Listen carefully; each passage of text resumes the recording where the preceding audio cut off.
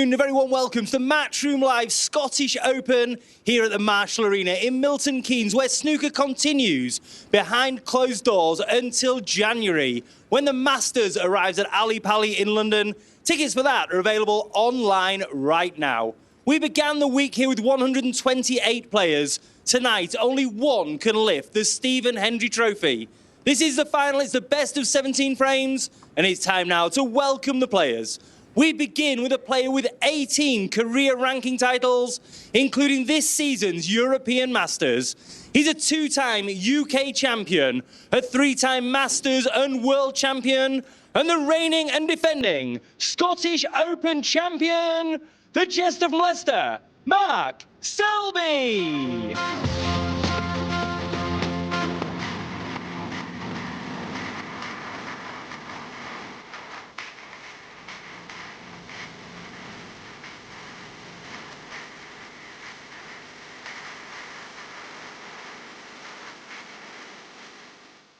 And his opponent, the record breaker with 37 ranking titles, 7 times a winner of both the Masters and UK Championship. He's the 6th-time and reigning champion of the world, the Rocket Ronnie.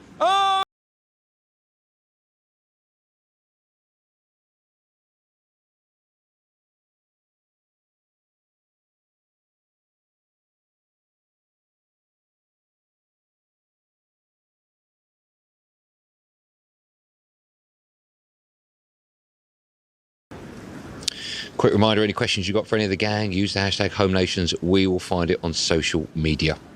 Right, here we go. Strap yourself in. 2 of the game's greats on the bays, alongside 2 of the best in the box in Neil Foulds. And first up, good afternoon to David Hendon. Here we go then, foes reunited. One of the most absorbing rivalries in snooker. Ronnie O'Sullivan and Mark Selby for the Stephen Hendry Trophy. First to 9 to win this Scottish Open. Understandably, a lot of excitement surrounding this one. Selby has played really well this week, particularly last night against Jamie Jones. We know O'Sullivan has had various issues with various tips, but he's here again in yet another ranking final. Leo Scullion is in charge. Thank you. The first frame, Ronnie O'Sullivan to book.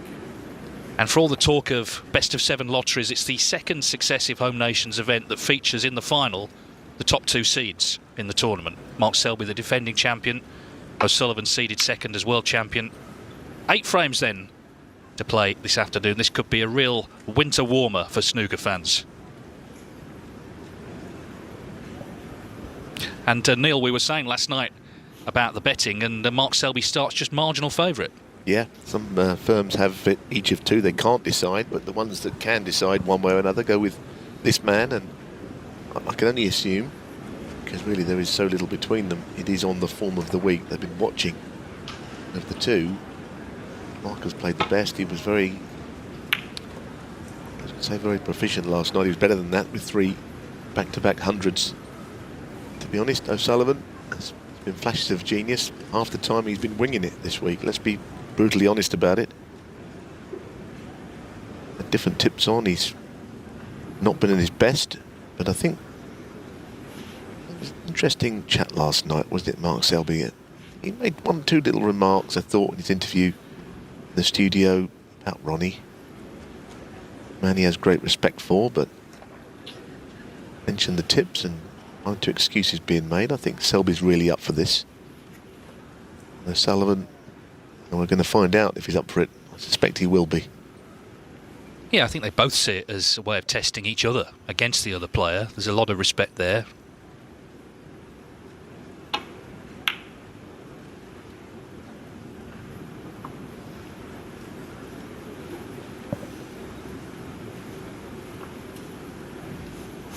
Yeah, I mean, you can pour through all the stats, but I think from Selby's perspective, the fact he's beaten O'Sullivan in the finals of the 3 big ones, the World, the UK and the Masters, speaks volumes, even though every match played, O'Sullivan is ahead 16-10.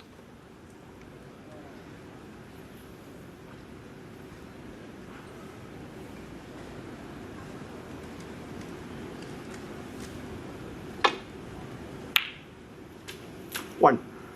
Good red, but no obvious colour unless he wants to cut this in. It's quite thin. Yeah, the other thing on the head-to-heads, I suppose, you'd look at is that O'Sullivan has won the last two. Welsh Open 2020 and then World Championships, that magnificent game of snooker we saw back in August. One of the best I've seen at the Crucible by the odd frame O'Sullivan.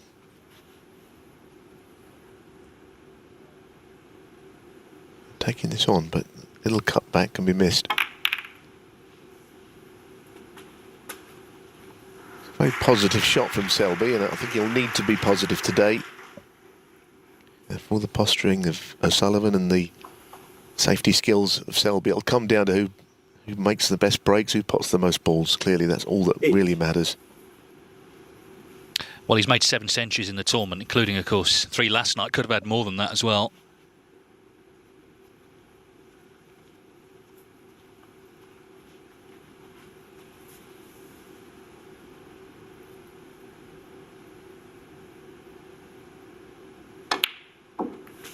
Nine.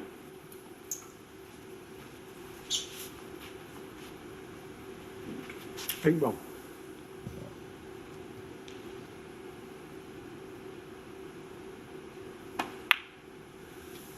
Many snooker fans will recall Selby's first ranking final, 2003 Scottish Open, a different tournament to this one, not part of the home nations. Lost to David Gray. Has to be said, it wasn't a great final, and there weren't really the signs then that Selby would become the player he has done.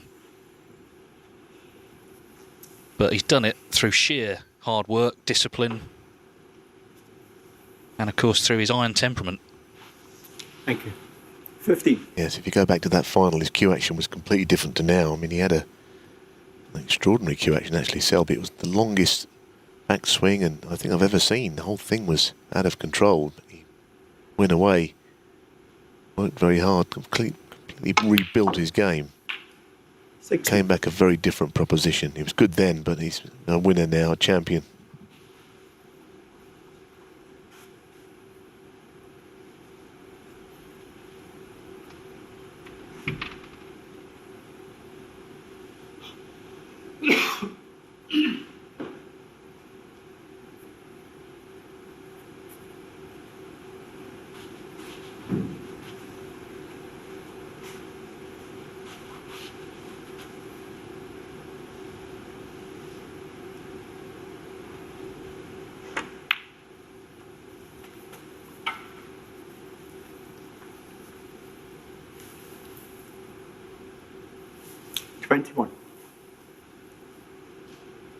Any match, I guess you're looking to start well, but certainly a final.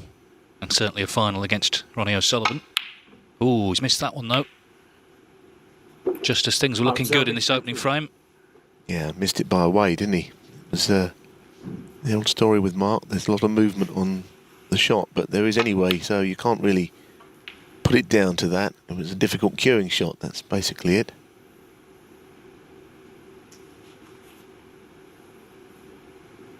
It's a fascinating match, this. I couldn't be looking forward to it more. I saw the UK final with Judd Trump and Neil Robertson. That was a clash of two modern-day greats. This one has got something a little bit more spicy to it, I think, than that even. Slightly generational thing. And of course, Ronnie O'Sullivan is the player you'll want to watch play. What a shot that is. 1. Not on the colour. Couldn't have been more committed to the pot there, could he? Tried to develop something. The pink just going too far.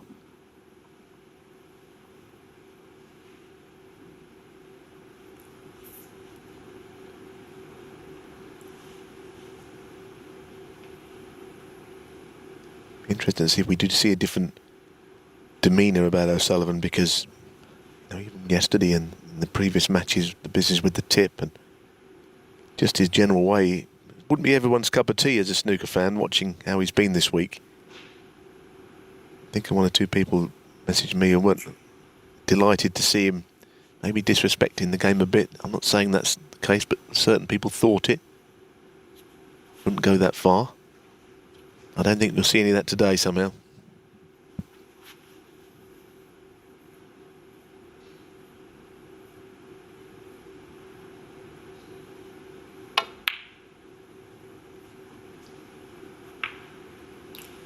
Ronnie O'Sullivan 1. No disrespect on that shot. Has he covered the red to the left corner? I think he has.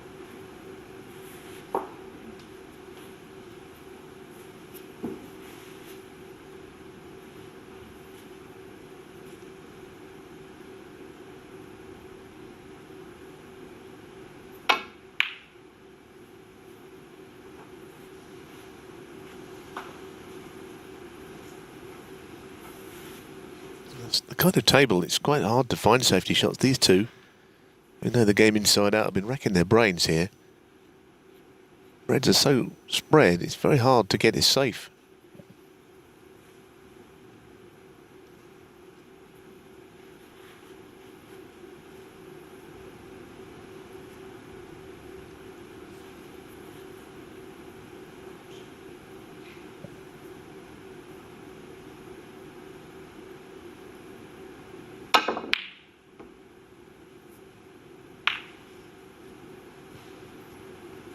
Got a bit lucky there. He lost control of the red. It's coming back towards the cue ball, as you saw. Yeah, it's heart in mouth time for Selby.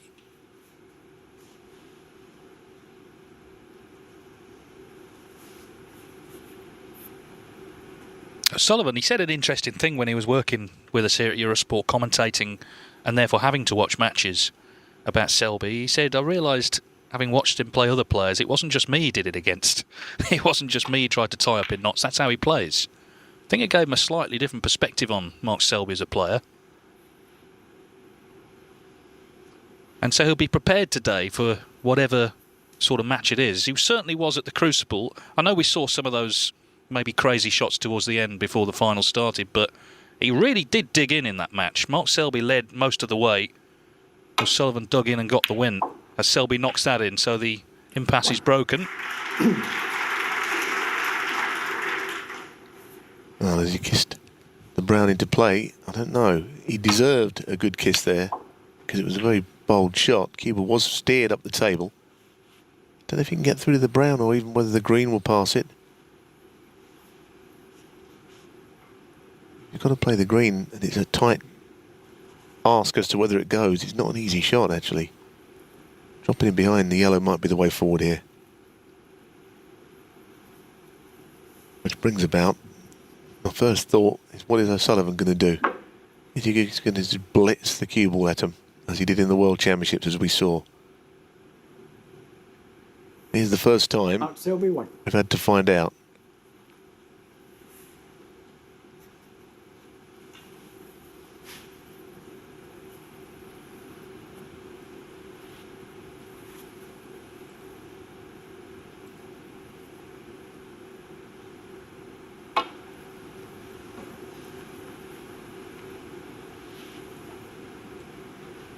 Foul, a miss. Out Selby, 4.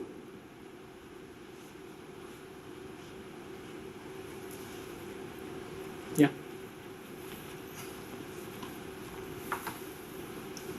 This looks certain to hit, didn't it? It just catches the jaws.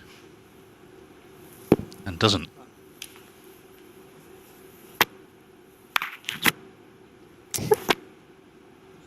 Well, he's trying to get across there and hit it off the second cushion, I think. That's the idea. Well, he was the first time. I think it was worth persisting with that, you know. I don't see why he had to go that route there. I mean, I think he was so close the first time, I couldn't see that it wasn't worth having another pop at that. But that's what he did in the World Championships. Mark won't mind being left chances like this, though.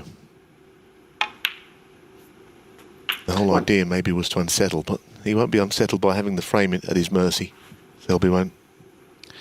No, I mean, a red had to go down there, the way he played the shot. Like you say, the first time he was just a centimetre away from hitting the red. So Selby's second good chance. Of course, he missed a red earlier on 21. 8. It's just an intriguing match, isn't it? It's more than just a normal final between two top players. There's a lot of history between them. 9. It's not just the snooker, it's everything else as well that makes it so fascinating.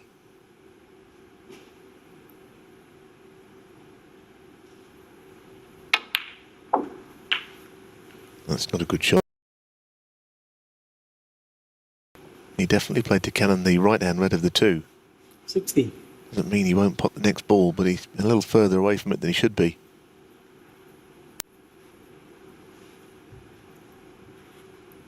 Now he's moved on to have a look at the plant, but he'll stretch across and play the other red.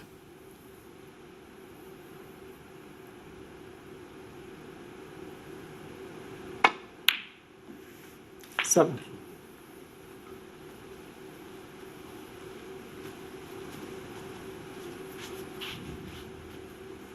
Likely to play potentially the cannon again onto that red. Certainly won't be hitting this very hard in every place.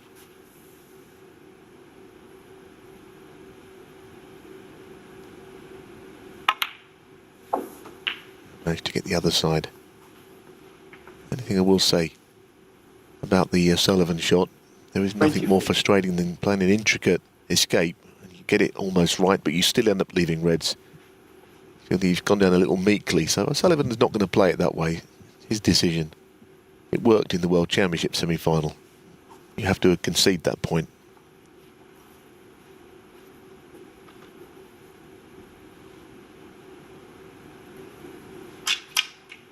No, that's right. Everyone has their own tactics and they either work or they don't. They did that day. They may well do today as well. This is a bit of a stretch. Blue is almost in play by his side there on this shot.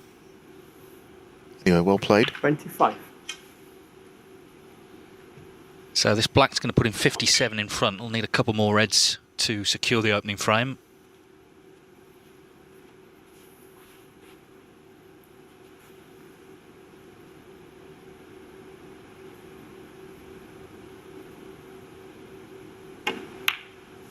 Of course, it was O'Sullivan he beat to win his first ranking title, 2008 Welsh Open. He came from 8-5 down to win 9-8.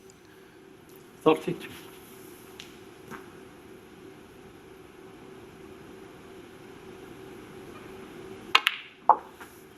33.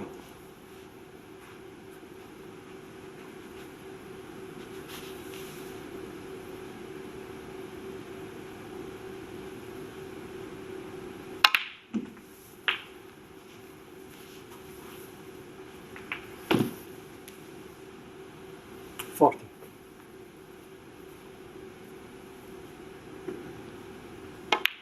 So it looks like first blood Selby. This frame, I think, could be a microcosm of the whole final. It's been fascinating seeing how the two players are approaching it, how they're feeling early on. Selby, you know, missed that red early on, but ultimately he can forget about that.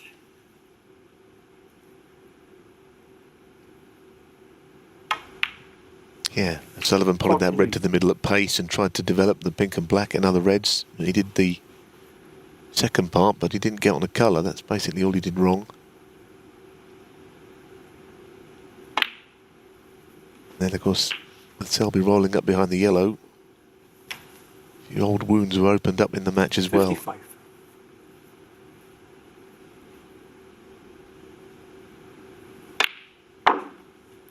Carried on where he left off last night, Selby. Scored heavily.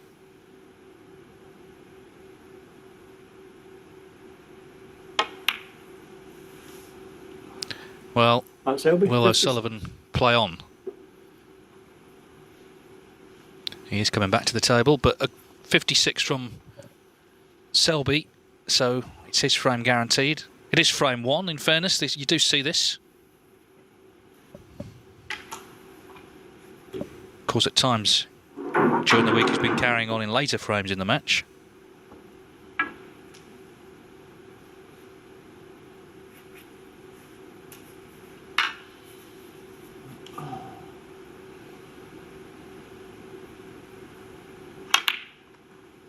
One. Well, he claims not to practice at the venue on the various practice tables which are there for the players. I think at the start of these Home Nations events, it's not the easiest thing to get a knock on any of the tables. Players everywhere. Low-ranked players full of hope and expectation. Trying to get a bit of practice in. It is not the most tranquil place to practice from. It's not for O'Sullivan. So he's kind of doing his practice in frames that he's lost at the end of them. 8. Yeah, it's quite difficult to book practice times. It's a bit like trying to get tickets for Glastonbury. You know, they just go very quickly if you're not on the ball. But obviously there's only these two here now. It's a bit more chaotic than Glastonbury. When you get out there.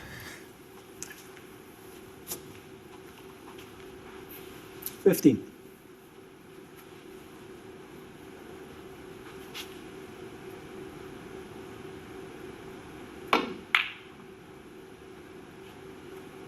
Well, he wasn't just trying to pot some balls there. He's trying to get... I mean, I don't even know how many snookers he needs, but it's too many. Well, it must be 10. He's 66 behind with 27 on.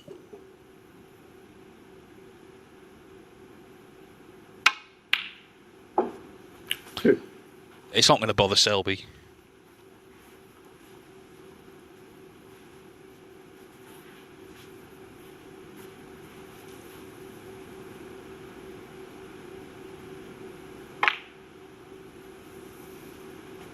Five. I don't know what the record is for the amount of snookers gained in a professional match, but I know that we've seen half a dozen before now on very rare occasions, haven't we?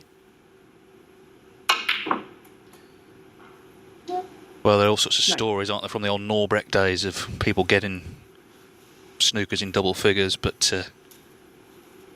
the actual truth of them we're not sure about. No, unseen by anybody except the two players. There wouldn't have been too many spectators in some of those booths either watching.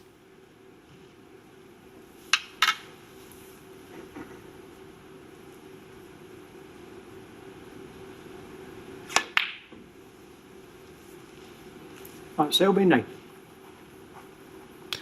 Well, he's not conceding.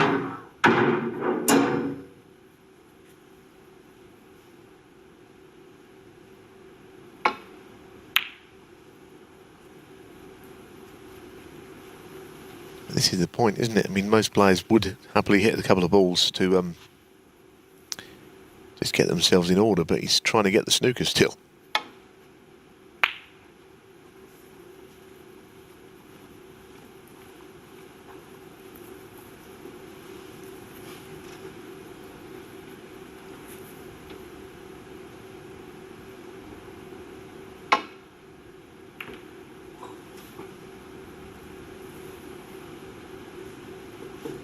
Well, if you've been looking to make a cup of tea but don't want to miss any of the action, this could be the moment.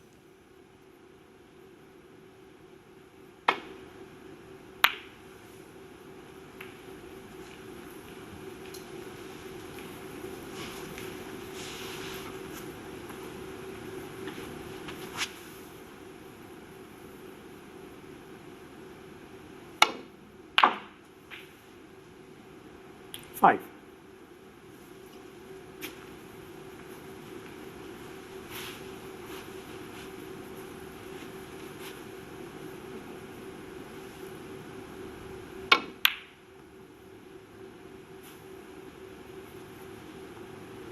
O'Sullivan. 5.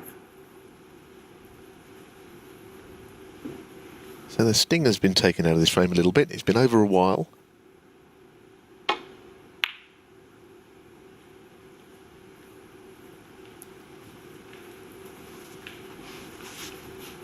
Interesting that Selby didn't just drop that in there, isn't it? Why did he try and play a snooker back?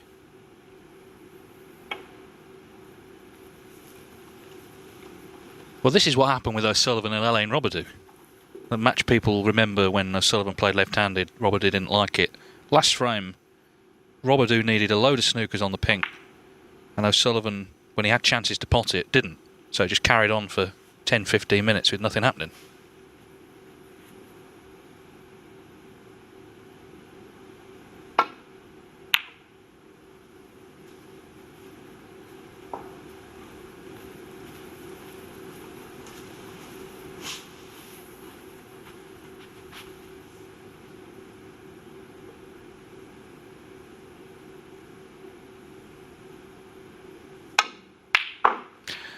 But that ends it. 6. Get the feeling Selby will pot the black as well, just to make his point. His break of 56 was the decisive contribution in this frame. 13 in the frame. So, 1 down, 16 to go. It's advantage Mark Selby in the final of Snooker Scottish Open. He leads Ronnie O'Sullivan. 1-0. Of the final. And the key moment, I guess, is when he snookered O'Sullivan. What's interesting about the shot O'Sullivan plays out, it's his second attempt. The first time he got very close to the red over the pocket. Second time went with pace, left them on. Selby made 56. There was all the playing on at the end, but the frame was well and truly won. Remember, it's 8 this afternoon, possible 9 this evening. They're playing for the Stephen Hendry Trophy. Mark Selby to break.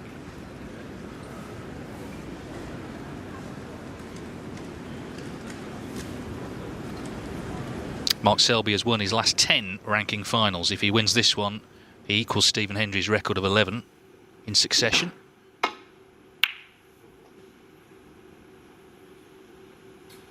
Of course, O'Sullivan at the World Championship went past Hendry's all-time record for ranking titles with 37.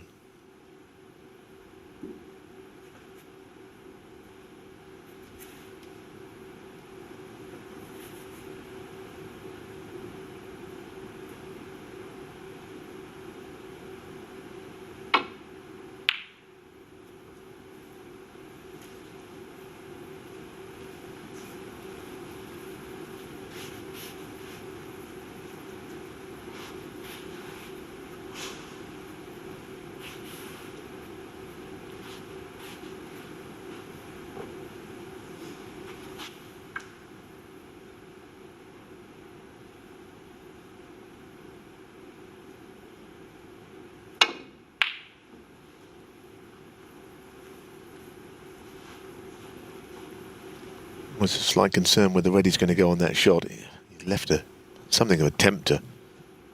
It's one of those, the cue ball was angling away towards the bunch of reds. Playing it with left-hand side, I think, to try and avoid the reds. It's a good shot. It's hard to play without any pace. If he's gone in off, he's very unlucky. Because it was a good shot. Wow. Played it with Mark Selby. check side. Almost better to have gone into the bunch than that. He knew, didn't he? He was walking away because he was right in line with the pocket. Yes, and the long red for Selby with the black available to the opposite corner. This is an early in if it goes correctly.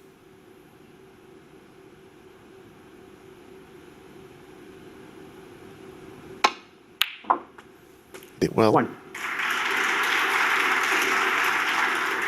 Could move the 2 reds above the black, which is a hindrance if they stay there.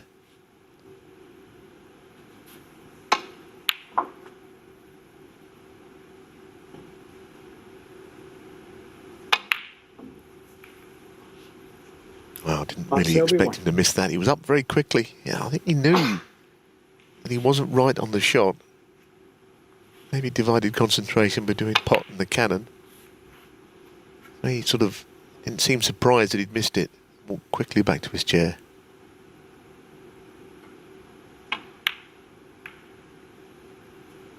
One.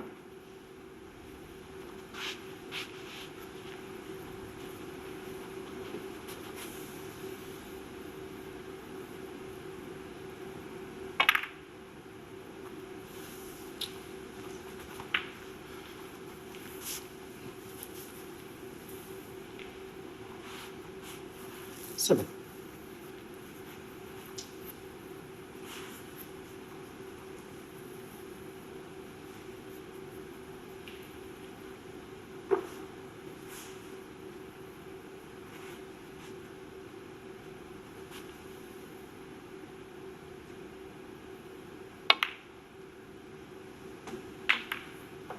Eight.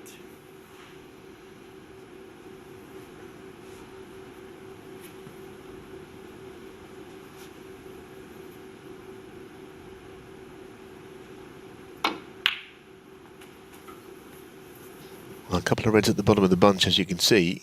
We pot a ball into the same pocket. He's going to knock this red into. 15.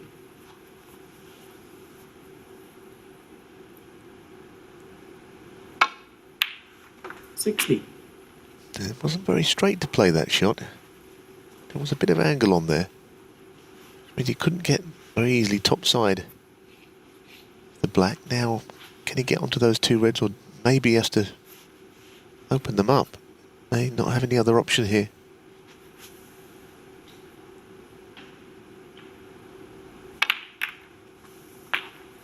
That's a nice split. He played it nicely. Didn't take any risks. He knew he'd be on that bottom red. 23.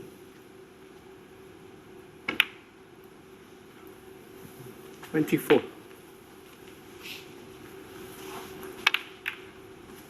Yeah, nicely done. So, first real good chance for O'Sullivan to get going today. And there's never been anyone more dangerous in this position.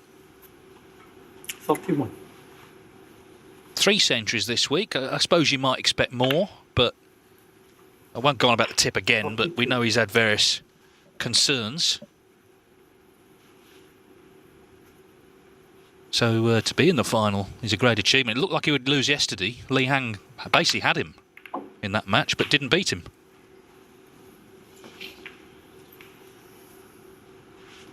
$39.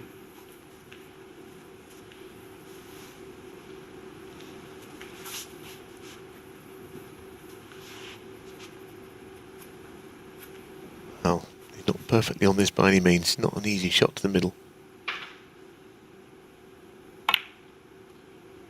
He's always been so good at recovering those shots, though. Little thin cut to the middle, difficult shots. He's got another big shot to play here. He's got to stop the cue ball from going away from the reds somehow. Might have to play a cannon. Nice cannon, that's very well played. He might not be on the red he wanted, but it's all right. Good shot.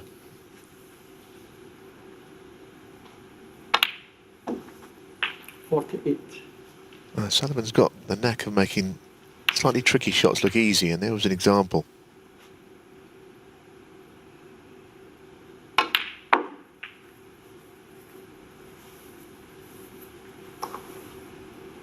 $53. 54. He's also got a knack of just killing frames off so quickly.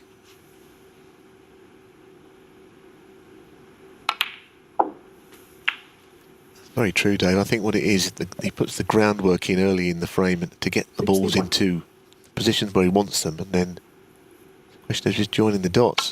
That's how he plays. 62. Some players, the break gets more difficult as the hard shots arrive. He plays the difficult shots early.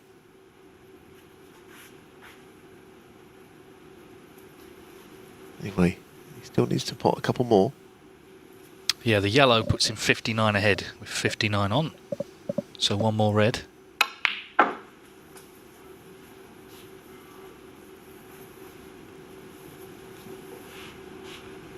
$64.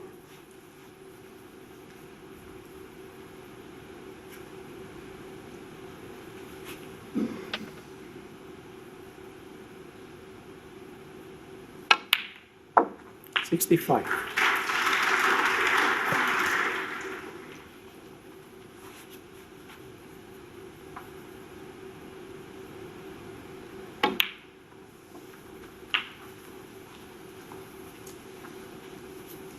Well, he sit back strongly. Selby, though, 71. had the opening, didn't he? Potted the long red, missed the black. 72.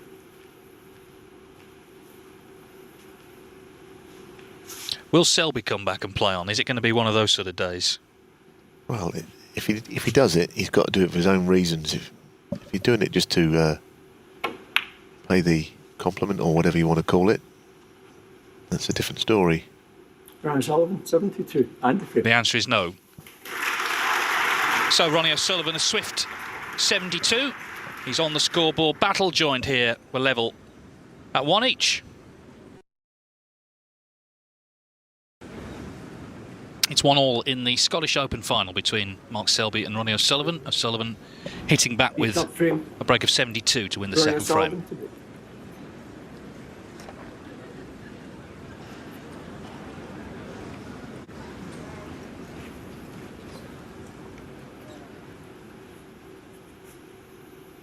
It's interesting, these Home Nations events, you know, we talk about the capacity for shocks early on, and you do get quite a few, but look at the finals this season, the 3 finals. Judd Trump, Neil Robertson at the English Open, Judd Trump, Ronnie O'Sullivan at the Northern Ireland Open, and here we are at the Scottish Open.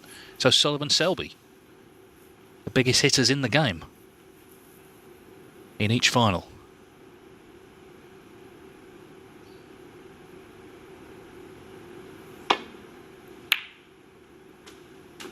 One.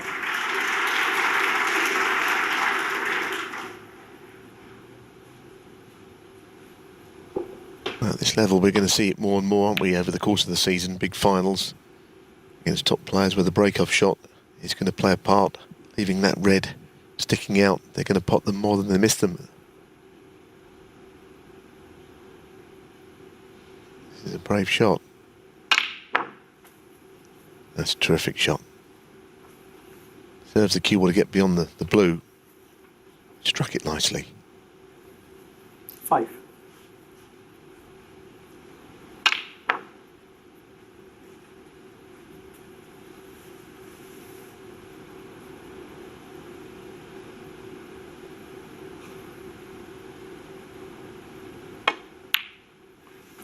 Six.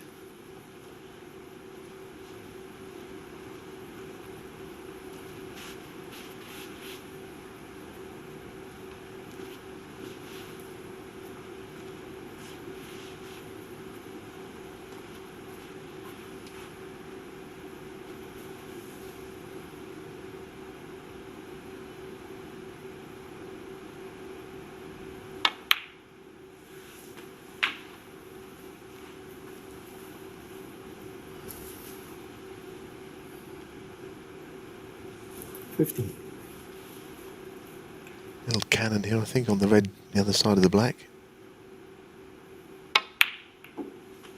14.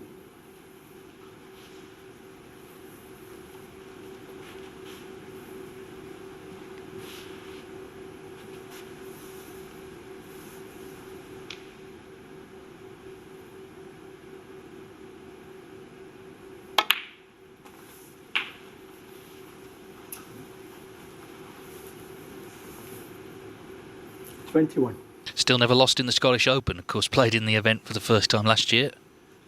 He's looking to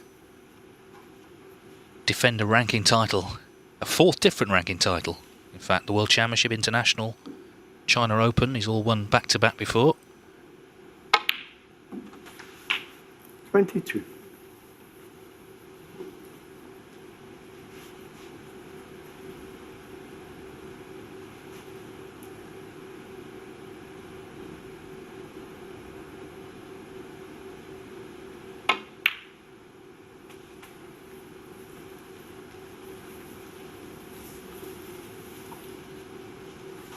And he's on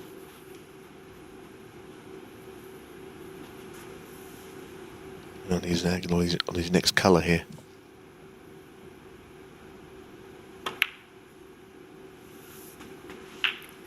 Tiny bit straight, but you will need to get into the bunch, I think, to force it quite a lot to do it from there.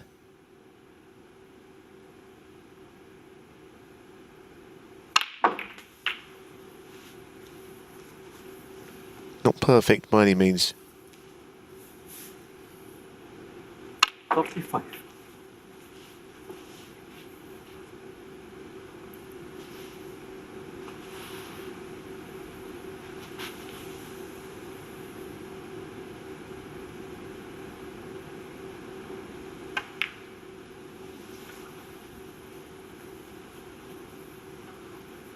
Foul. Rather surprising, that Mark enough. Selby 35. Un-Selby-like. Ronnie O'Sullivan, 4.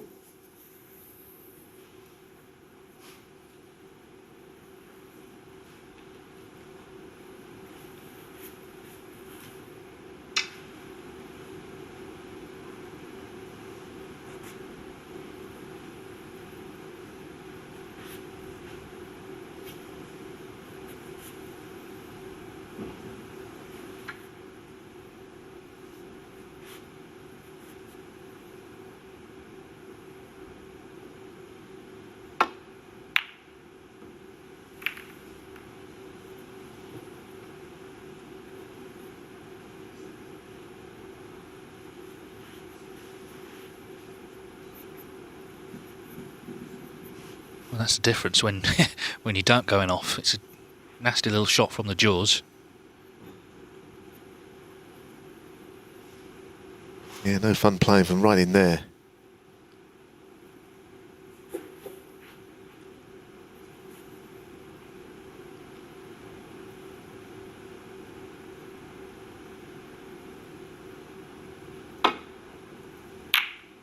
Caught these a bit thick. Gibble's not travelling as far as he hoped. Red's opened up more than he expected. Half a chance for O'Sullivan.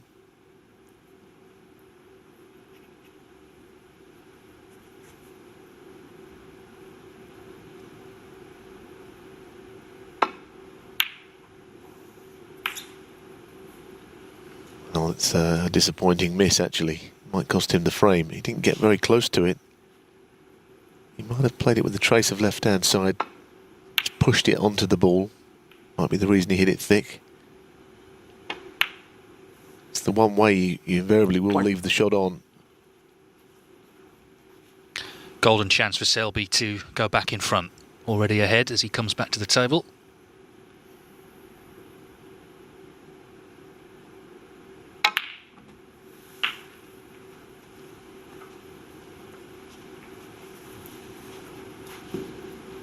Eight.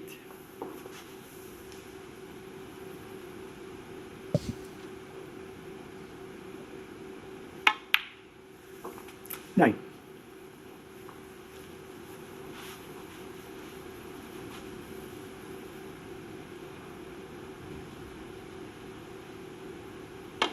Yeah, he's got not a great deal of work to do here. I mean, everything's so out in the open. 14.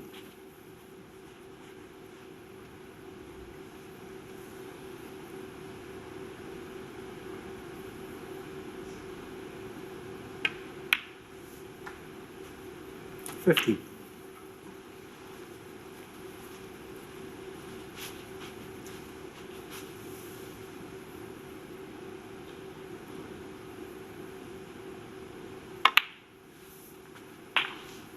It's not like boxing. You can't land a knockout blow early on in these opening sessions, but it's all about jostling for position, the mini sessions. If you can take a 3-1 lead and then get in front, coming back tonight. Both players still sort of sussing each other out as well this afternoon.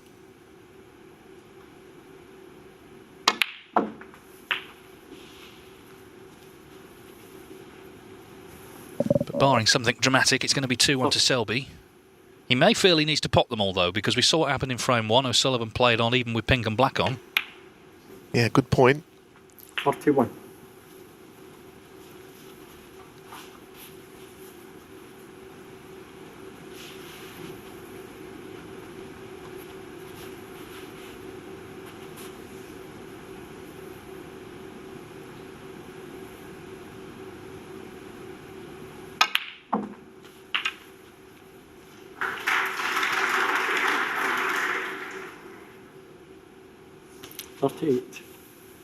Smattering of fake applause just means the frame is won behind Snookers. Yeah, I've noticed now there's different grades, isn't there, of fake applause? As you say, there's a smattering, there's a sort of more vociferous one, and then there's one with whistles. That's the ultimate. If you get that, you know you're doing well.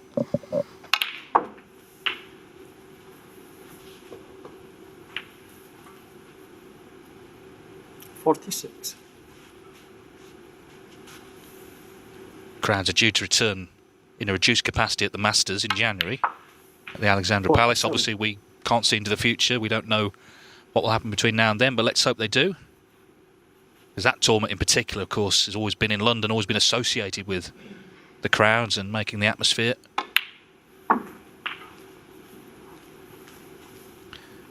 Sullivan and Selby have had many a battle in that tournament. 53.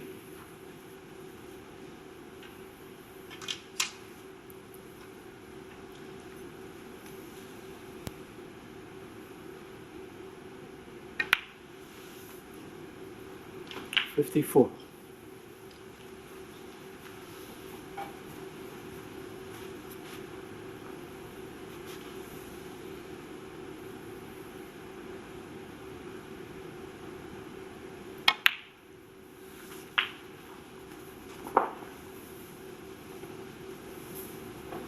Yes, in a roundabout way, this frame was one when Selby was in the jaws of the pocket and he hit the safety shot too thick. The half chance that Sullivan got, he never got particularly close to. So I think he just pushed it onto the ball. Left this wonderful chance, which Selby has very happily taken.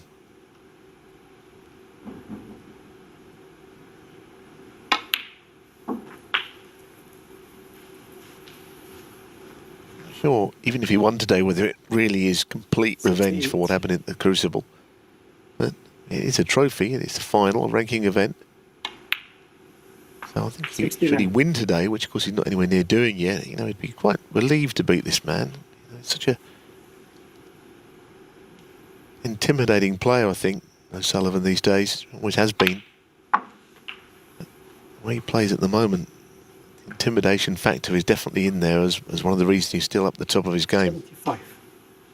I think each of them regard a win over the other as a good win, wherever it is, but certainly when it's in a final or whether it's at the Crucible, you know, a big occasion. Seems to me, though, Selby hasn't dwelt on that defeat too much. I mean, he won the first title back this season, the European Masters. Gone deep in quite a few other tournaments. 80. So it's just enough on for the first century of the day.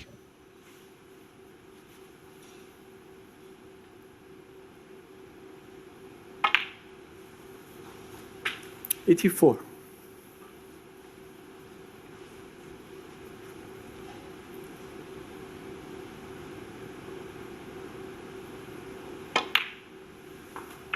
$89.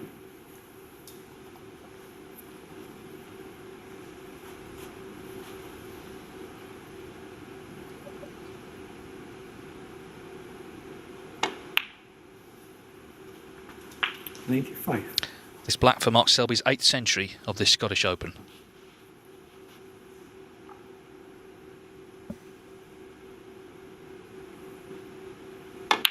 Nicely done. Clearance of 102. The chance was there, and he took it well. And for the second time, Mark Selby leads the final. One more frame to come before the interval. It's 2-1. Welcome back, 2-1 to Mark Selby. Strange thing that happened there. Ronnie O'Sullivan walked back in first, saw Selby wasn't there, sort of went away again, and now he's come back. So there's all this sort of mind game stuff going on away from the actual match. But in the match, it's 2-1. Selby's made the first century, 102. One more frame to come before the interval. The fourth frame. Mark Selby to be. There's the prize waiting at the end, plus of course £70,000 and ranking points.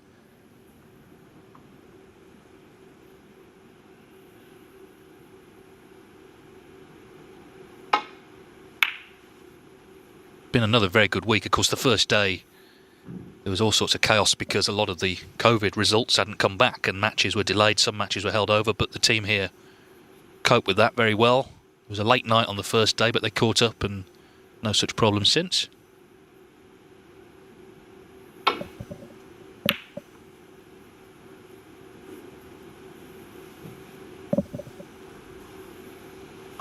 And then, of course, overnight they've got to, again, change the arena around for the World Grand Prix, which starts here tomorrow. The good news is it doesn't start till the evening, so there's a little bit more time than there was last week.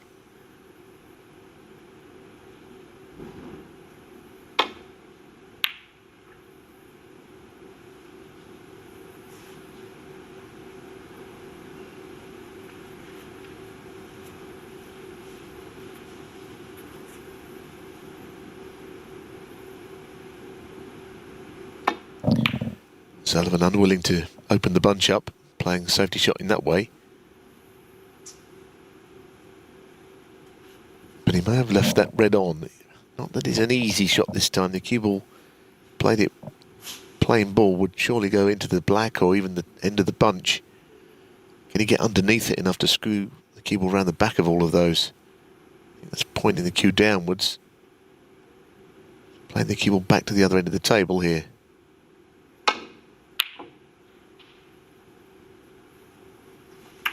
So it doesn't matter so much when you miss them.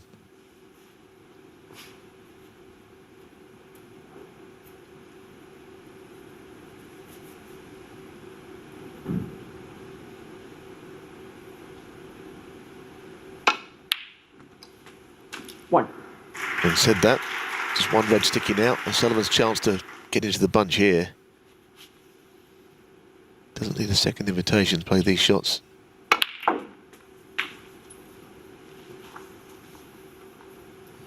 Just slid off them slightly. 8. Not an easy shot now.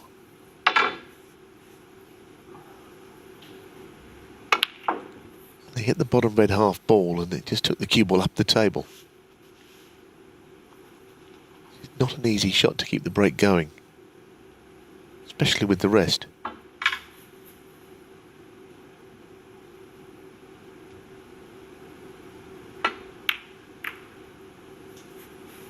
Nine. It's the cue ball there.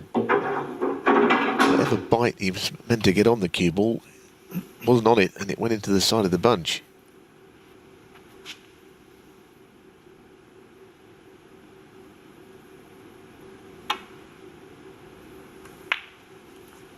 Ronnie O'Sullivan, 9.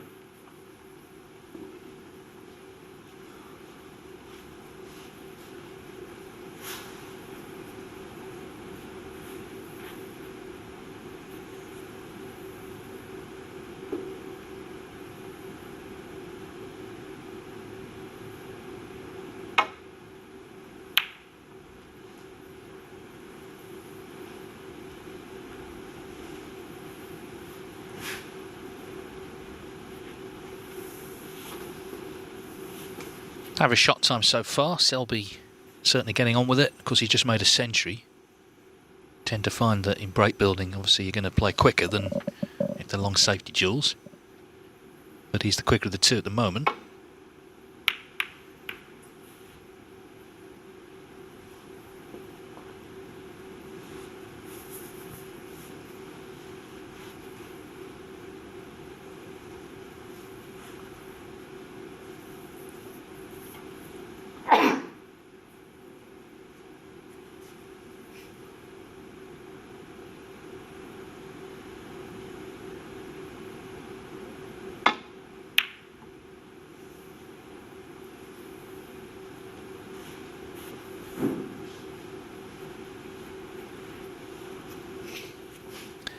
Well, it might be the very thin edge of the right-hand red here. Very thin.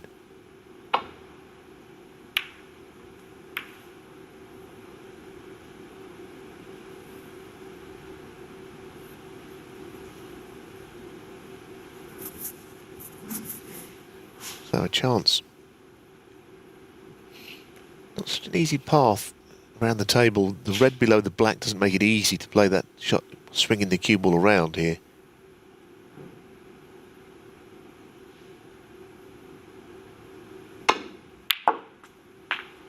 Still managed it though. Good shot. 1.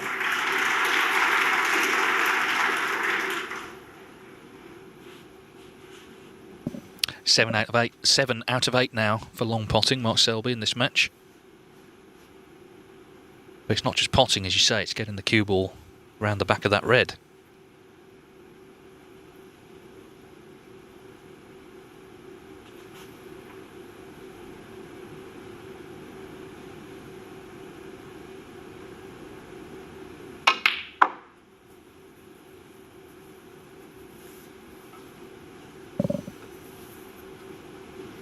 Five.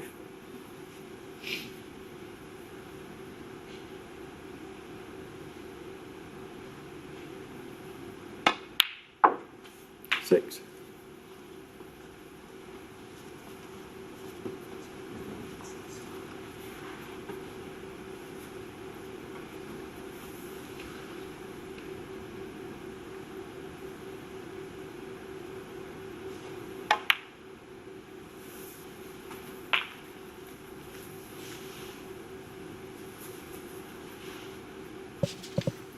13. First time these two ever played was in China Open quarter-finals 2002. Mark Selby still a teenager, and he won 5-3. 14.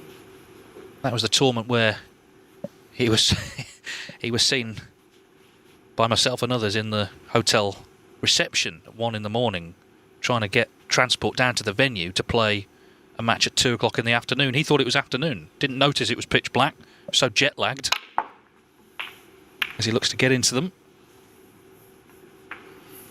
Yes, is that available, that red to the left corner? 21. His demeanour suggests it might not be.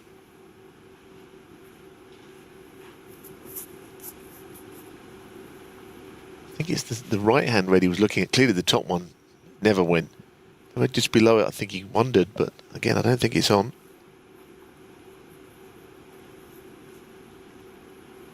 Obviously it passes the other reds, but I don't think you could see enough of it just to pot it.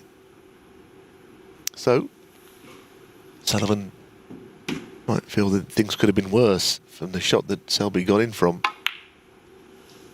It's not going to hurt him greatly, that little break. Selby 21. Finishes it off with a good safety shot, though.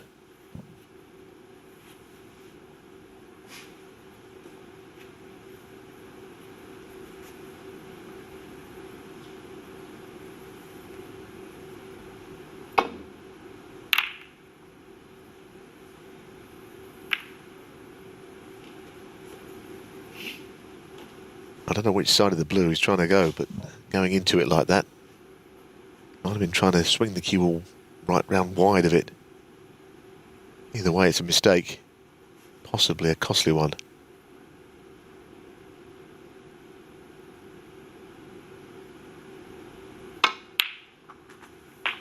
One. He's finished right in between about 3 shots here. Blue's not great. We'll get topspin to avoid hitting the brown on the way through. At least he's got the red near the pocket, which helps.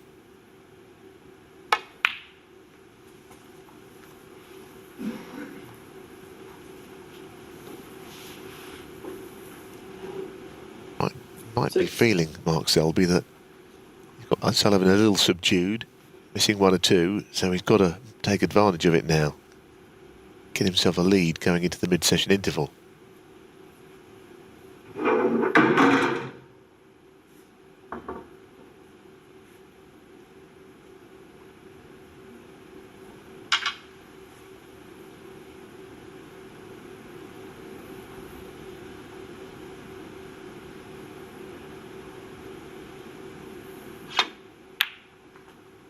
Seven.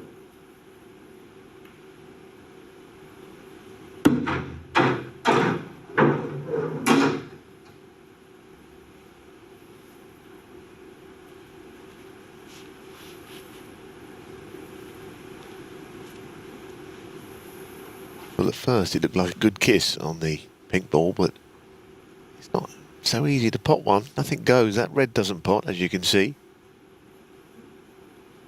The right at the table, none of those reds are available.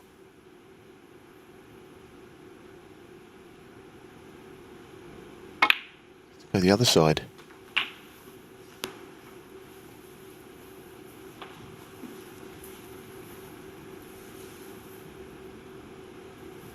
Thirteen.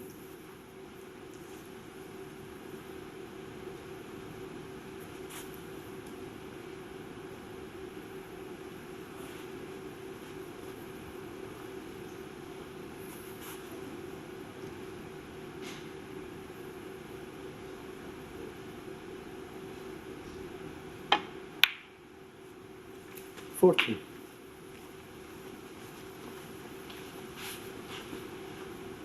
Just feel he's never quite been in control of this break.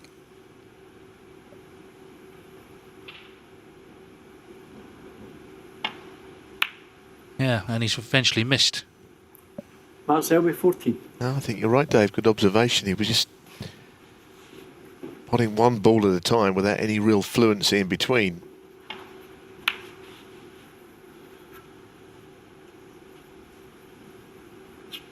just never seemed to have ideal position. It was a good chance when he came to the table. 1. Well, that seemed to kick. It hasn't stopped the ball going in. Cue ball jumped up in the air. Never hit it all that hard either.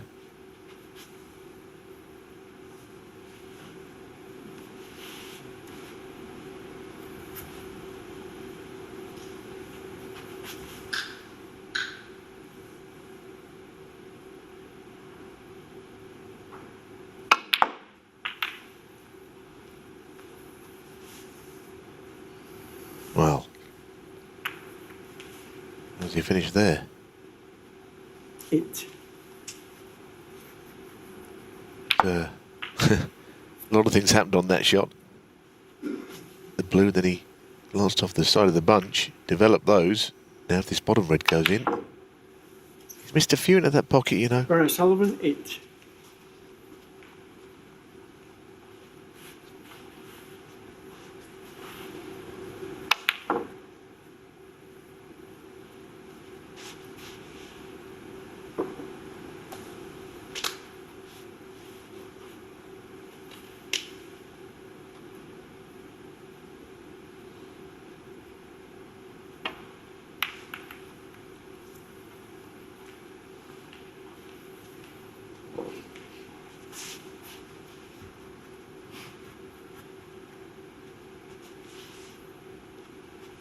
Just got a bit nervy, hasn't it, now, this frame? A couple of mistakes creeping in.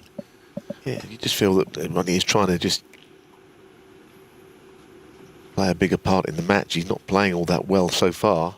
But also, by the same token, Selby is looking to consolidate. He made a good start, but I think he would feel if he went into the mid-session 2-all, he'd missed out a little bit.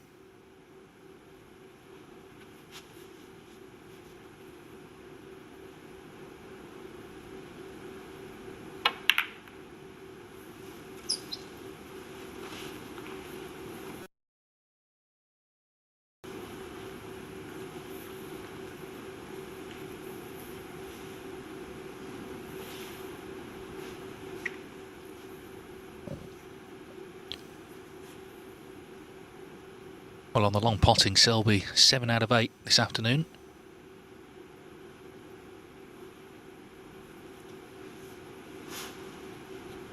Oh, I don't know if he's just put off there slightly.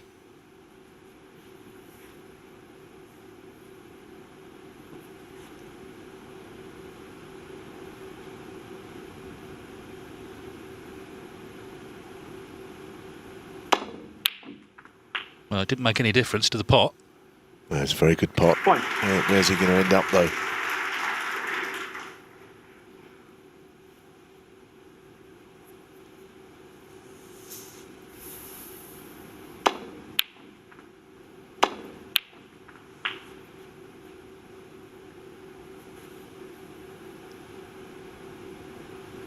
Big shot, this.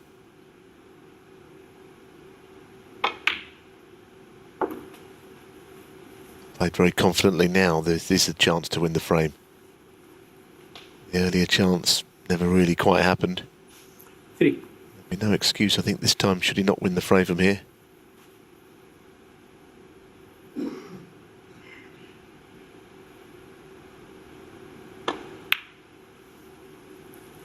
Four.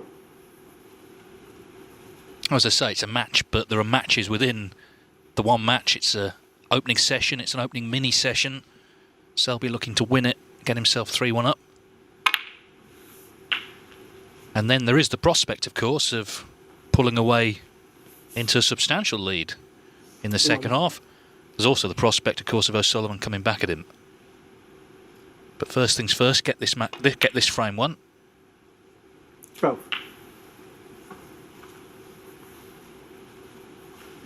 Just a couple of safety errors from O'Sullivan have contributed.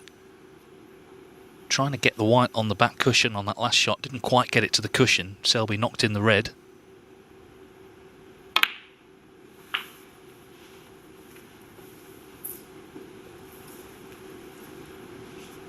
$19.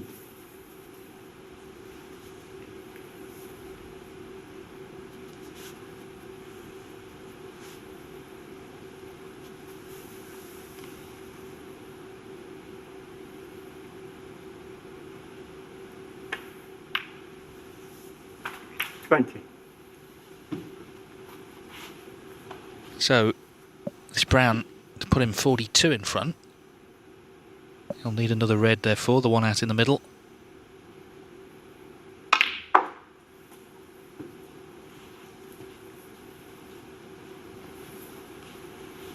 Yeah, played that quite well. He's okay on the red. Doesn't matter what else happens as long as the red goes in.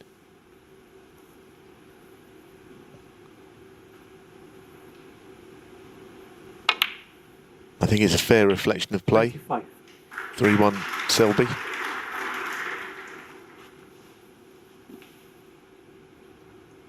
Yeah, of course, he made the century, 102 in frame 3.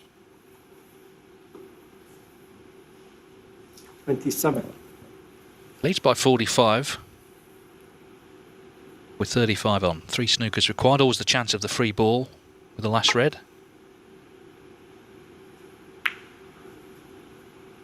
But he's sort of forcing O'Sullivan into potting it.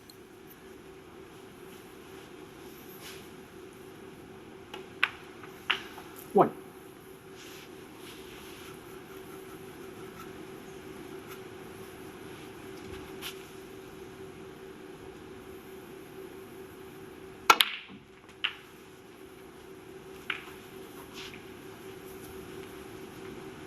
Eight.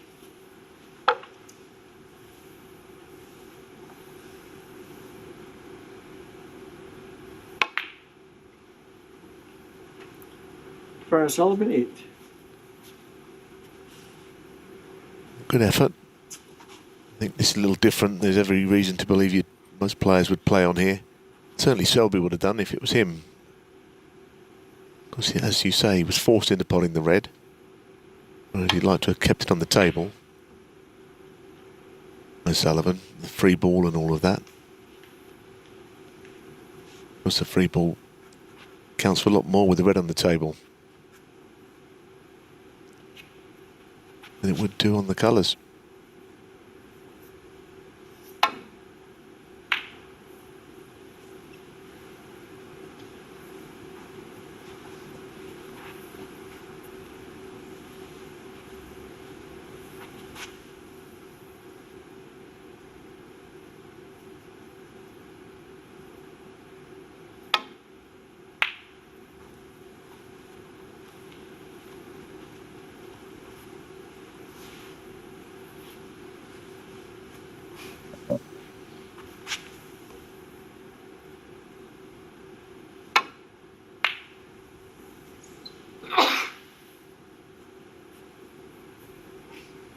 Well, it's never not interesting when these two play, whatever the match, but certainly finals carry an extra spice.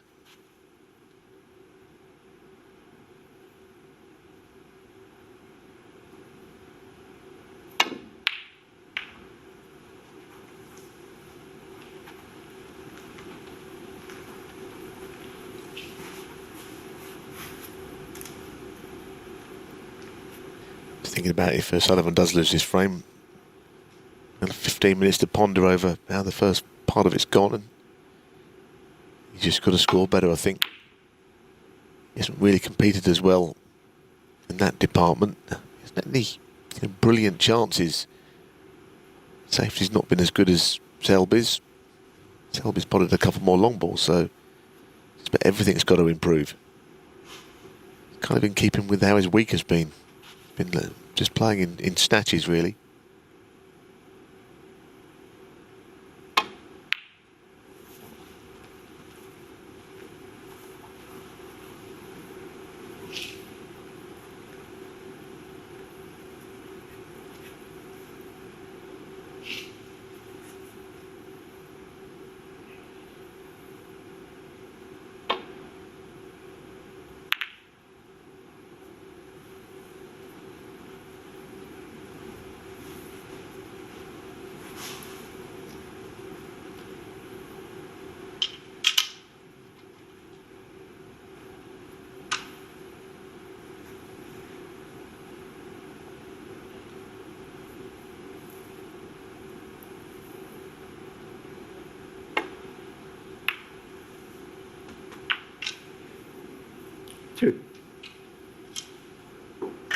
Yeah, 3-1, I think, definitely is a fair reflection of what we've seen.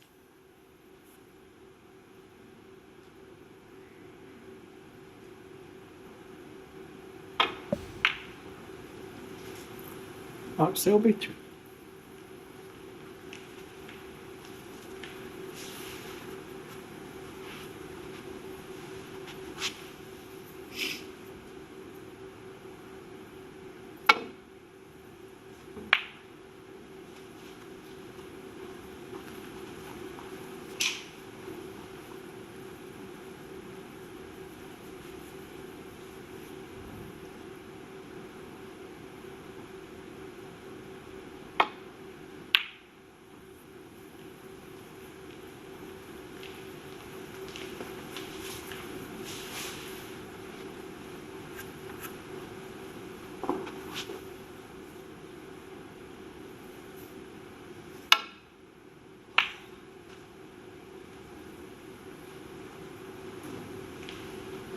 Surely now, this fourth frame will be over.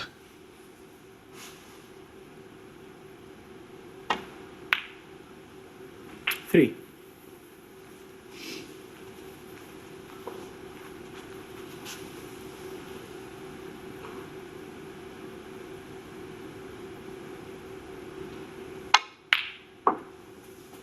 Seven. Remember, it's first to 9 to win this Scottish Open. Mark Selby looking to defend the title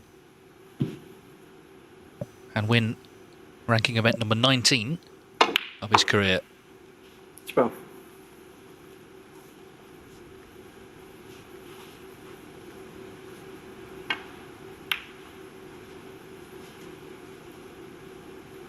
Mark Selby, 12.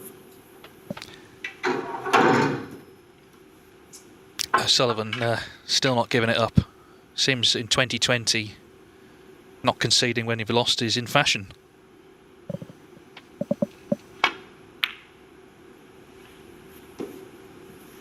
I think we should be going off 15 minutes now, personally.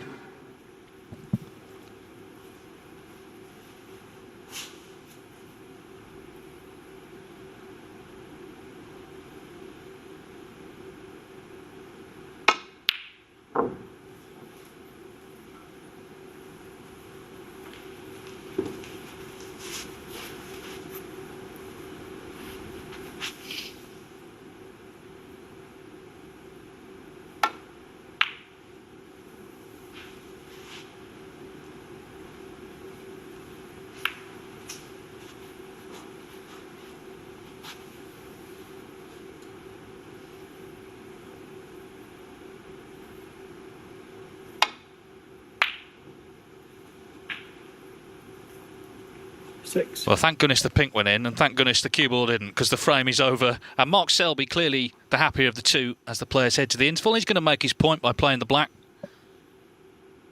It's all part of the little bit of spice that's in this match.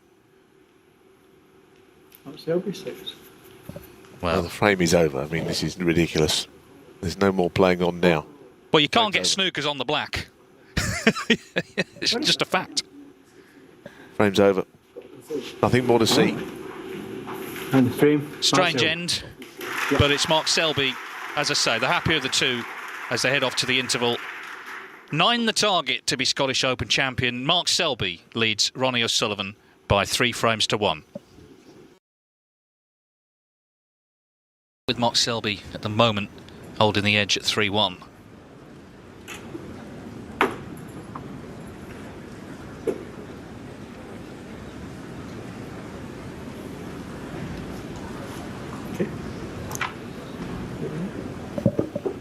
Yeah, rather strange end to the previous frame, wasn't it?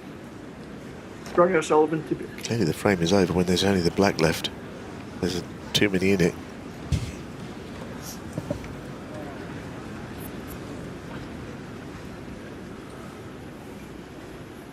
O'Sullivan could still be in front coming back tonight. He'd have to win all 4. Certainly, you'd say he needs to win 2 of the 4 to stay in touch. 3 of the 4 were back level again.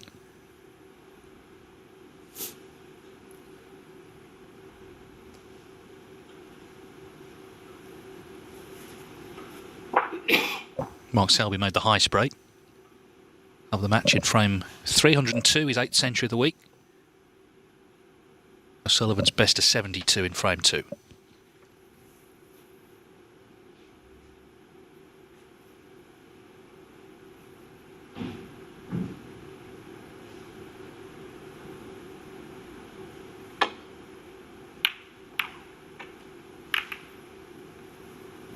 Well, Selby was lucky there, I think. Can't imagine that he's left anything.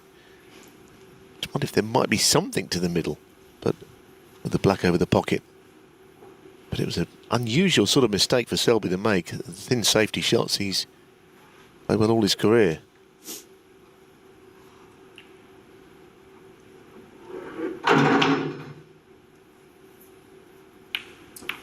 Ball's could have finished anywhere here.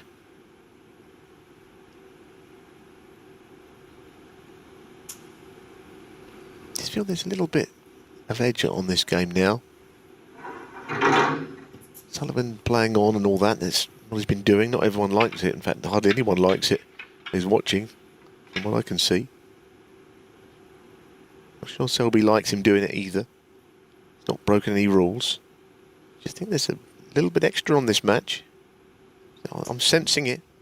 Well, even in that last frame, you know, Selby potted the pink. The black was on the top cushion, so it wasn't possible. He could have just walked out for the interval, but he insisted on playing it. Then O'Sullivan attempted to play it and was told by the referee the frame's over. Yeah, there's got to come to an end. The frames have to end. You just can't stay out there and just be in denial the frame's over. Especially the one before the mid-session. Most of the time people want to just go and have their 15-minute break.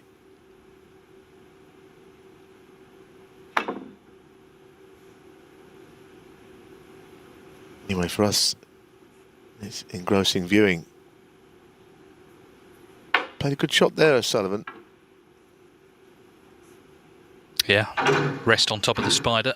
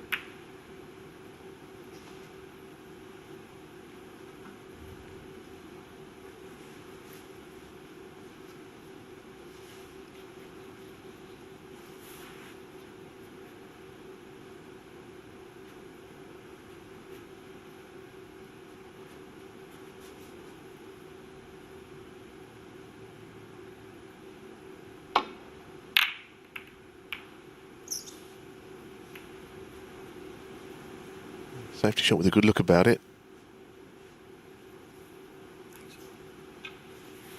Although Selby can get to the thin edge. Saw him miss one of these earlier and hit the jaws. I'm hitting it too thick.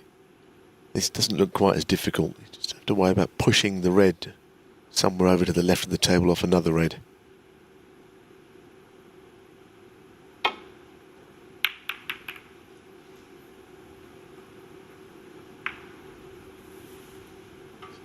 Handy kiss there on the green.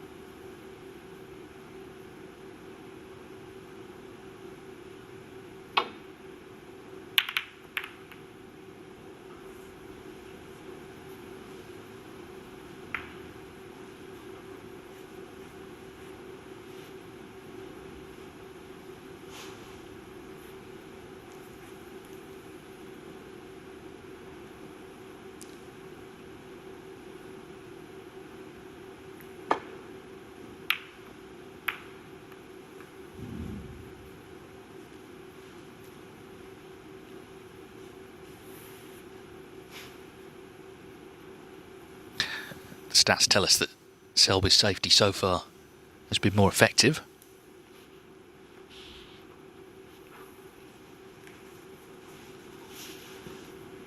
Which is important, I guess, for him. He knows, as everyone does, what a ferociously good break builder Ronnie O'Sullivan is.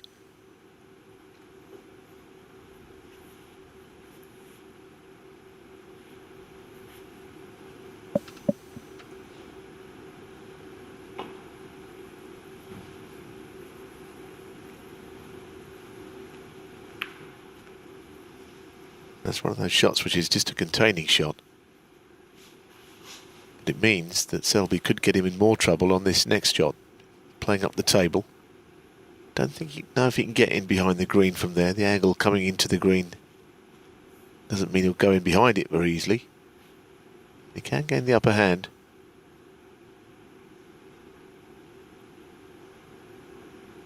He couldn't quite manage it.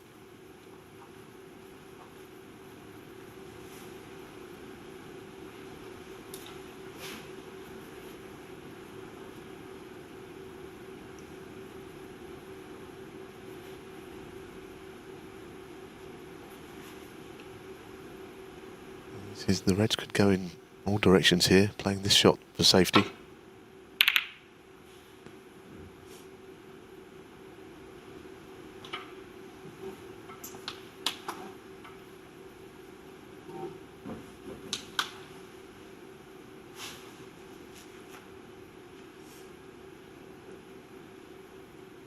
Well, he's left a tempter.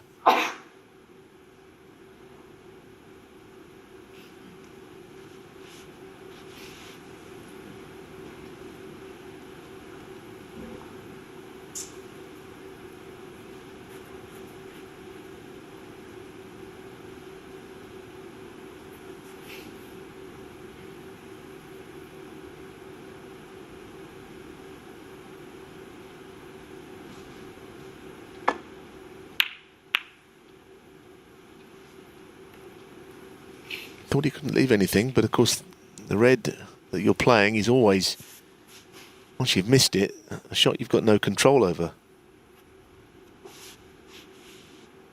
Sullivan is straining at the leash, I think, to get him first in a frame.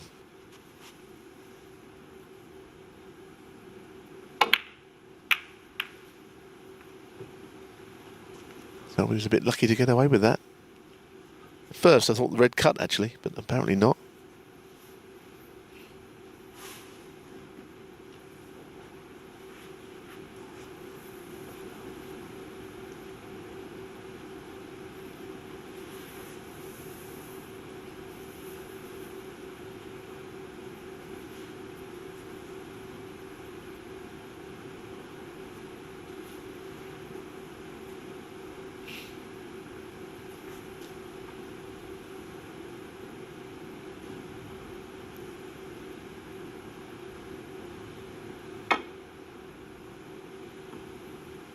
Foul, a miss. Well, looking for a thin edge, but got no edge. Sullivan, 4.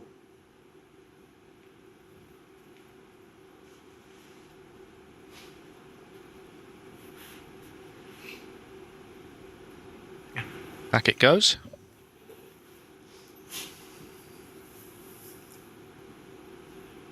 Well, the reason he's got a problem, he could play the second red in, but that red is in play on the way back up the table. And that's why he's going the other way. If that red wasn't there, it'd be a fairly easy safety shot down that side, but he can't risk hitting it on the way back up. Yeah. No.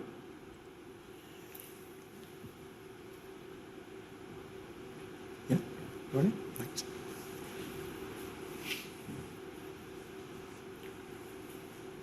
Got a perfect line. It's obviously very thin.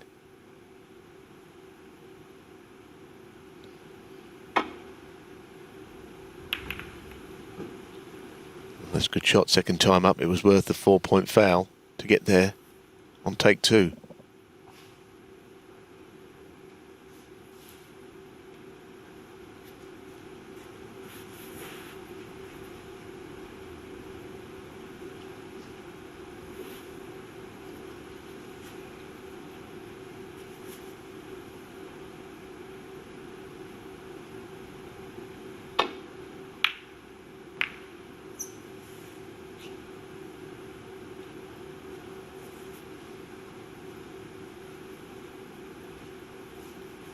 So, advantage Selby, but only because he'd fancied to pot this red and get the cue ball out of there onto a colour.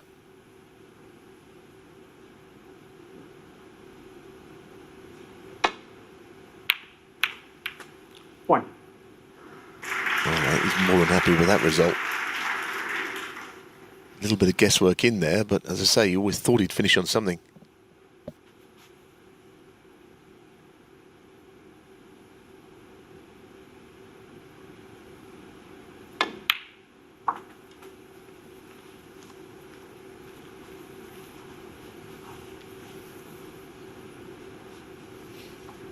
Seven.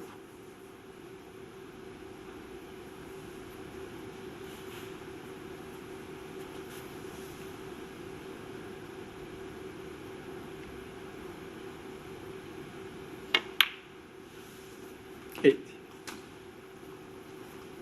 Remember, Mark Selby's won 15 of his last 16 ranking finals. Very, very impressive record. Last 10 as well.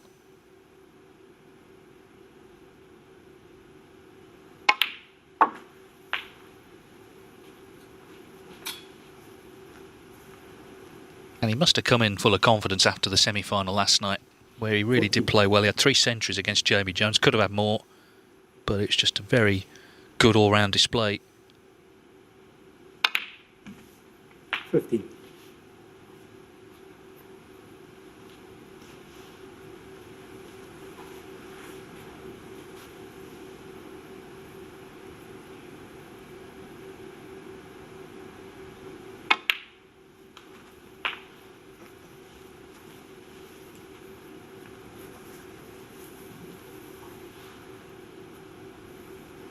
Twenty-one.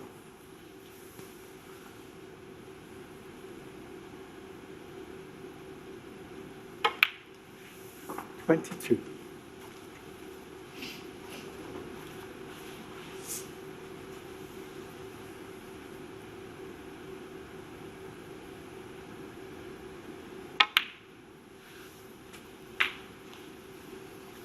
Just chipping away with what's there at the moment, and he can get himself into a good lead, but you feel that he'll need something a little more than this to make it a frame-winning break. For now, you can only 29. concentrate on pulling the balls in front of you. But those 7 reds down the bottom of the table, likely to come into play, which the left 2 clearly are available if you get on them.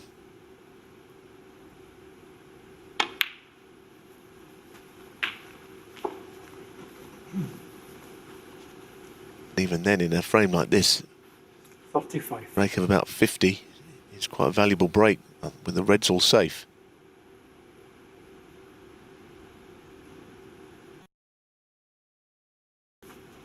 $36.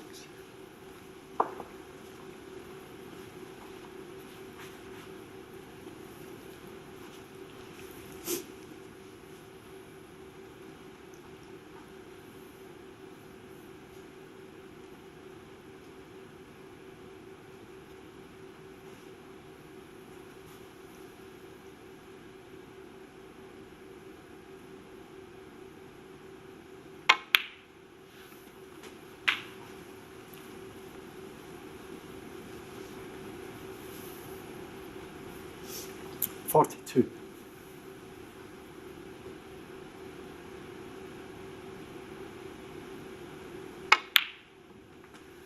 43.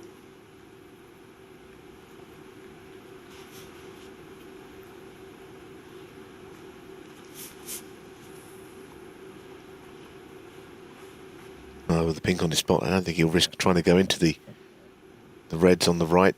If there's 5 reds, the pink could cover them. He'd rather play on, I think, a loose one here to be sure of having a next shot at a red.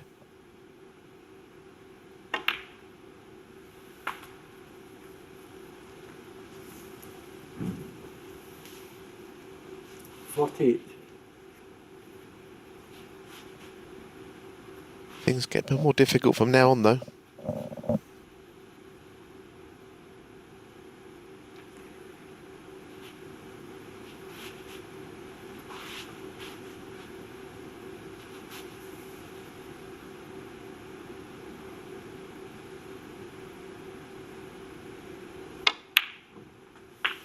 49.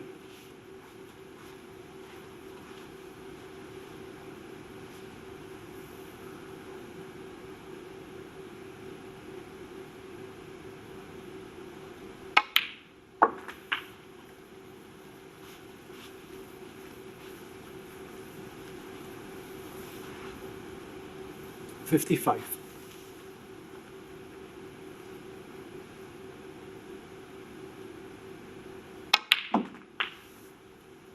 $56. That's not how he played it. He played to get beyond the pink, play it into the same pocket, I think, as the red. He just knocked the last shot into.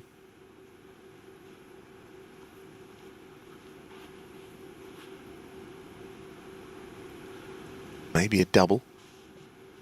Top red.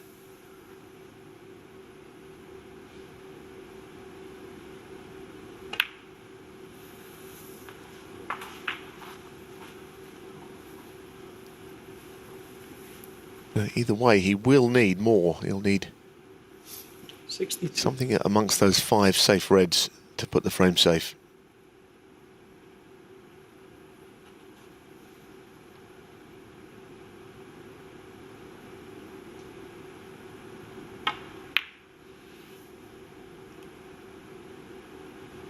Mark Selby, 62. 62 to lead by 58. 75 still on the table.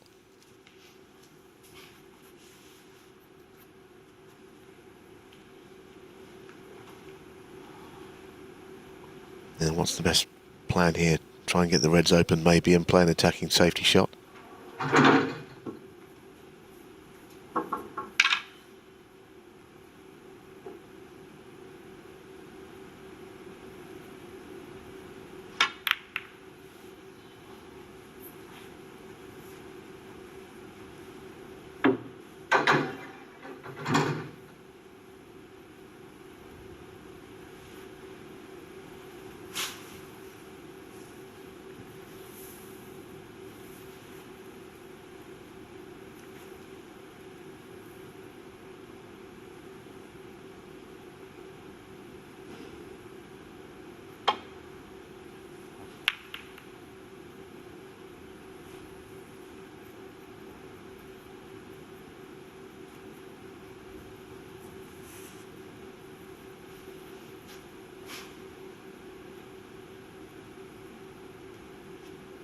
Could be a significant frame early on, couldn't it? If O'Sullivan could get in with a chance, you know, you'd fancy him to potentially make a winning break, but he's got to get in first.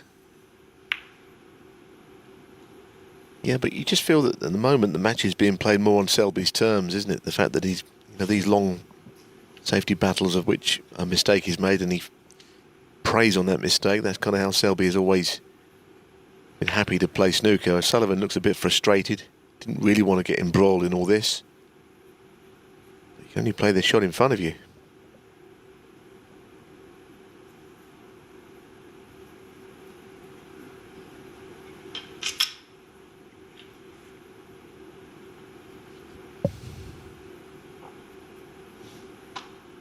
Well, he needs 2 reds here. Leo Scullion watching everything here.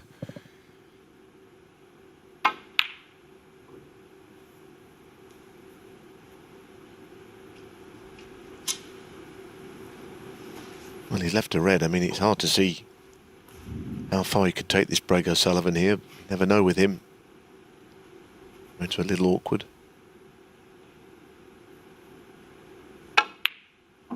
Right, the other colours, bar the yellow not being on their spots, they're not really out of play either. Yeah, that's the one thing Selby didn't get, was a safe colour on a cushion.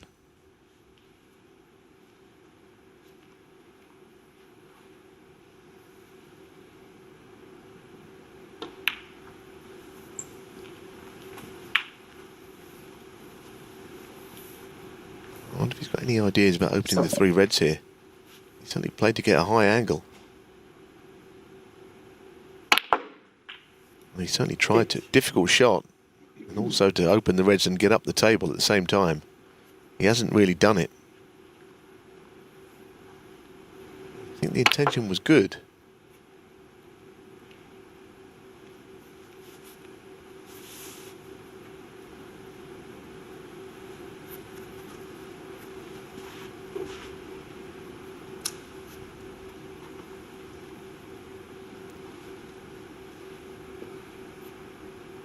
I mean, the green's the easiest pot, but it's just drifting down naturally the right-hand side of the table as we look onto nothing.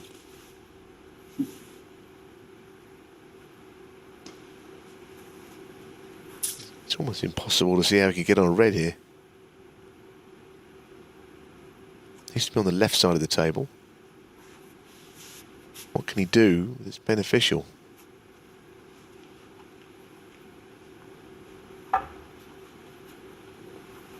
This is a tough shot, left-handed. It's one way he can get to the left of the table.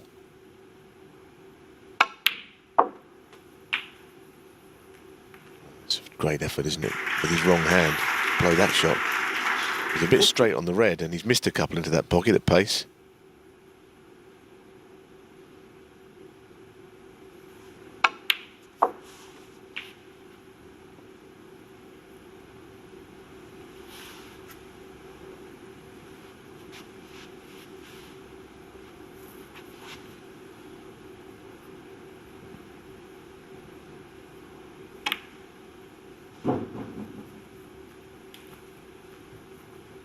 Rory O'Sullivan, 14.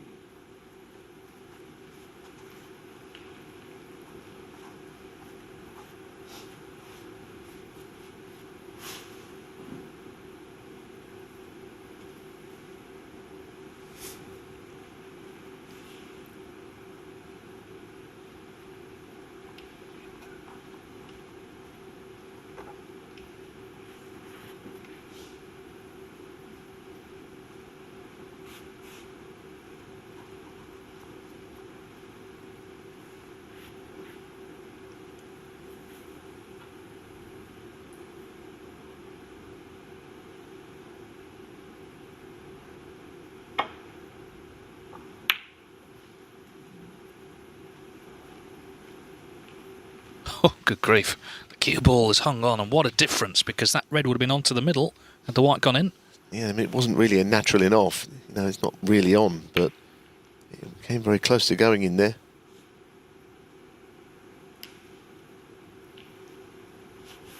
Yeah, a bit too close, really. Anyway, it hung on.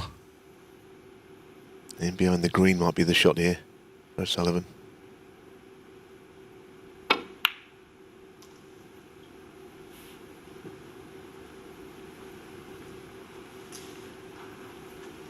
Well, he's also developed a red. It's not too bad. I mean, I don't know if that top red will actually snick into the right middle from there, but it's sort of a shot which would be easy to miss.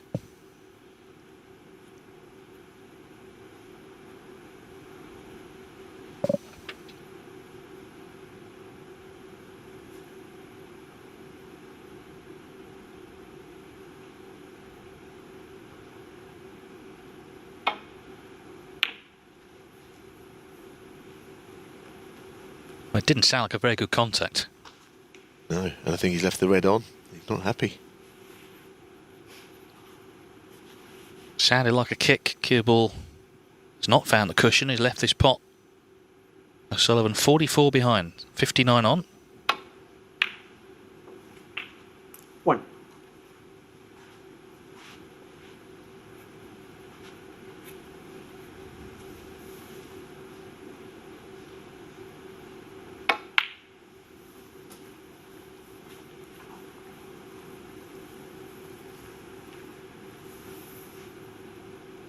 Eight.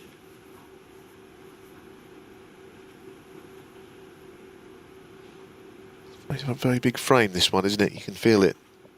It's just another frame in best of 17 frame match, but I think there's more to it than this. Selby dominated it without ever quite putting it away.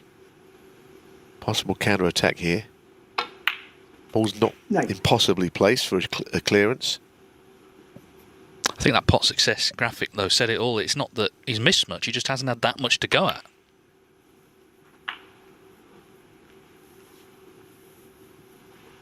This is a sort of frame, though. Mark Selby 50-odd in front. You would normally fancy him strongly to have won.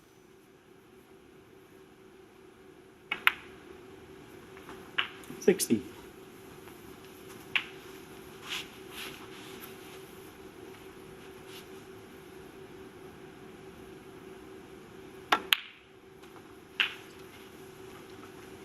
Just had one or two difficulties in this pocket, you know, with shots like this.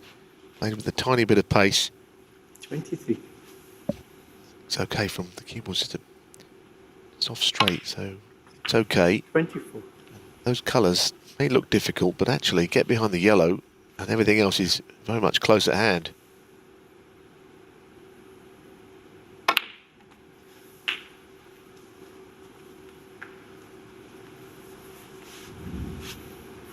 Probably the big shot will be blue to pink.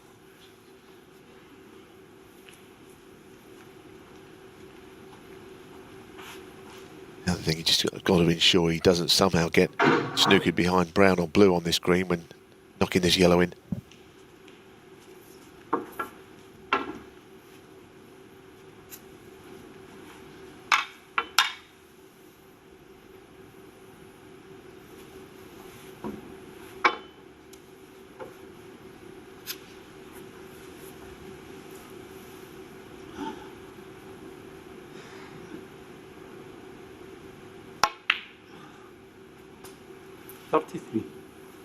Oh, that's okay. He may not be happy, but I tell you, it's not badly played. Just a little bit of pace judgment got to be done here to get on the brown perfectly. With all this equipment on the cue, the extension, none of which is his own, it's just the stuff that they leave under the table. He can misjudge the pace.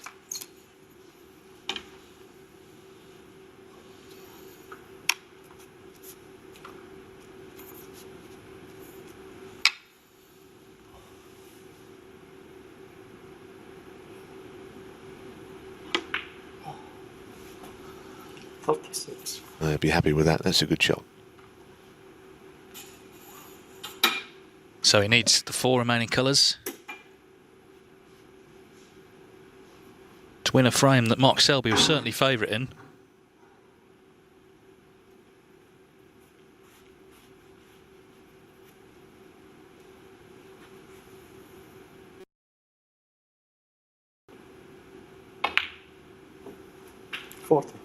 Pulled one of these out the far yesterday, didn't he, against Liang, which was very significant.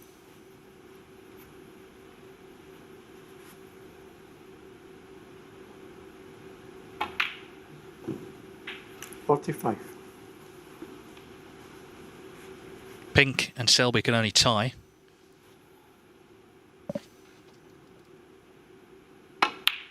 Well, this is why he's world champion.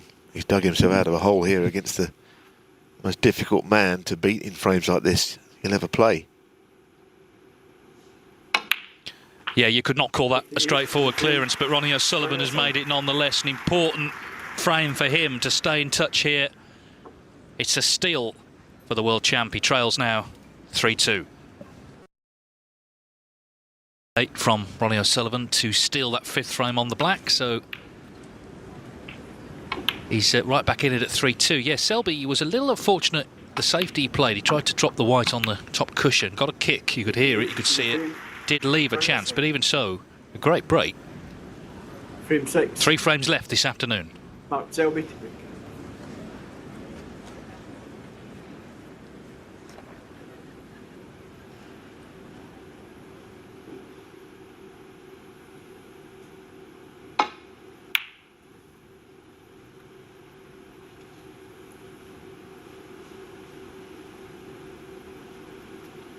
It's their 9th meeting in a final. Selby's won 5 of the previous 8. The overall head-to-head, though, favours O'Sullivan 16-10.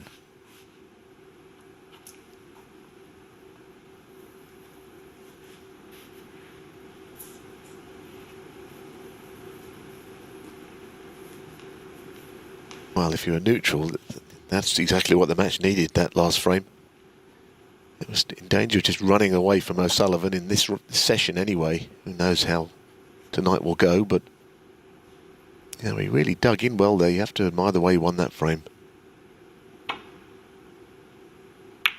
And you're right, Selby might have been a bit unlucky with the kick that he got, but he could have put the frame away before then. A couple of chances. He was kind of doing all the hard work, but the important shots went to that man in the end. Yeah, it felt like an unusual frame for Selby to lose. He's reliable, normally 50-odd in front. He's also usually the man doing the clearing up.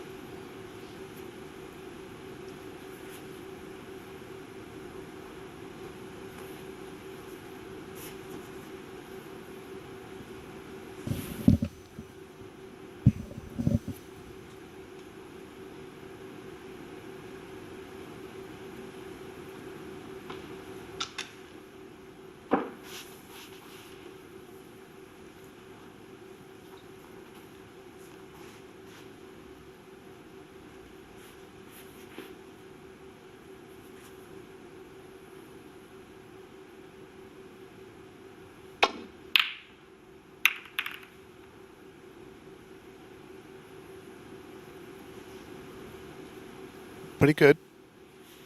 Unusual shot again. Worry that one of the reds would hit the cue ball on the way back up the table, but it didn't happen. It's been quite a safety battle between them. Sullivan has been more than happy to be involved in it. I thought he wouldn't want to. When he would try and get the balls open. Maybe Selby is scoring as well as him, if not better. I think this week would suggest he is.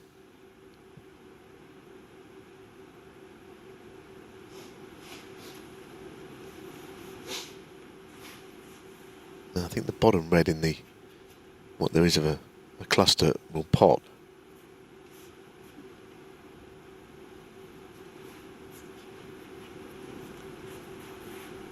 Right hand red. So looking at this plant, this looks highly ambitious. Screwing the cue ball back, this is difficult.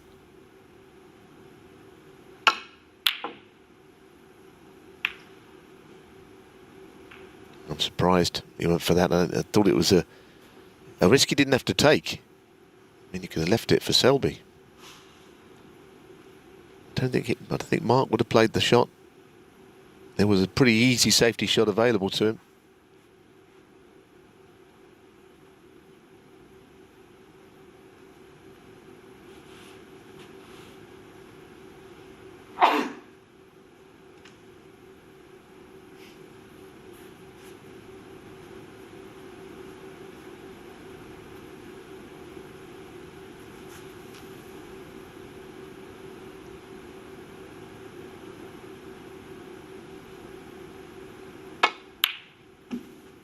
One.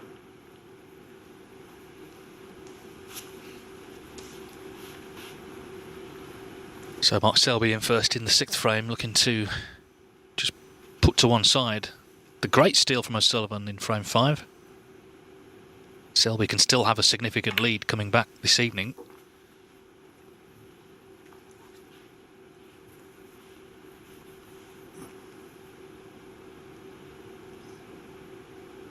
Seven. This was the shot O'Sullivan played and caught the blue as well. Yeah, and that was his reaction. Yeah, it's one thing playing that if you're forced into it, but he wasn't forced into it. He had plenty of options for safety.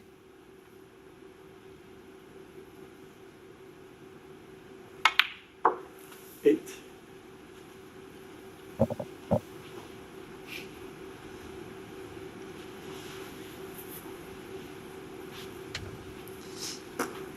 Just a little bit awkward here. Pink and black sort of surrounded by reds.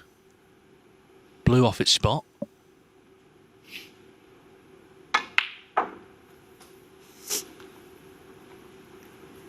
So this cue ball having to travel for the low value colours. 10.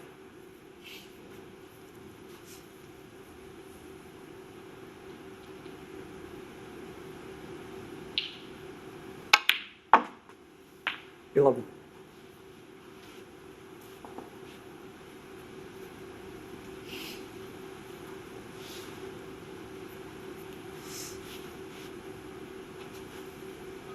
Well, at least he can get the blue back on its spot here.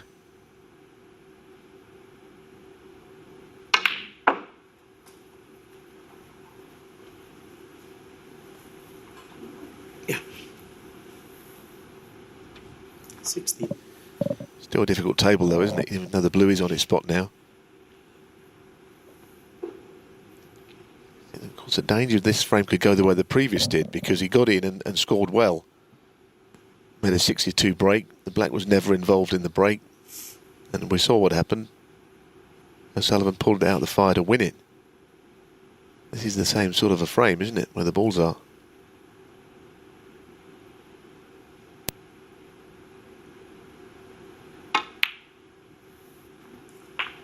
It's the sort of frame where, you know, it'll be there a while to make 30. You know, it's relying on the small colours.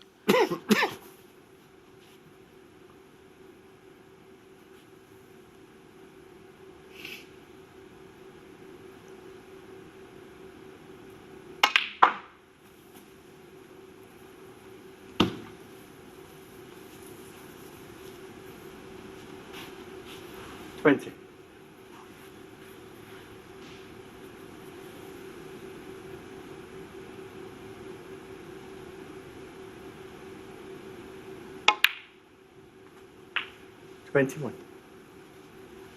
He's played that well to finish topside. Gives him a few options.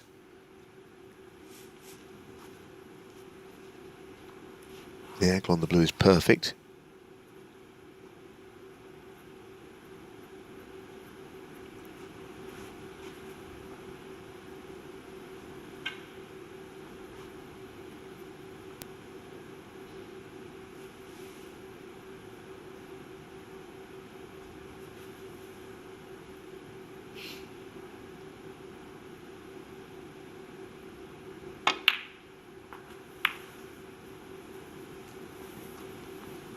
Not a good shot.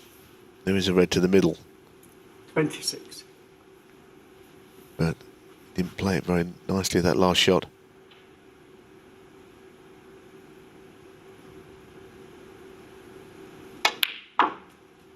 Twenty-seven. Again, it's all hard graft.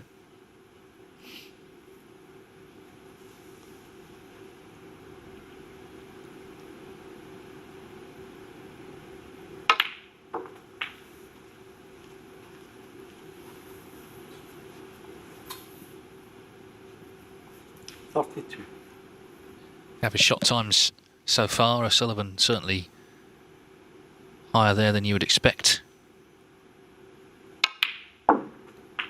43.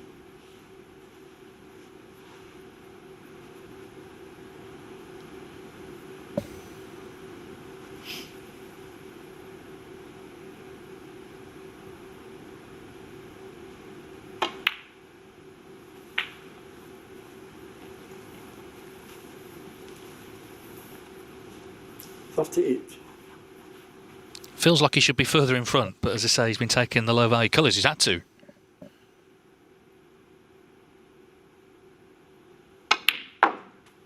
$39.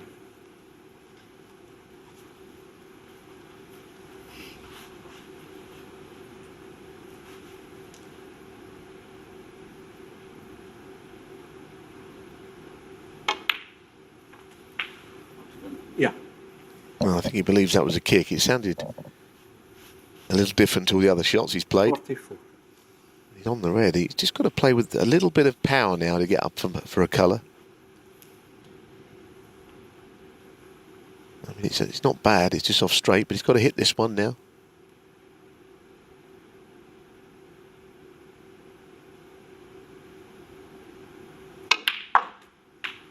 $45. And he hit it beautifully. They're almost in the same sort of realms as the previous frame now. Chance to put it away. Does he or doesn't he?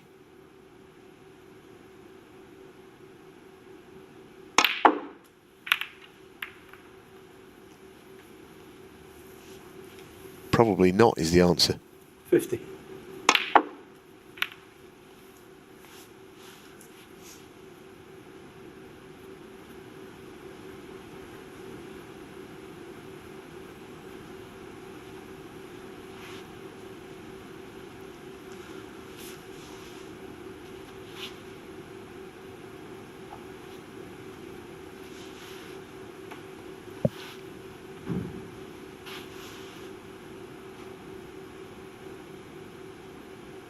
This is the kind of situation where I've seen Selby indecisive before, trying to nurse along a big lead and unsure of which shot to play.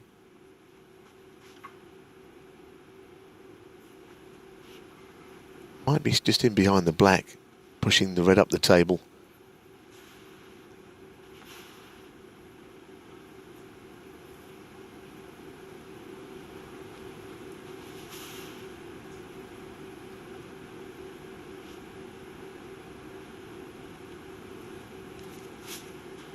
Over a minute.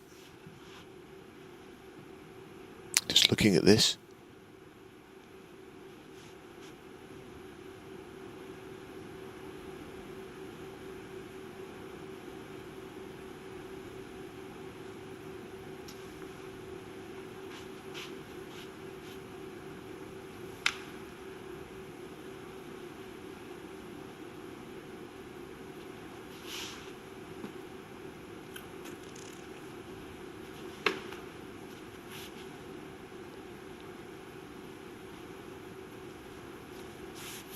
Oh, he's looked at about 4 different shots so far. We've been there before.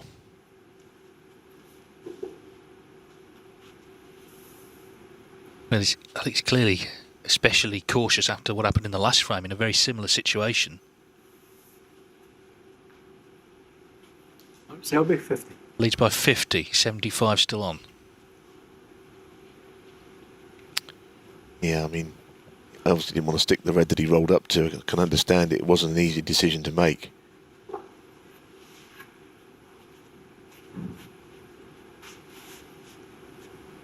Well, he's got to push this red away from the pocket and play it safe.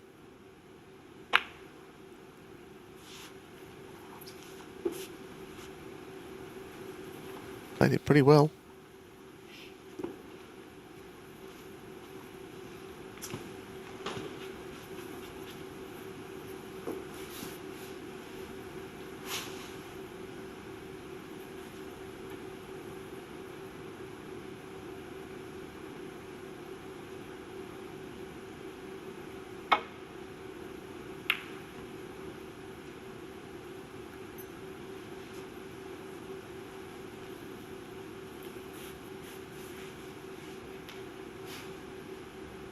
Well, it would certainly be a body blow for Mark Selby if he lost another frame like this.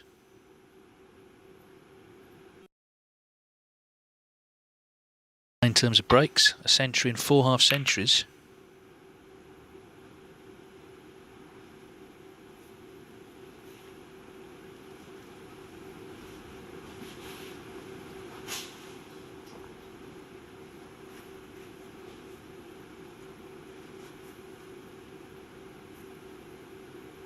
Well, a slightly resigned look from O'Sullivan there. But the red's not in. It's a big chance, that.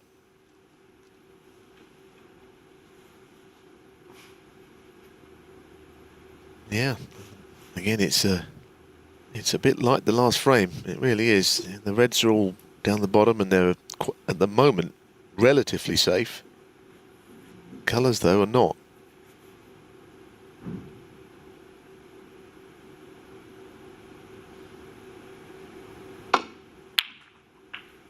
One.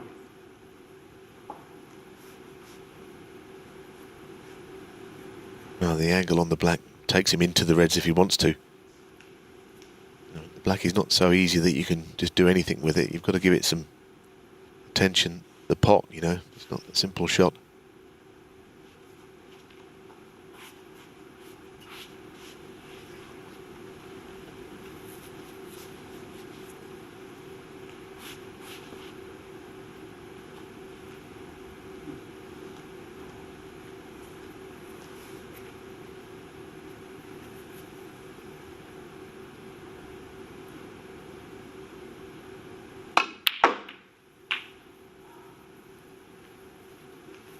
I think you got hold of it too much. Good effort. 8.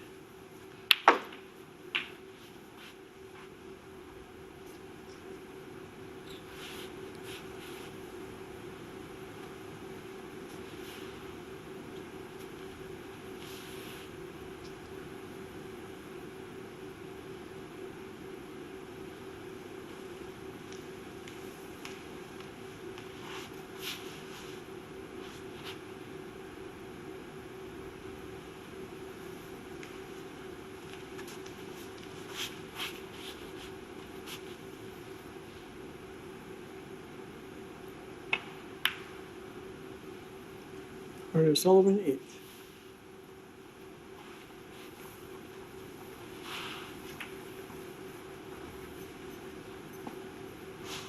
So Selby's miss not too costly this time, but still a frame in the balance. 42 in it. Still plenty on.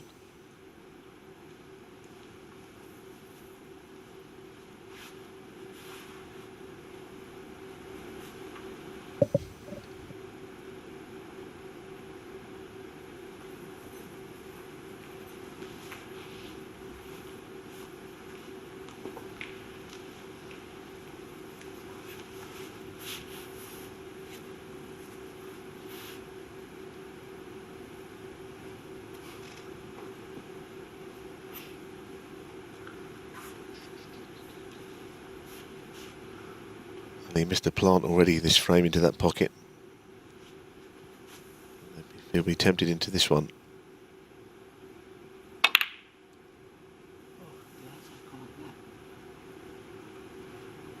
He's bewildered as to how the red ended up the other end of the table. It's not so bad as all that.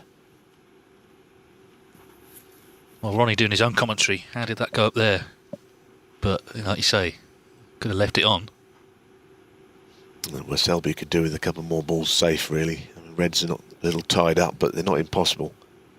And like I say, the colours are definitely not.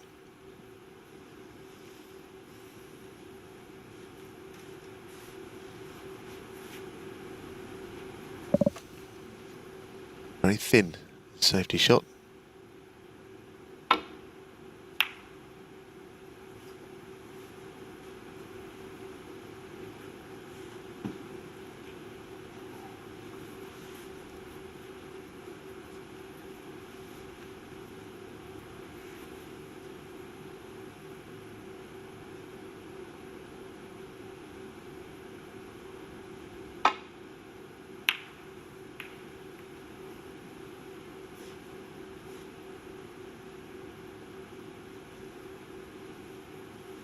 Now that looks difficult now with the pink where it is. Of course, there's no easy way up and down the table. Don't know if you can do it off the red, the right of the two that are close together. Swing the cue around from there, maybe, to avoid the pink. Pretty good.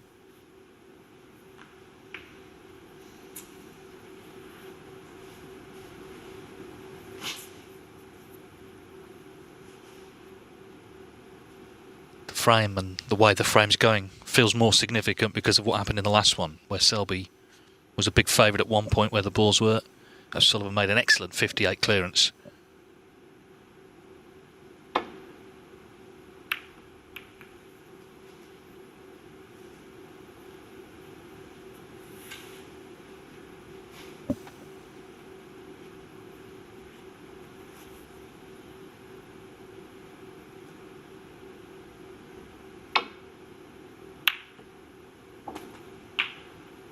One.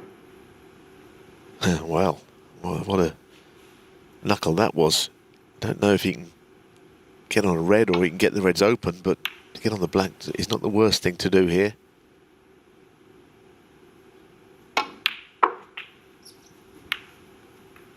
Well, it was an incredible knuckle. Now I've seen it again. The fact that he got on the black with an angle to break the reds, that was a real piece of good fortune for O'Sullivan. It was a good red, but it was a good result as well.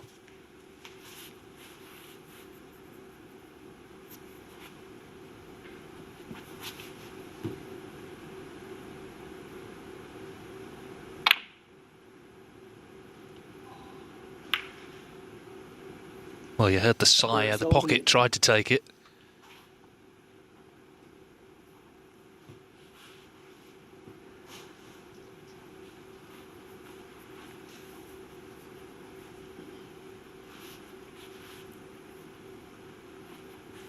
So, Mark Selby back at the table, leading by 34.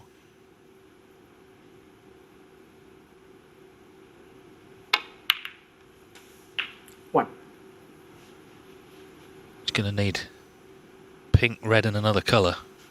And barring snookers should be 4-2 in front. Another hard-fought frame.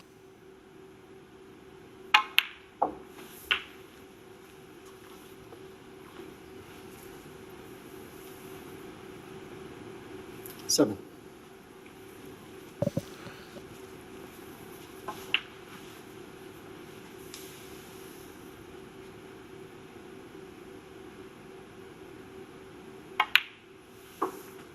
Eight. Well, the chance did come for O'Sullivan in the end, this frame, but without the same success as the previous frame.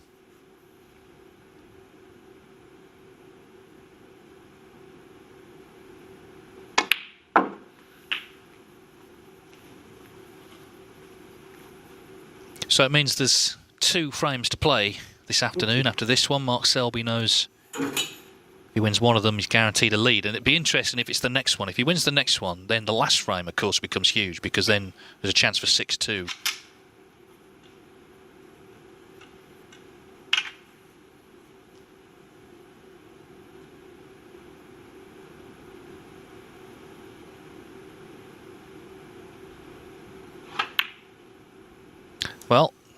He's not podded that, so 2 snookers required. Well, it was out of character for Selby to miss something like that. He knew that the importance of getting the frame won. There's just an outside chance now. 1. Well, maybe not now. That's hard to think you could finish there.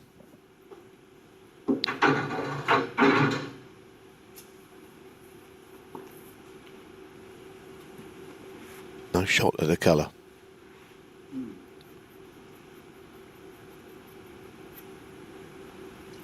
Seems strange that you wouldn't play off the cushion, try and pot the black and get the 7 points though, doesn't it?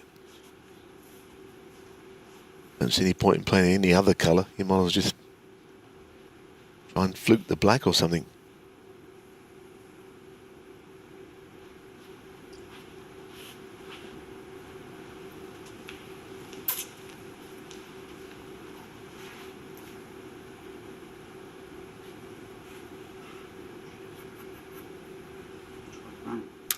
Amazed. What's the point in playing the brown? Just conceding points, aren't you? As he's somehow trying to pot it. Don't understand that. Means he's not giving the frame up at least, but he couldn't get behind the brown, I don't think. He's just leaked a few more points. Less chance of winning the frame now than he had. He was unlucky to finish there, I have to say.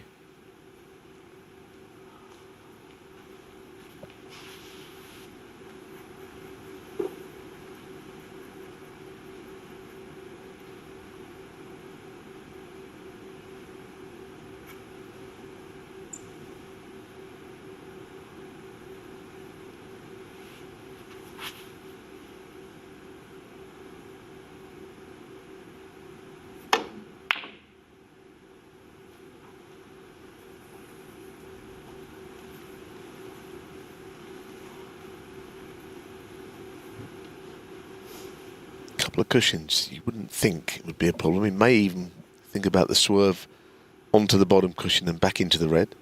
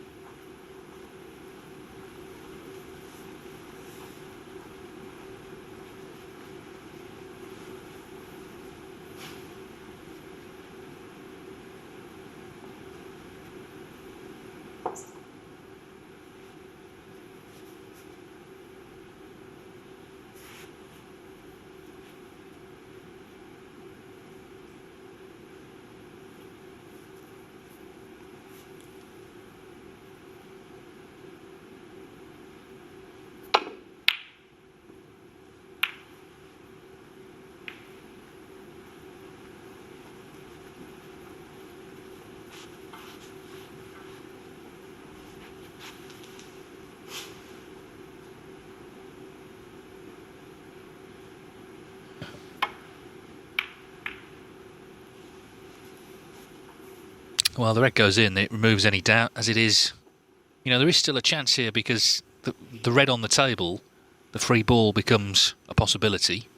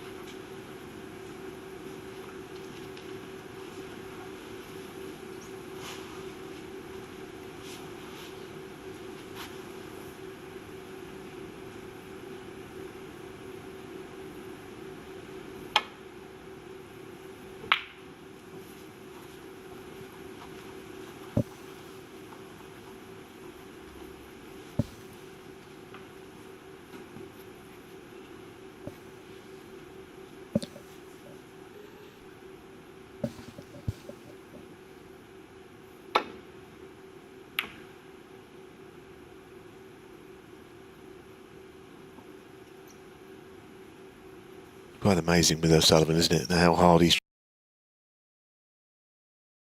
47 behind on 1 red. You know, there've been times when, I mean, he lost to Stephen Hendry in the UK, 4-1 down in a best of 17, just walked out, didn't he? Now he's playing on when frames are. I mean, this frame I understand a bit more, but the fourth frame he was trying to play on with just a black left, 60 behind or whatever it was. What happened? The marker told him he wasn't allowed to. You've got to stop somewhere. So he's very different plan of action than what we've seen in the past. Yeah, just wondering if it had potted the black. What is it next? A staring contest, maybe? Well, yeah, it's an odd one, that. I've never seen anybody do that before. Well, this is a chance maybe to put the red down and assure himself of the frame. There it is. Been hard fought. The last frame was 28.5 minutes. This is around about the same. Similar frames as well. Balls were awkward. The pink and black were tied up in this frame. Selby carved out that 50. But unlike the last frame, O'Sullivan didn't get in and clear up. 6. 8.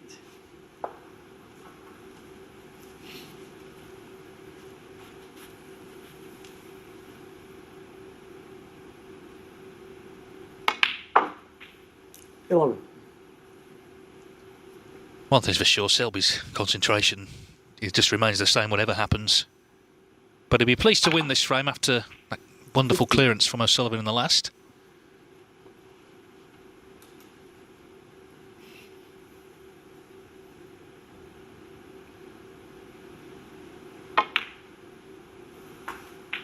Twenty.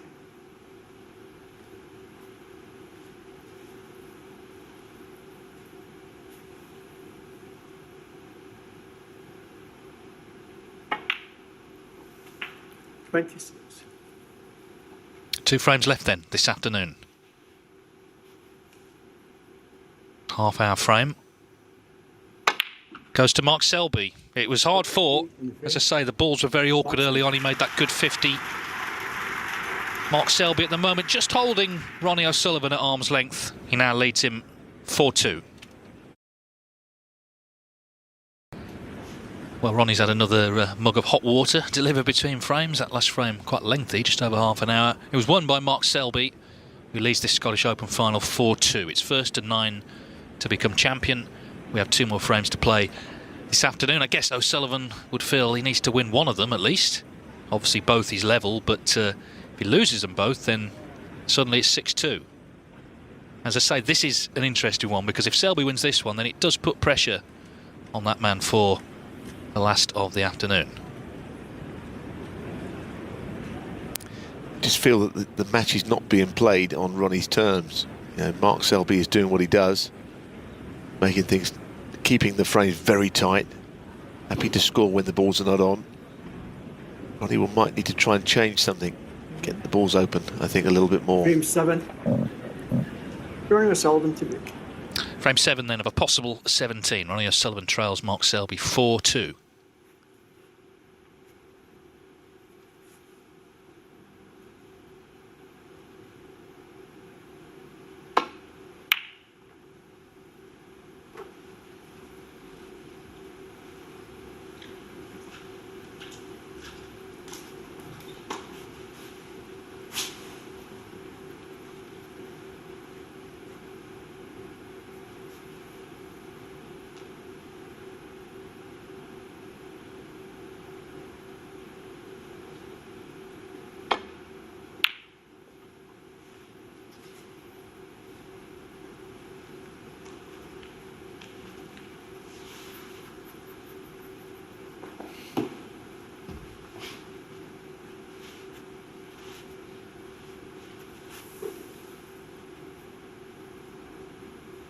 Playing the double, I think.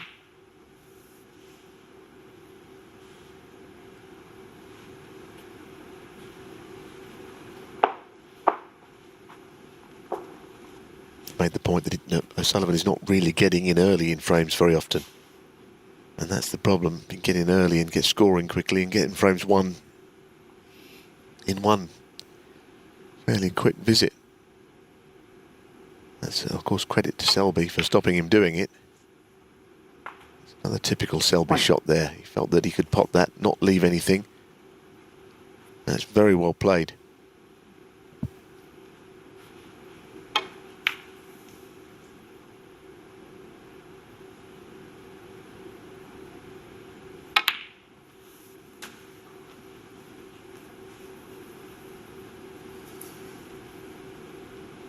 Eight.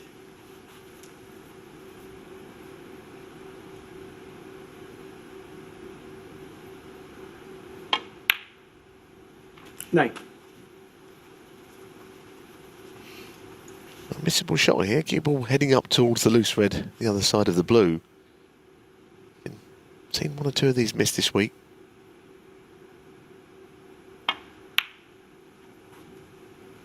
That's Selby 9.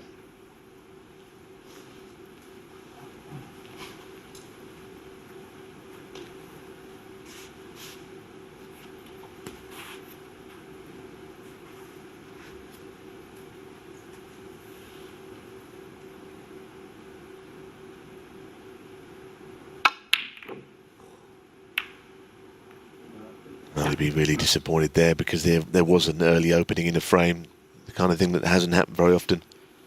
Selby's miss has cost him nothing. I don't know who asked for the cue ball to be cleaned there, whether it was a result of Ronnie's shot or Mark's previous. Didn't think Mark had got a kick personally, but it did throw off thick.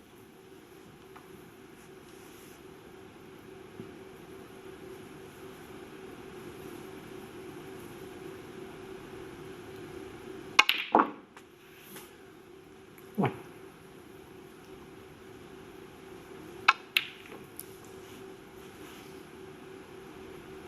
I think O'Sullivan was mostly just stretching over on that shot. I think Mark was the one that may have thought he had a bad contact on his previous. Anyway.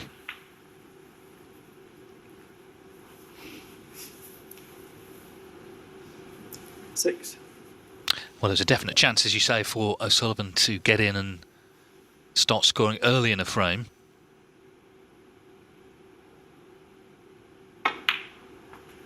Seven.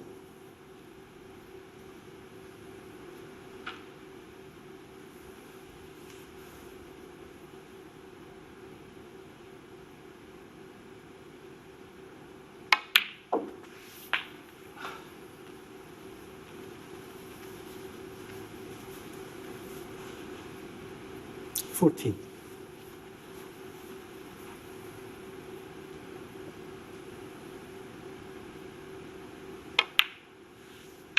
$15.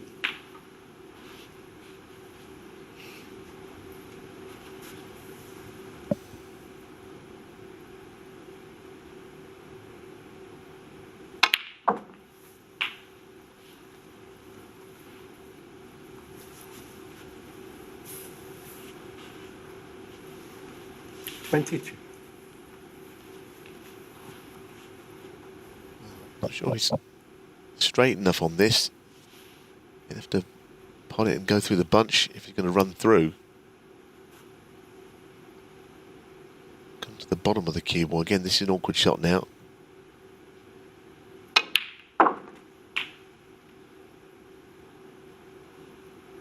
$23. Gradually getting out of position in this break. With probably not much chance to retrieve it. Not where the balls have ended up.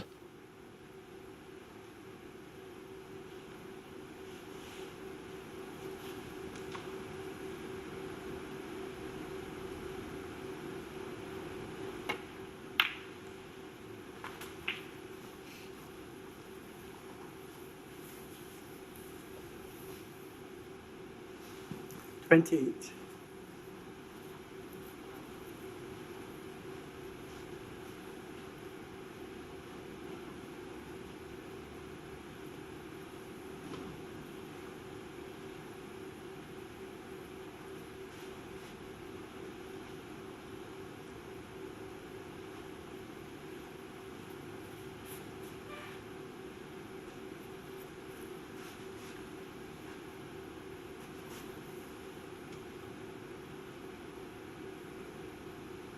Difficult pot this. very much thinking about the cue ball for Mark safety. Selby, 28. It's like the previous frames, isn't it? He's accumulated 37 points here with doing a lot of work, but not by any means putting the frame beyond any doubt.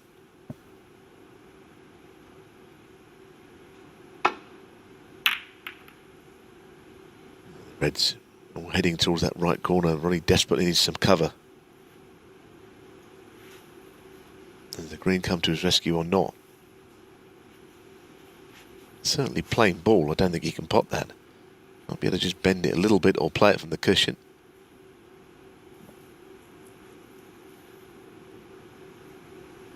Yeah, big moment. This, look at the Reds. They're all out in the open now.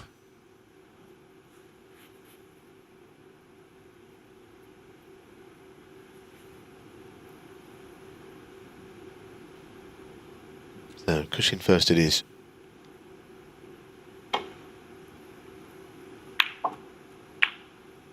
One. Just 1 point. Might want to put a colour safe. I know there's a lot of points left on the table, but he might just decide that putting something on a cushion is to his favour. Green ball.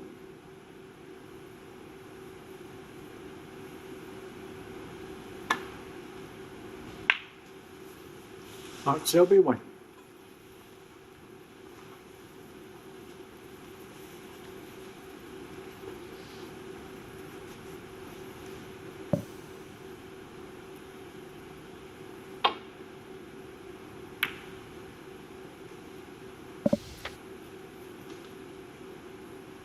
It's a good safety shot from O'Sullivan to get that thin edge.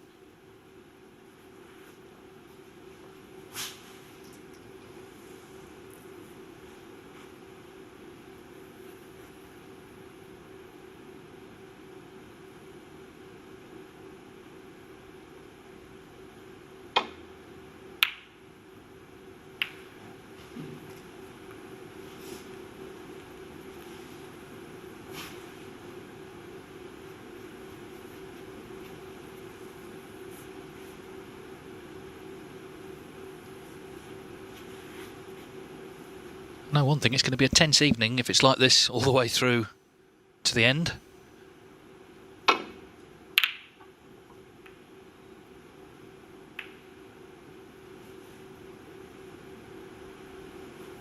That's an incredible win-off. Wow. I thought Ronnie had been Mark lucky Selby. actually at first, getting the double kiss and taking the cue ball up the table, but to going off, obviously not lucky. You wouldn't see that very often. The red doesn't go past the pink at range at least, but there is another red near the right corner from hand, which he can take on. He's going through the gap here, isn't he? Yeah.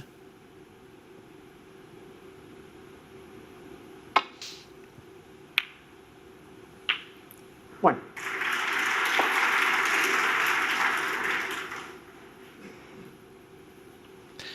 Of course, these two have won the Masters 10 times between them. Ronnie O'Sullivan 7 times, Selby 3. And they will both be in action at Alexandra Palace next month. And hopefully there'll be crowds in attendance. But whether there are or not, we will be there for the whole 8 days here on Eurosport, January the 10th to the 17th. Stuart Bingham defending the title. All starts January the 10th.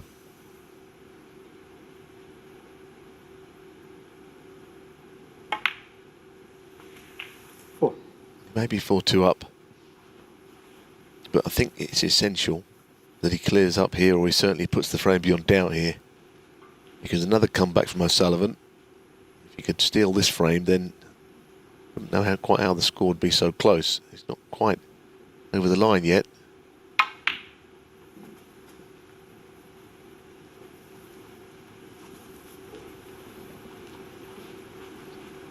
Yeah, got to put it away, and as I say, if he does, then it really does set up a big last frame of the afternoon.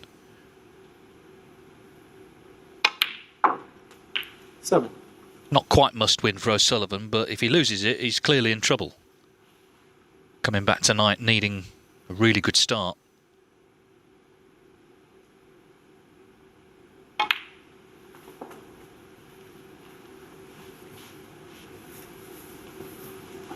Selby is 2 pots away here from opening up a 5-2 advantage.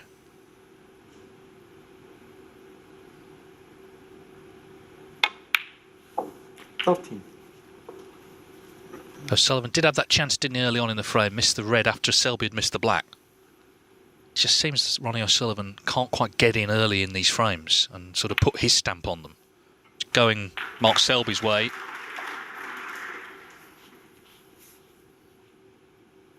$20.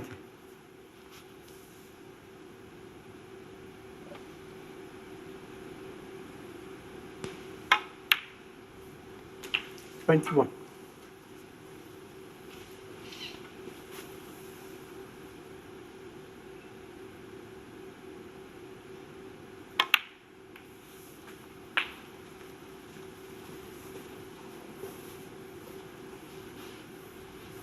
28. 29.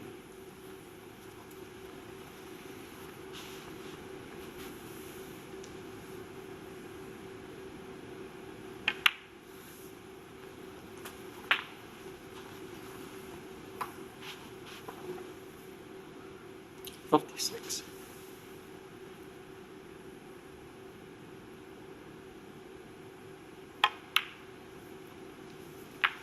37. Yes, he hasn't missed very many today, Mark Selby. Mark success is 91%. I can think of 2 or 3 fairly important shots, or seemingly important at the time, shots that he has missed. But it's been pretty reliable. 44.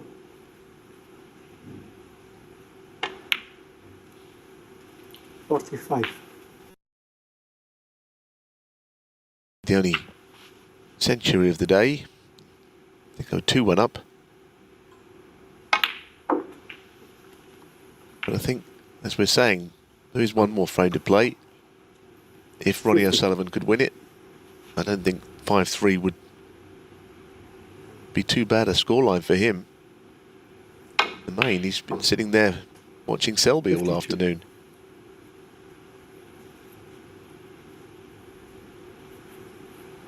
He'd like to win it, I'm sure. If he could win it, you know, get in early with a big break, that might just send him off for the break between sessions, feeling a bit better about things.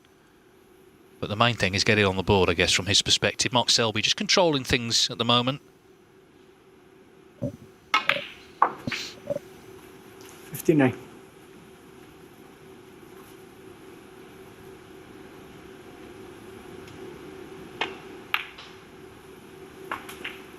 64.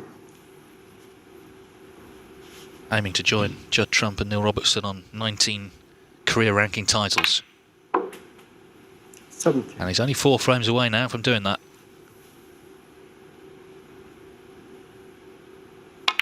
.77 clearance then from Mark Selby to set up a big last frame of the afternoon. 3 clear for the first time at 5-2. Welcome back. So we've got one more frame to play this afternoon. We know Mark Selby will be in front coming back this evening. The question is by how many? It's 5-2. So it's either a 4-frame or a 2-frame advantage. Won that last frame well with a good 77 clearance. 77 in the frame. Mark Selby. The final frame of this session. Mark Selby team.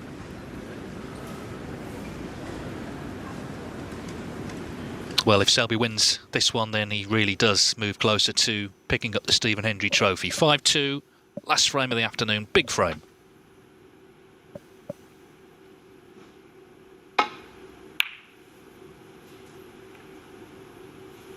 And not a good break-off from Mark Selby.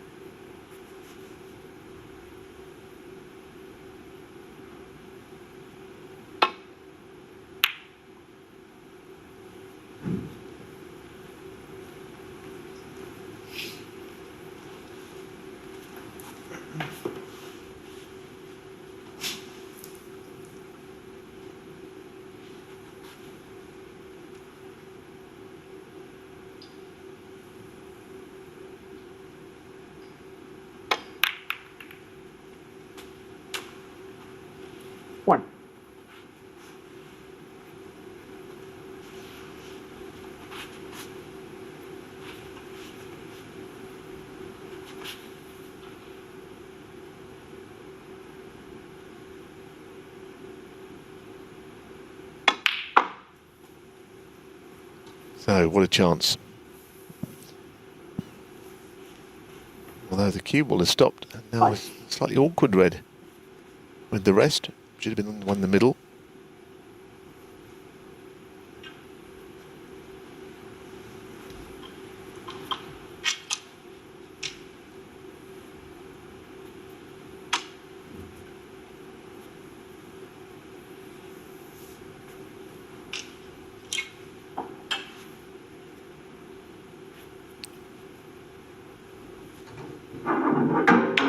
Deciding on the rest in the end after thinking about putting the extension on his cue.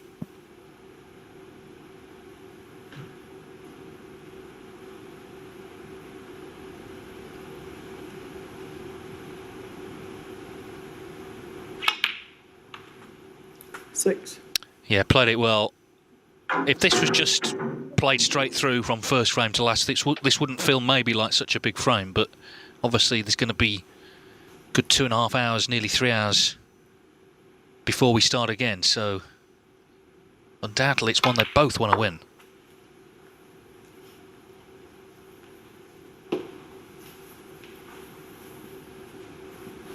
Selby has just ruled the roost this afternoon.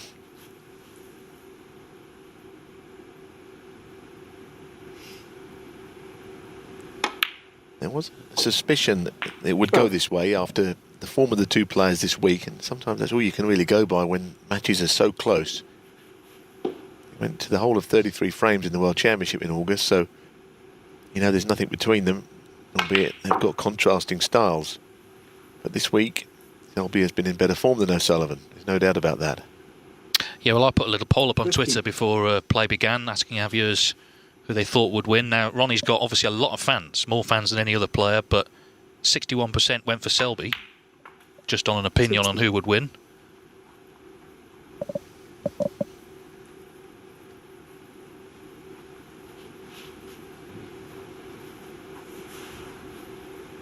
Of course, the polls aren't always right, we know that, but at the moment, it's bearing out.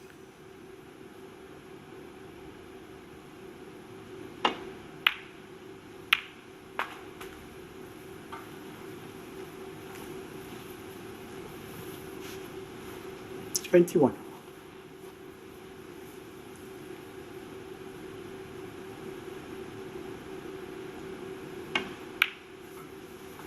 $22.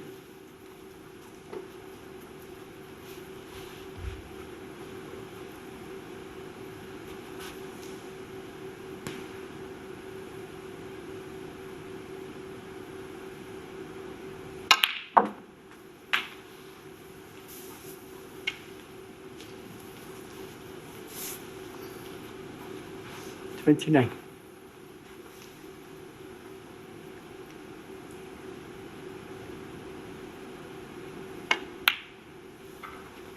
$30.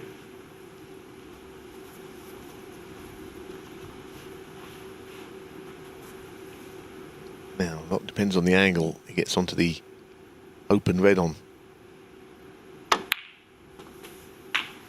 a high angle. I think the other red that's just sticking out slightly above the one he's going to play, that might pop to the left middle, which means he may not go into them. He's having a look now. The other thing he's looking at is possibly an angle to go into the bunch, so it's between the two options.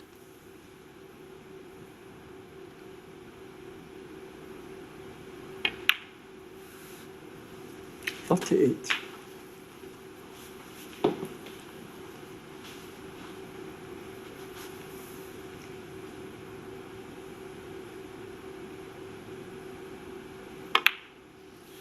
So playing on the loose one, but again, it'll all be about 2 or 3 shots down the line where he does get the bunch open as to whether he goes on and wins the frame.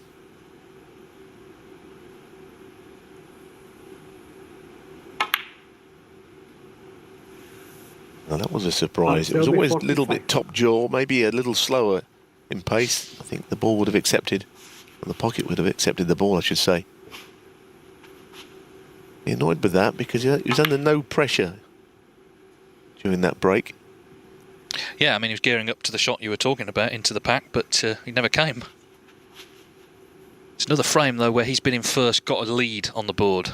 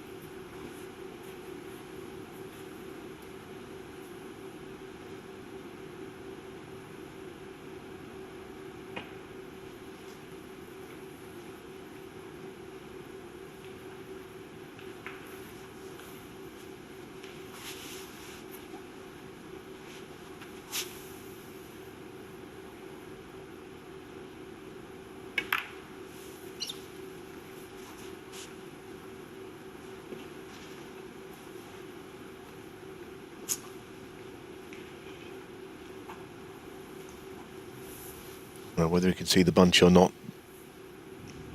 Selby will be pretty uncomfortable about splitting those 5 reds up here. Be unsure where they're going to go. Of course, he might not be able to get to them, like I say. He's very good at protecting a lead in a frame.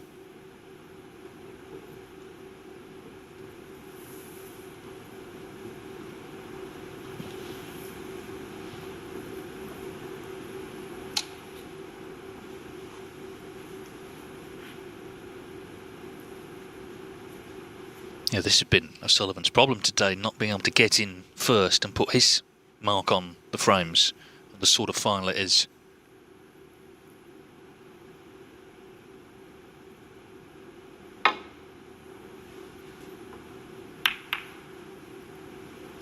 But here's a chance. Didn't go to plan, did it? Much too thick. Some sort of a chance. So another moment in this session which might prove relevant at a later date. What's happening here?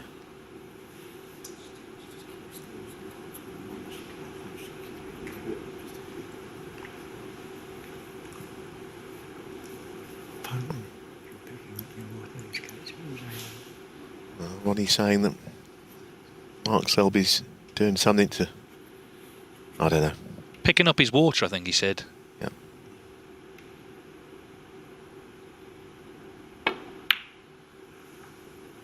Well, he's missed the red. There's an argument he might have put himself off there, I think. Well, I mean, he's picking up his water now, so...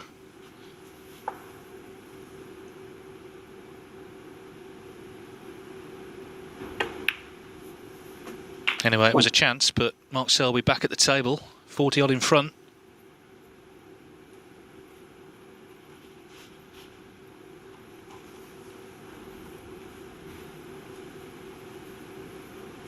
Of course, there was that sort of flashpoint, wasn't there, when he played Mark Allen in the Champion of Champions. He felt Allen was stood in his line for a couple of shots. Mark Allen firmly denied it. 6. Look, I do think that there's more scope for players putting each other off with no spectators in there. It's very hard to be statuesque when you're down there, sitting there watching. You've got 7. to still remain alive, haven't you? You can't just completely not move. Didn't see what happened, but it's a shame Ronnie got distracted by it because it didn't help him on his next shot.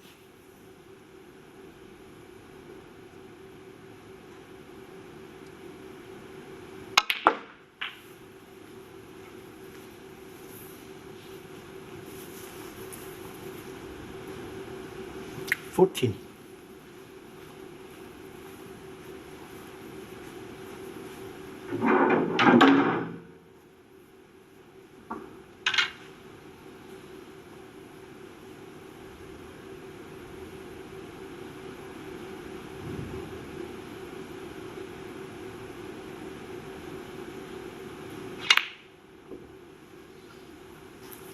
Mark Selby, 14. Well, Selby still needed another red after that one.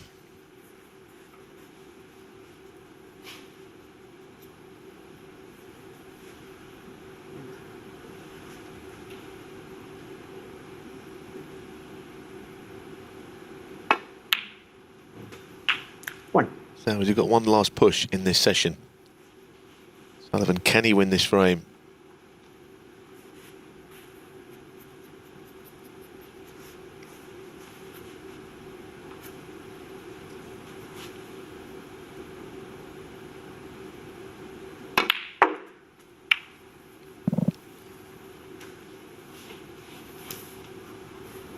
Six. Is he on the red? Sometimes in the overhead you get a great view, but you just can't tell. You may have to play this with just a trace of right-hand side. Yeah. 7. And that right-hand side just took him into the blue rather than slipping beyond it.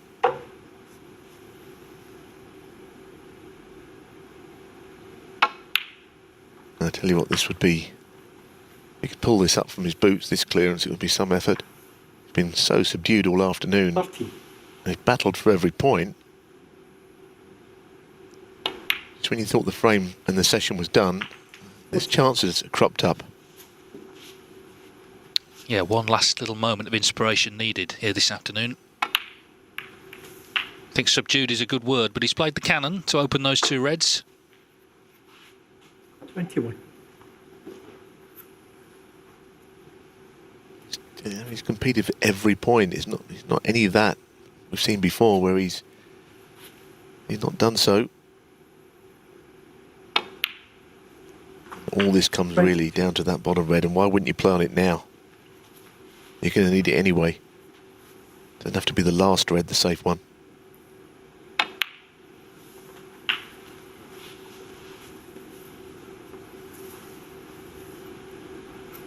$29.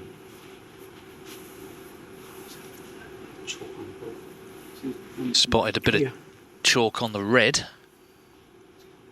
Well, you can get a kick, can't you, when you think there's something on the ball. I mean, these have been hugging the cushion, played slowly, all the way through. At pace, of course, they'd sometimes rattle and stay out. It's a massive shot, this one, you know.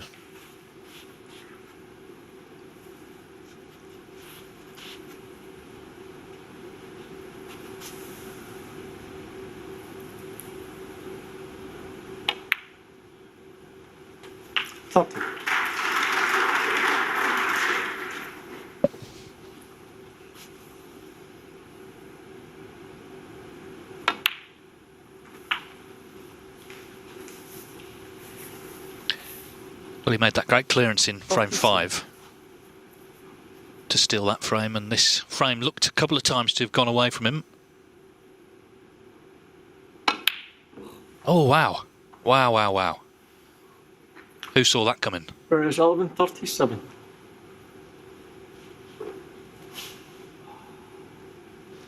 Yeah, I mean, he'd taken those few shots very well. That was a terrible shot, unlike him.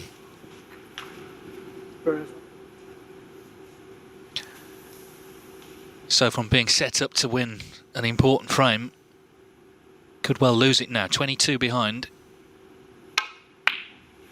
In goes the red. Well, if that's O'Sullivan's last shot of the afternoon, it's not going to be one he'll look back on too fondly. He's still a bit bemused by it.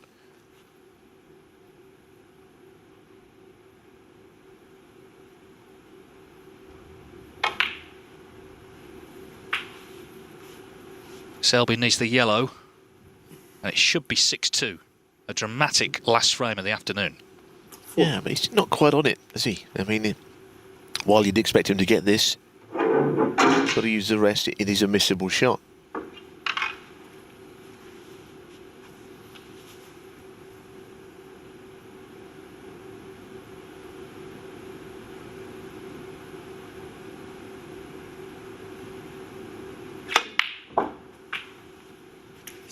Potted it well.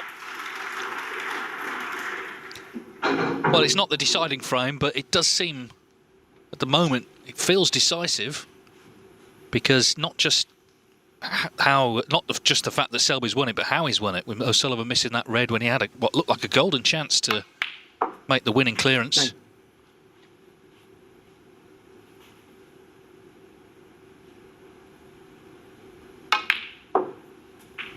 30. It's been a rather bitty afternoon from O'Sullivan's perspective. Hasn't got in and made the breaks you might have expected from him. 18. Here's the red again, and you can see his reaction as well, just disbelieving.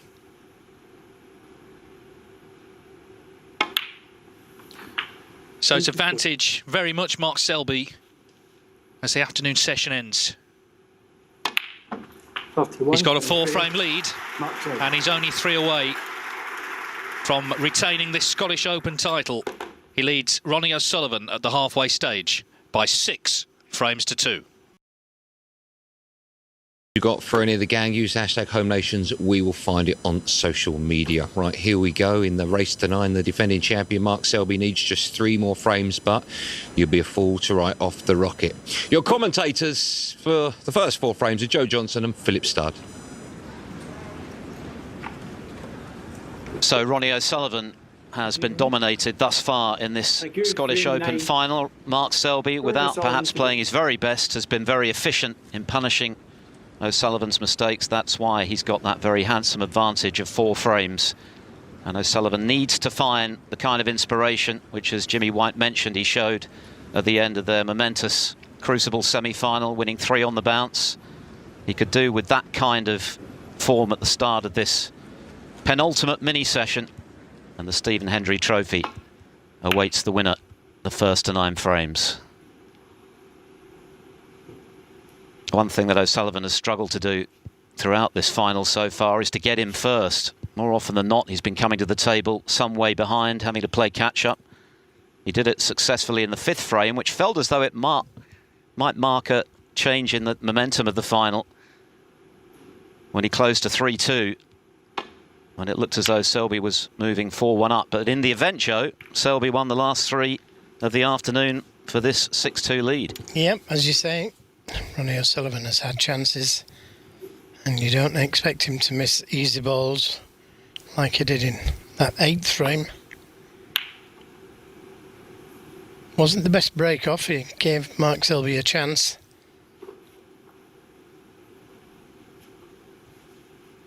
Needs a quick start, you would think.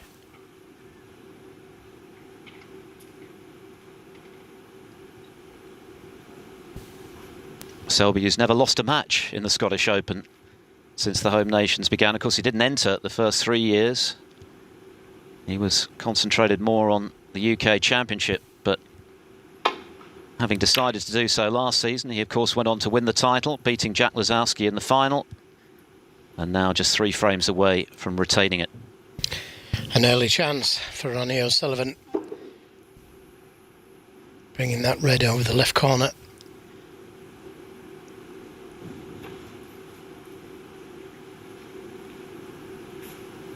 Three from 6 so far today for O'Sullivan from long range.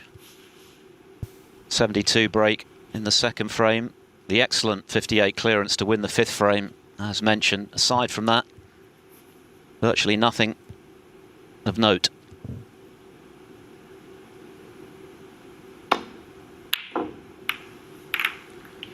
Well, that's the worst possible start for Ronnie O'Sullivan. That second kiss, sending the cue ball into the reds. It would have been relatively safe had the cue ball just come back down the table.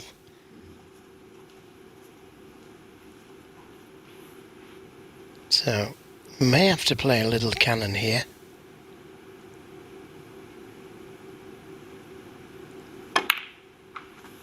One. And played it well.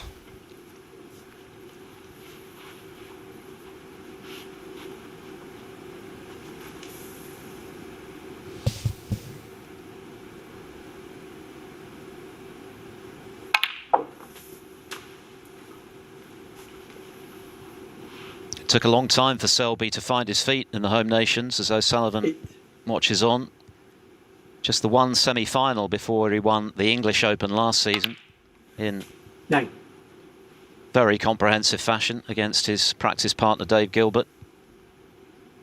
But of course then added the Scottish Open as well to become the first player to win 2 of these events in a single campaign, since matched of course by Judd Trump this season. 16.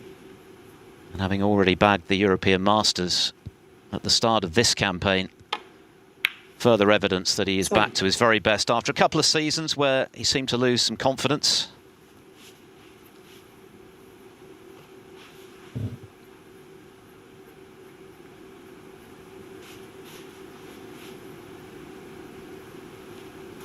Knocked in a century in the 3rd frame this afternoon.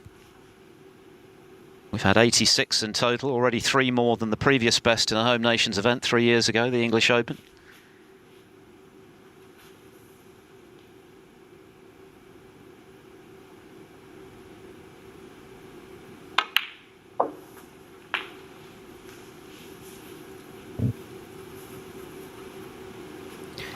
Because it was straight on the black, he could only go backwards and forwards in a straight line.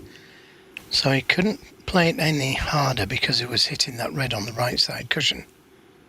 So this is the best he could get on this red. 25.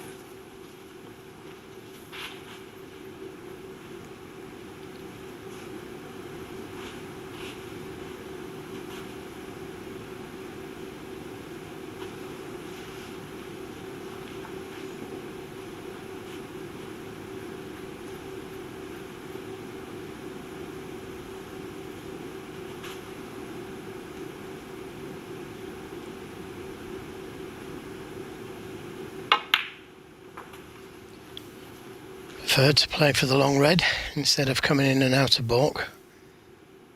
Confident Okay. in his potting ability.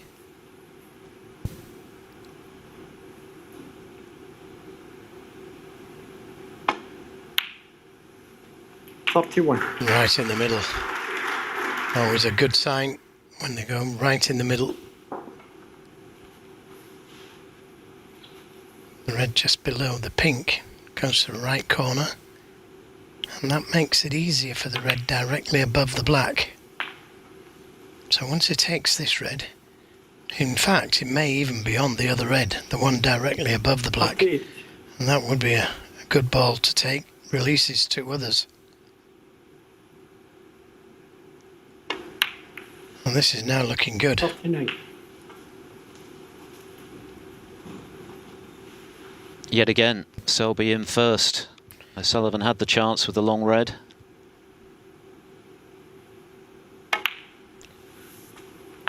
Yes, it wasn't a difficult pot, was it?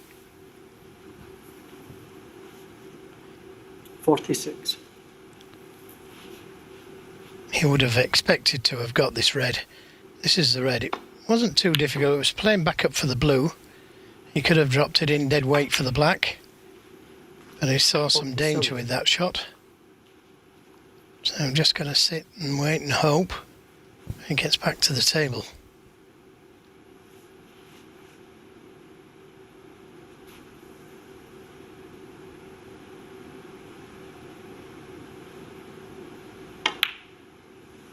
The overall record favours O'Sullivan quite significantly, 16 wins to 10, but when it comes to finals, it's Selby who holds sway with 5 successes out of 8, including the full set of Triple Crown finals, some achievement against 53. the player that most consider to be the greatest of all time.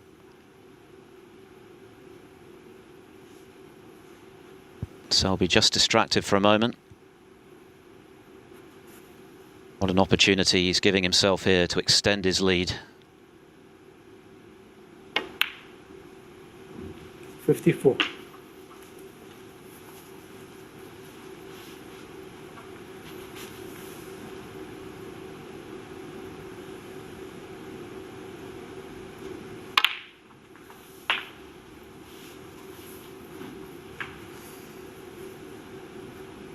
$61.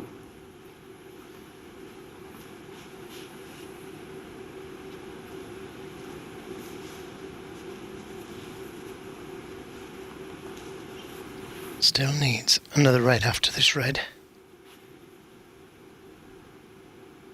Not straightforward. 62. If he could skim past the reds, land somewhere around about there. Got to be accurate with his positional play though.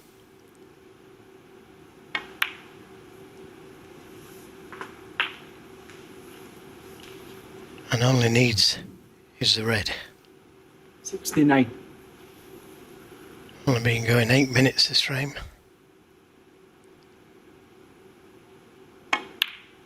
But it's Mark Selby.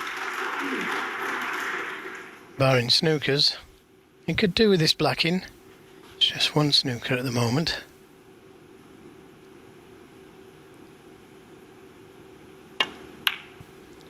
No mistake. Again, right in the middle. No danger of missing. 77.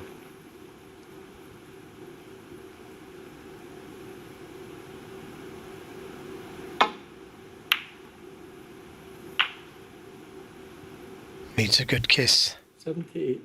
And that wasn't it. Take the difficult pink. Oh, well, surprised. Not Mark interested Selby, in the 78. century. So Mark Selby with one hand on a 7-2 lead. Just 59 remaining. O'Sullivan needing bags of snookers and inner snooker.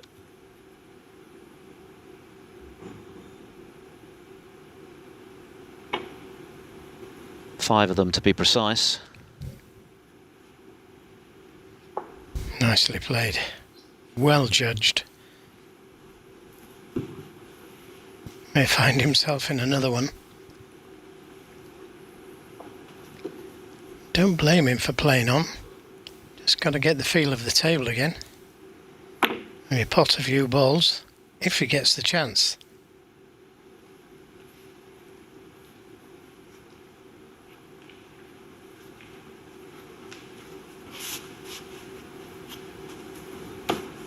At one point earlier in the session this afternoon, O'Sullivan looked to be trying to play on with just the black left, which seemed, even by Ronnie's standards, a bit left field.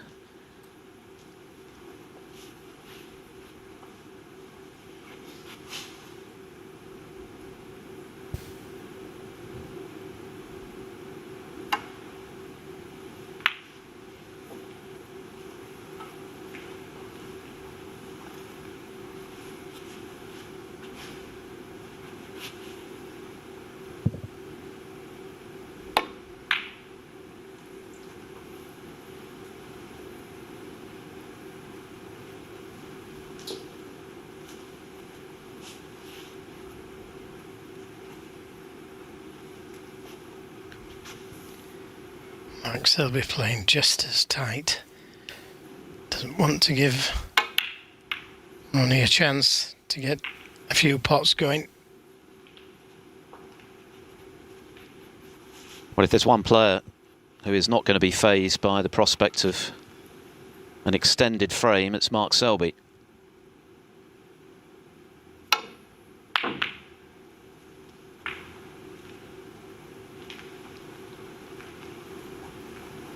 O'Sullivan needs 5 snookers. Selby with another chance to put this frame to an end once and for all. Awkward queuing though. Yeah, it was awkward queuing. Well played. Now the only way he can keep Ronnie O'Sullivan sat in his chair is to pot them all. No choice then but to set them up.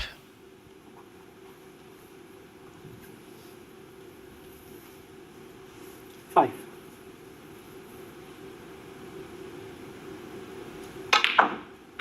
Six.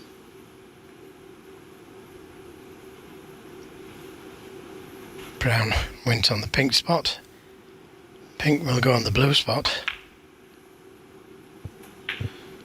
Two particularly notable performances from Selby coming into this final. His win over Ricky Walden, 5-4, where Walden played very well too. And then last evening's display against Jamie Jones, 3 consecutive centuries. He described it as more or less faultless.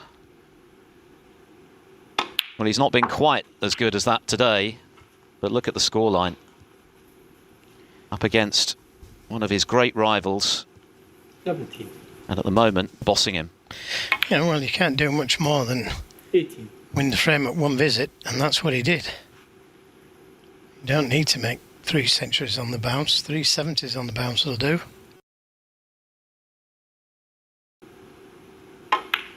Always nice to make centuries, I know, but most important thing is the frame. 24.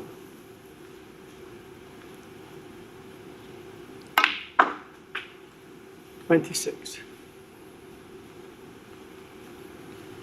Oh, what about that for a positional shot? Lots of right-hand side on the cue ball to create that angle to get to the green. 29. And as I said earlier, the only way to keep O'Sullivan sat in his chair, pot them all. 33.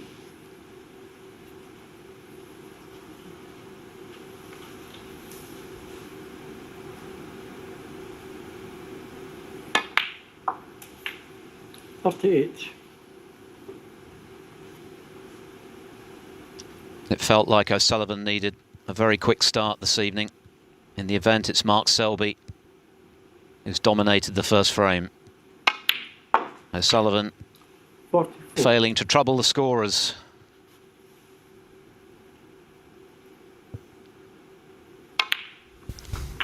Breaks of 78 and 51 from the defending champion. He's now just 2 frames away from retaining his title. He leads Ronnie O'Sullivan by 7 frames to 2. Mark Selby was able to win both mini sessions at the start of this final 3-1. If he does that again this evening, he'll be lifting the title. Ronnie O'Sullivan with the first chance from long range, and Mark Selby punishing him for failing to take it. Breaks of 78 and 51, and now he leads by 5 and just 2 away from retaining the Scottish Open title. Of course, the first Scottish Open was held back in 2016, the first home nation season. And we've had 4 different winners of this event. Marco Fu, the very first one, coming from 4-1 down to beat John Higgins 9-4. Neil Robertson, Mark Allen, and then, of course, Selby last year against Jack Lazowski. Okay, Mark. Frame 10. Mark Selby to me. There is the Stephen Hendry Trophy. That's what it's all about for these 2 players. Of course, it comes with a cheque for £70,000, a handy pre-Christmas bonus. But it's all about the silverware, or in this case, the crystalware. And Ronnie O'Sullivan, brilliant though he is, surely has to win this frame. Seems impossible to think that Selby could lose with 6 up and 7 to play.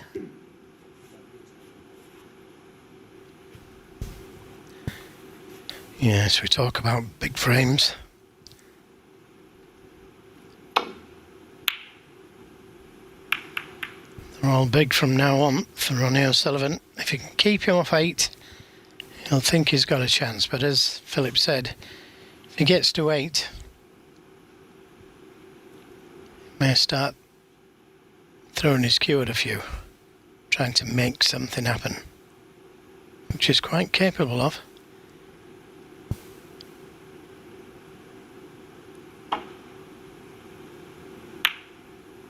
Well, he did put together a 5-frame burst, of course, against Li Hang from a very precarious 4-1 down in the semi-finals.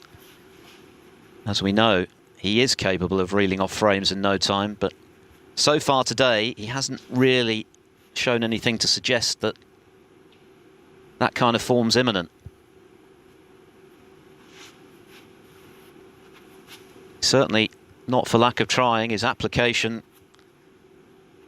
throughout this season has been absolute. He's given every shot due care and attention, apart from those where perhaps he feels he had no choice but to hit and hope.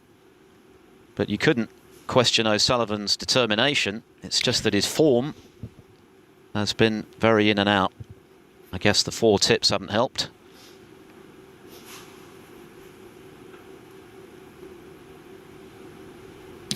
Well, that in itself speaks volumes for O'Sullivan.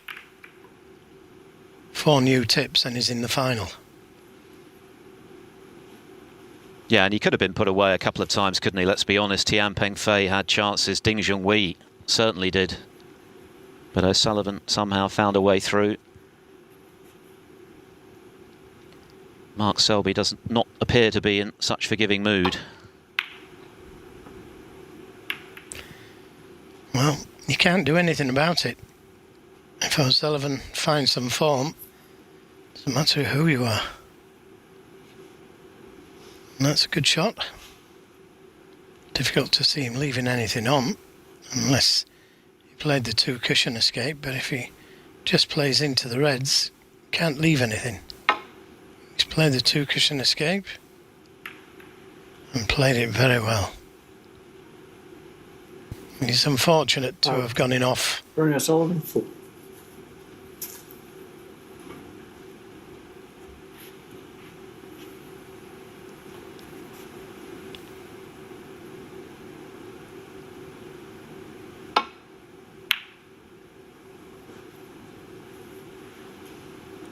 That's where a new tip comes into play, because he's playing it full length of the table with a touch of right-hand side on the cue ball, and you're not absolutely sure how far it's going to throw, if at all. It didn't throw enough there, so he caught it just a little bit too thick.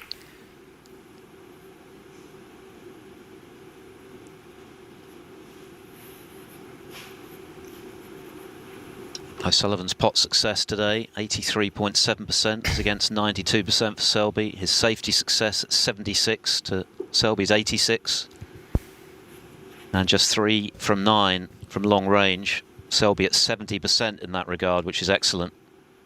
14 from 20. Well, he's took a risk there, opening the reds up. But he's covered the easy one over the left corner, I think. Yep, and he's covered that one.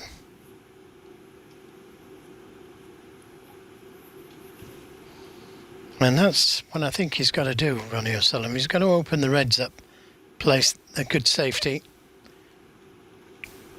and try and put Selby under some kind of pressure.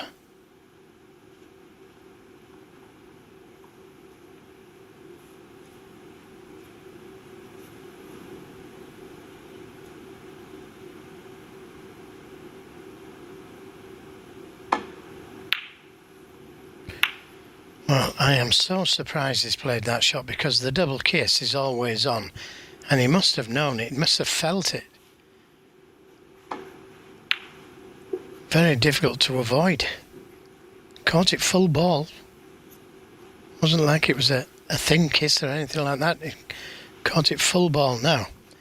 O'Sullivan with a chance, and look at the reds. This is what he wanted.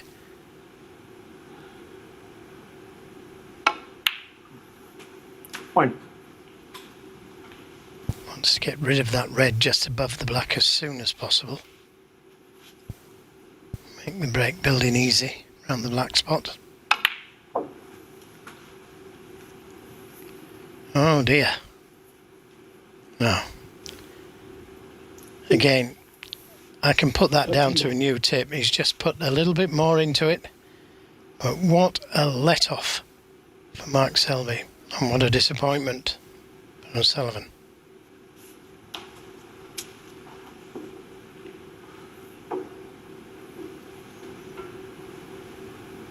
He came from 7-2 down against Mark Williams on his way to his 6th world title in the summer, but of course he had a lot more room to manoeuvre there. That was the best of 25 frames, the first of 13. He's running out of time this evening.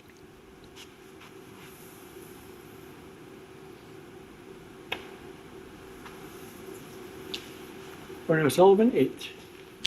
Well, he didn't just get down and play the safety there.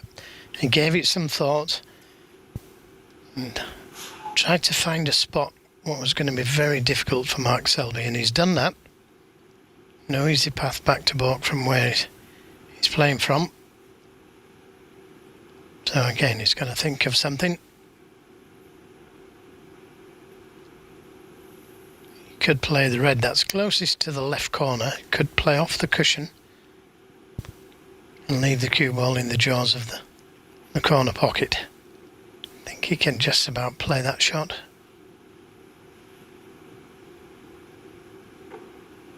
Always interesting to see what these great players play to get out of trouble.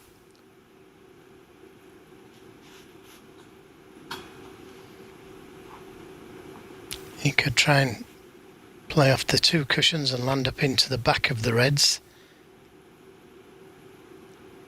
Well, got to be careful here. If he's playing down the table, the double kiss could be on, just landing up to them. But he leaves the red to the middle if he doesn't get it right. Well, that's pretty good.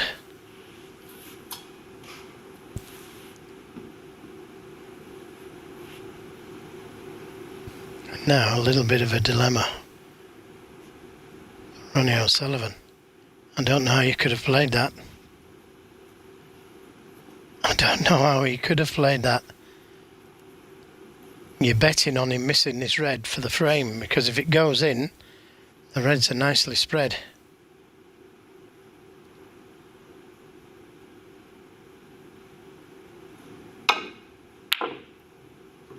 Well, it worked for him. And he's left a red to the middle, so it was a calculated risk, that one. He knew he was leaving that red over the corner. And invited Mike Selby to pot it. So back in again. 1.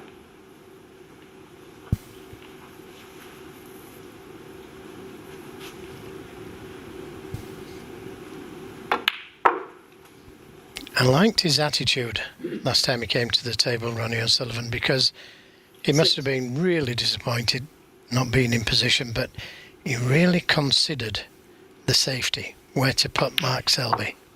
7. Didn't drop his head, didn't just play down the table. He played a very, very good safety. And he put Selby in trouble again. Same shot, but this time he's perfect. This is the shot that Mark Selby missed. Just caught the wrong side of the red.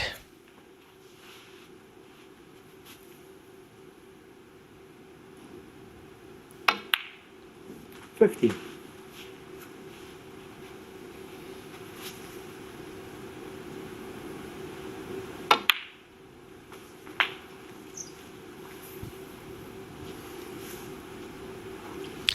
Again, give himself choice of 2 reds there. Playing that cue ball where it is now. He's got choice of red to the left and right corners.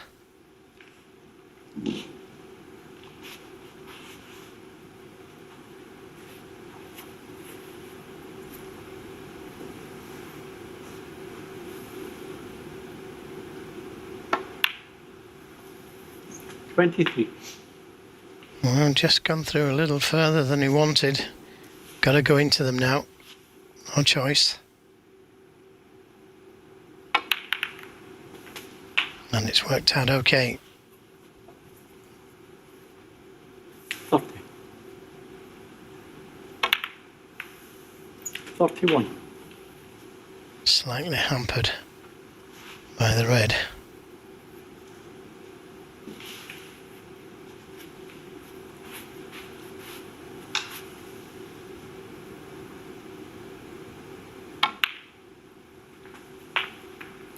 Didn't want the kiss.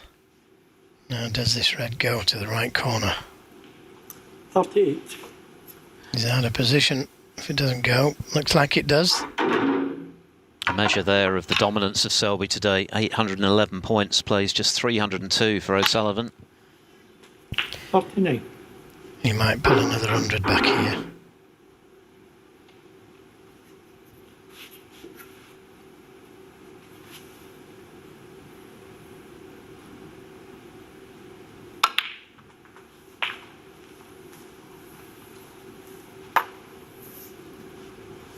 $46.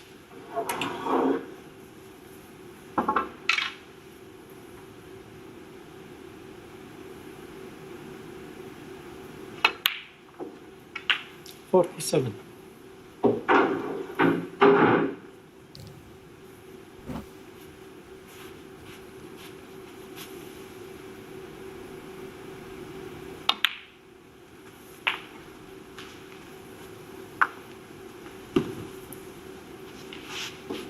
$54.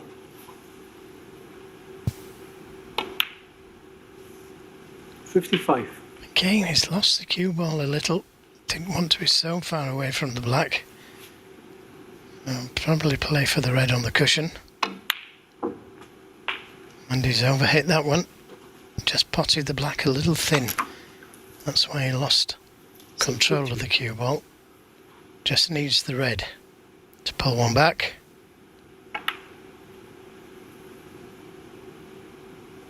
And he's not safe yet. For O'Sullivan, 62. Well, O'Sullivan misses frame ball. Just a little high.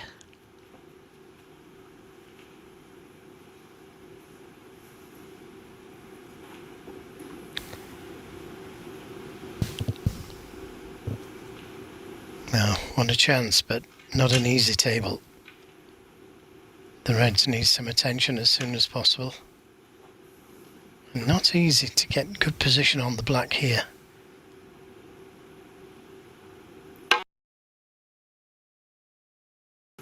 1. That's the best way to play it, but he's a little bit too straight. It wasn't easy, that. When the object ball's right in the jaws of the pocket, it can be difficult to get that cue ball where you want it, and that's not where he wanted it. If the red goes to the left middle, he's okay, but it doesn't look like it.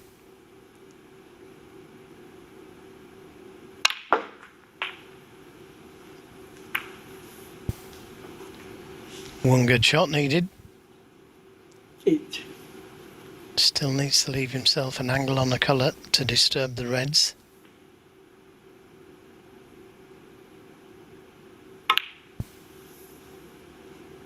No. Good recovery. And that's the angle.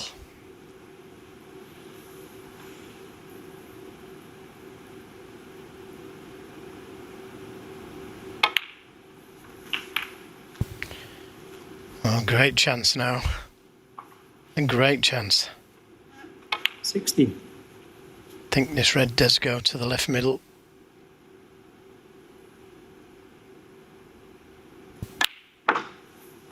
Seventeen. And Mark Selby will be trying his best to make sure he punishes O'Sullivan.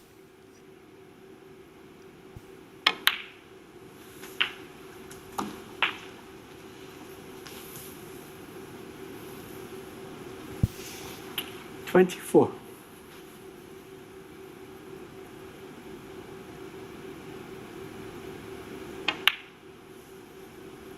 25. Ronnie O'Sullivan had a great chance, he really did. He was going so well. And I'm not sure how the red stayed out that he played.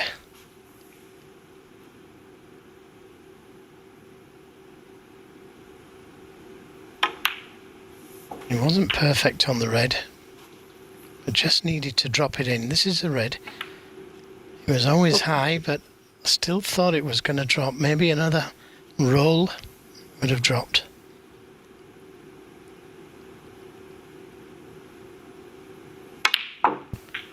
Now pinning all his hopes on that last red. And that's not the best position to get to it. That's a slight mistake.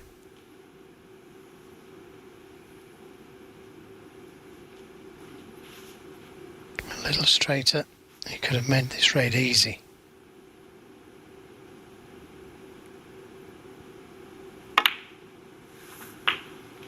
So needs a good shot with the rest, and he missed one like this earlier. 40. Caught the near angle, if I remember rightly.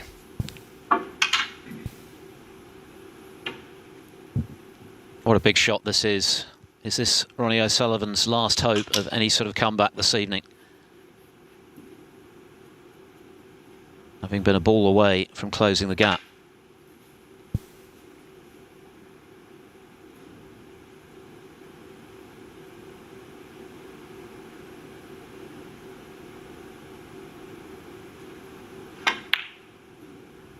Oh, he stayed out.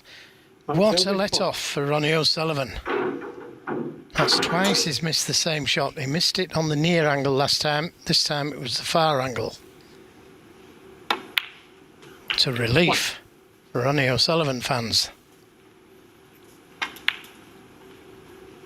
Overcompensated.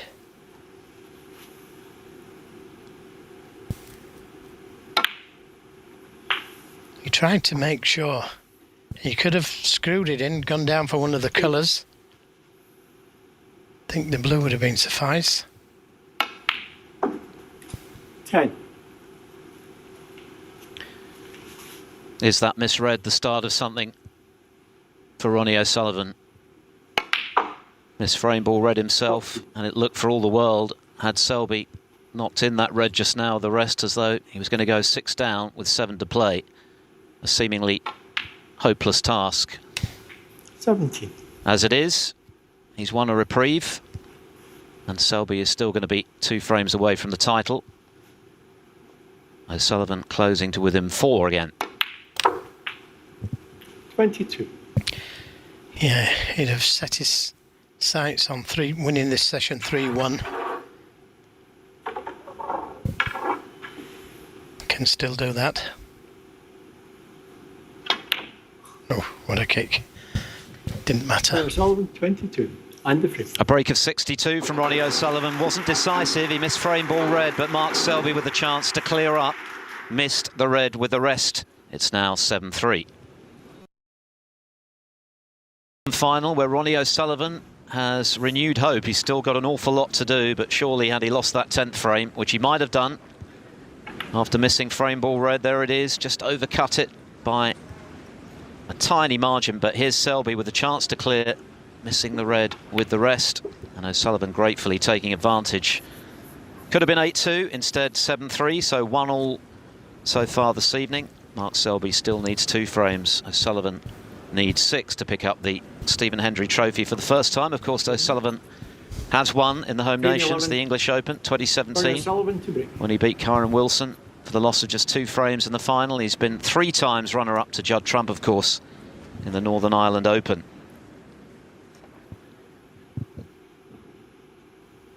Will that great escape just now serve as an inspiration for a memorable fight back?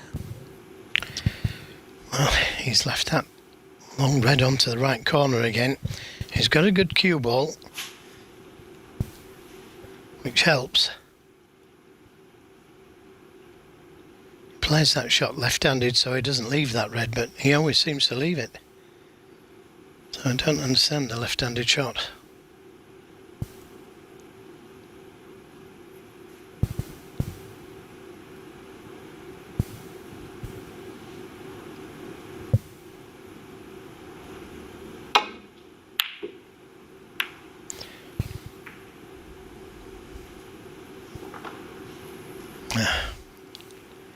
Don't think he's left a red on, and that little kiss there has made the safety difficult.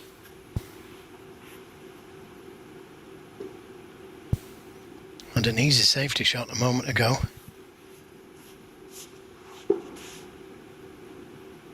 So Selby is clearly still firmly in control of this final, but he will be a bit disappointed to have missed the chance to make the break, which would have effectively sealed the final.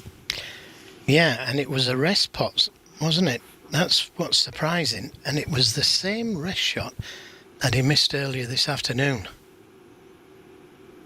Well, that's all he could do.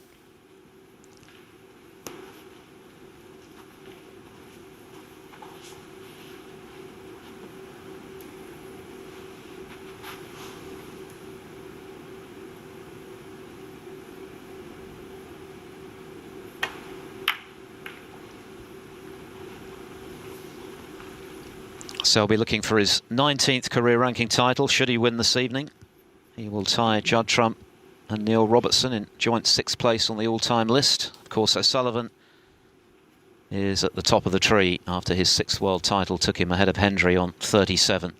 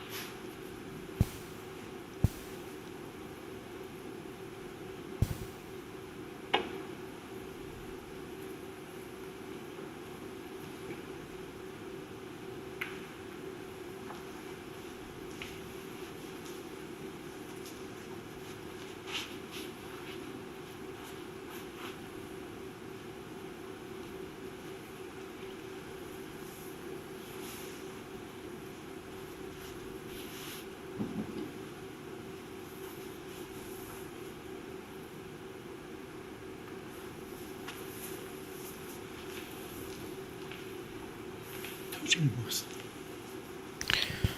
in both.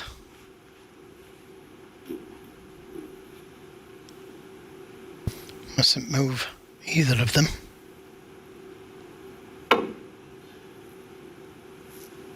Mustn't cannon that red.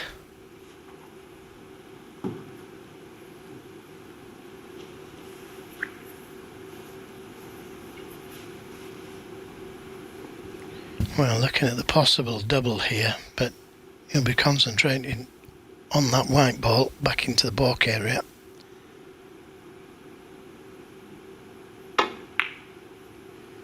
He's caught it a little thin. He could have left the red on here.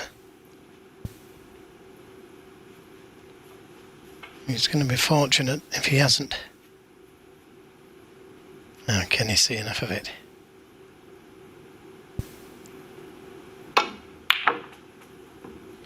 Tried to bring the black into play, and that's just what he did.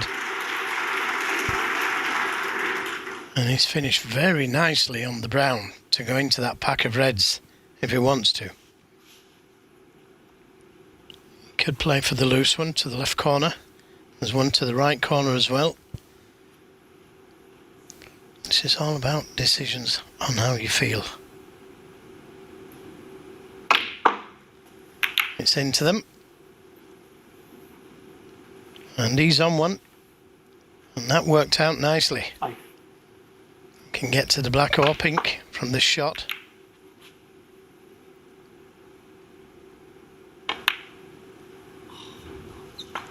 Six. Complaining about the kick again, which took the pace out of a cue ball. Left him with a more difficult black.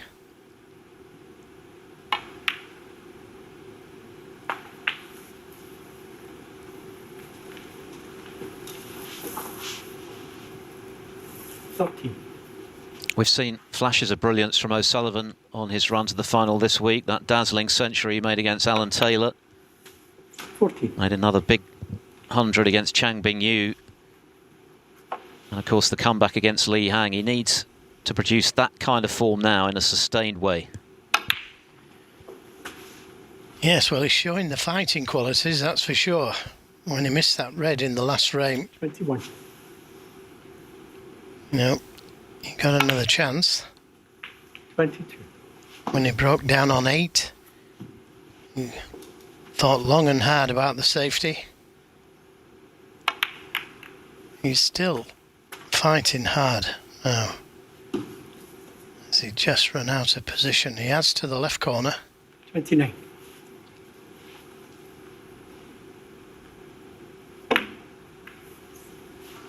Thirty.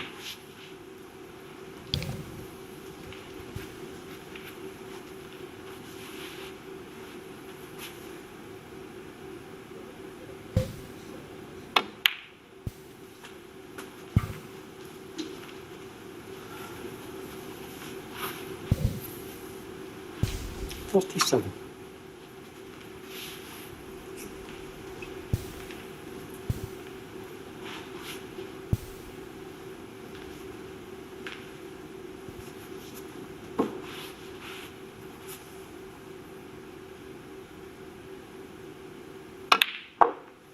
$38.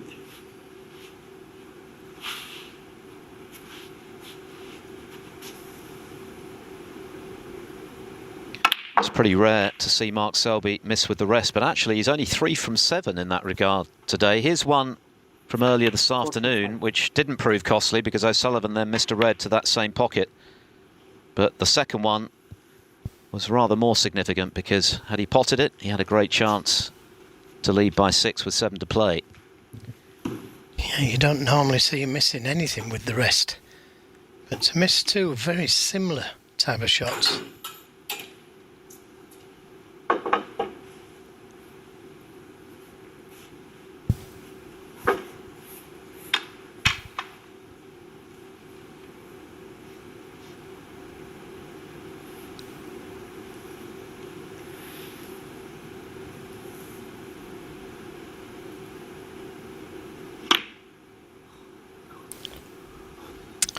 Well, he didn't go down for one of the balk colours, tried to play for the blue or pink. Fully expected to get it. Now, Mark Selby with a chance.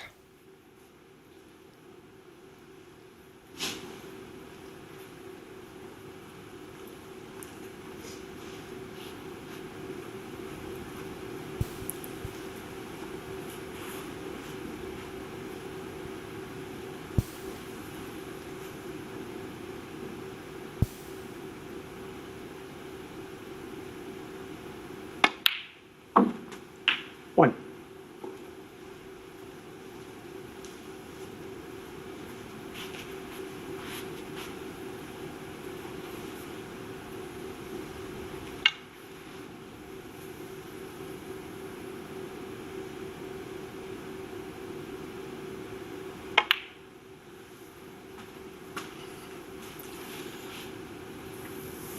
Please, Mark.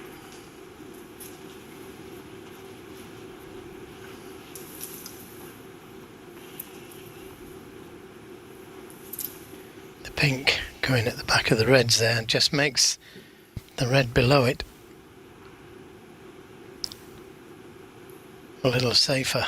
Thank you. That red was on a moment ago. No, it isn't.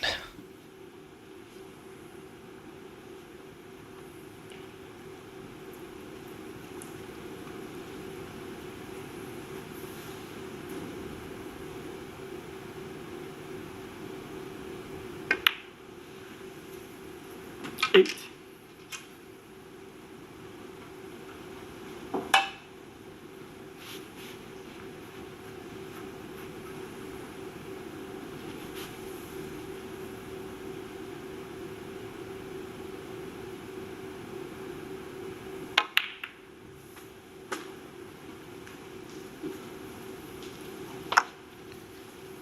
Well, might have to go down for the blue, but that could do him a favour.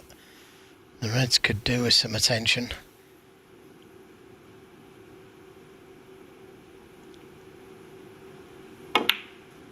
Got to get top side of it though, Yeah. which he has done.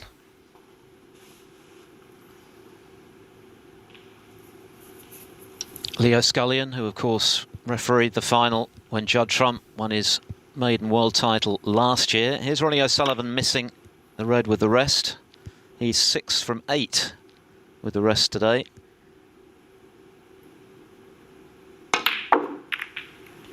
All depends on the split, and it hasn't gone well. The red could be cuttable to this right corner, but you won't quite know where the cue ball's going.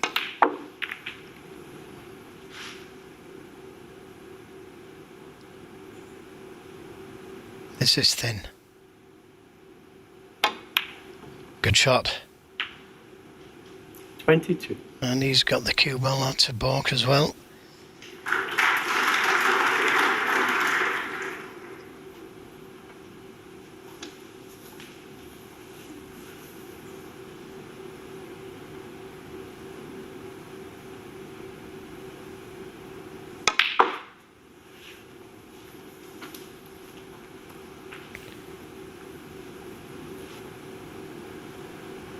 Well, that couldn't have landed any better for the red. Fraction harder. It would have been very difficult.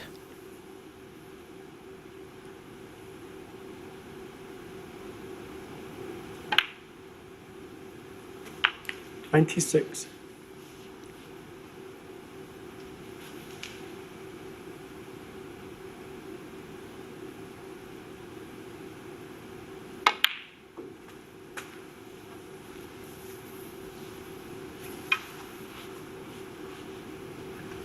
$33.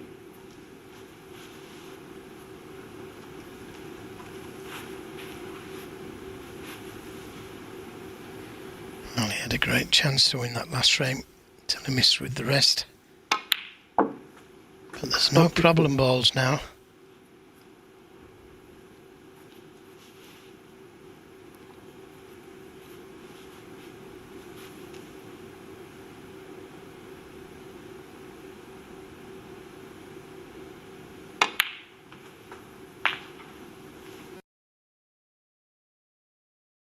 It's about nerve, and he's got plenty of that. 41. Pink just slightly in the way of his bridge hand. Doesn't really want to leave a long bridge, but he can't get closer to the red without being too close. And that's his problem.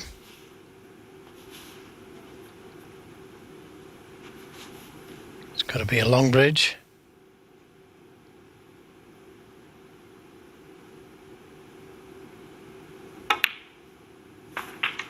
$42.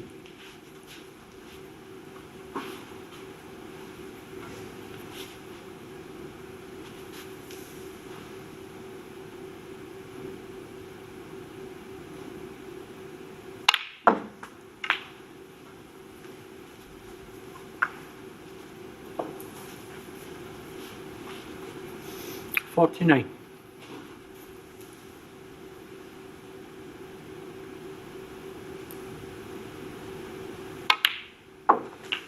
$50. Made sure of being the right side of the blue. All important.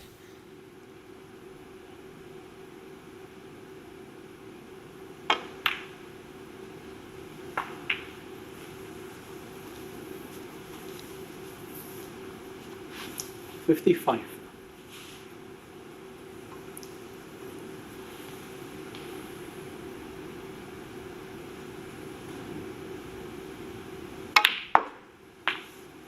$56.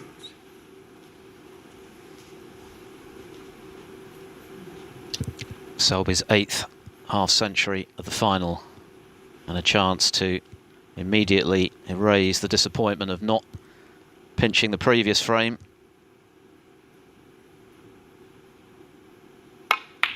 And put himself within one of the title. Well, that could have been better. You'd expect him to pot this, but there's a lot of pressure out there. Yellow, green and brown required.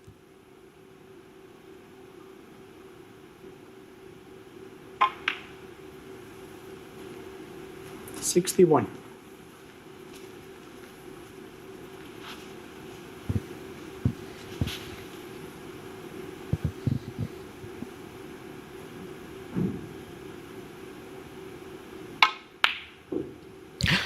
Goodness me. Yeah, there's a lot of pressure out there. And he's been fortunate to cover the green. Could so easily have been left on. And that was the position on the yellow which took him away from the green. All these thoughts are in your mind as you're playing them. Oh, can he get it safe? Oh, not a good kiss.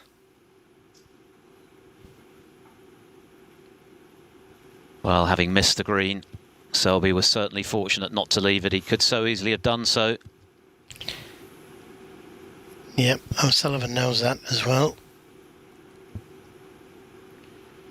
Now, does he play to cut the green in? It's cuttable.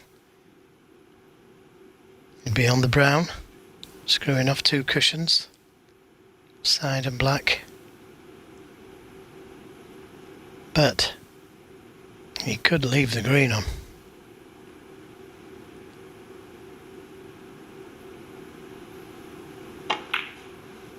No attempt.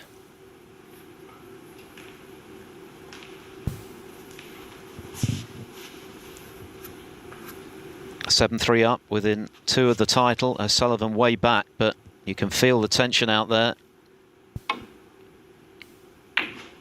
That was evidenced in Selby's miss on the green. Will it prove expensive? That was a good safety. That's where he played the green.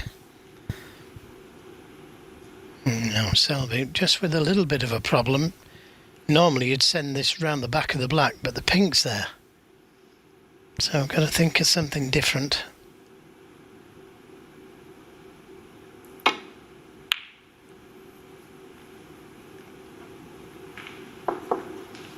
It's a great attempt.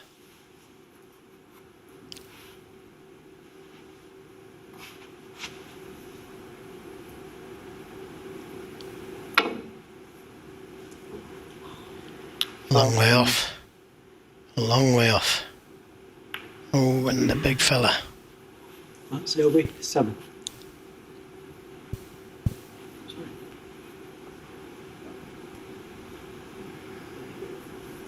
Yeah, thanks.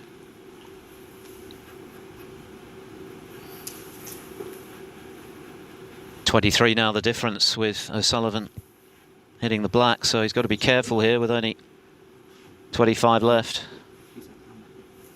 Mark? Yeah. I think so. Are you okay? Yeah. Thanks. He's got to hit this. And he's got to leave it safe. And that's just what he's done. Trusted to luck a little, but it's worked out.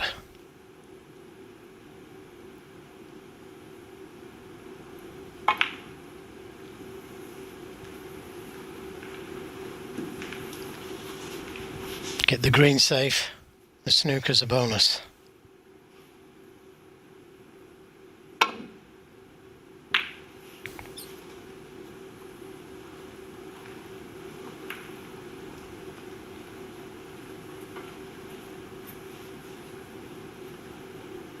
Selby now only needs the green, but not out of danger in this frame. Well, you would think green ball game, but the brown's not guaranteed, but somebody of O'Sullivan and Selby's class, you would think that they'd be able to get onto it. He's considering taking it on, but it's very dangerous to take it on.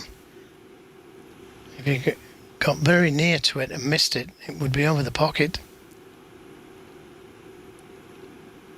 But he only needs the green.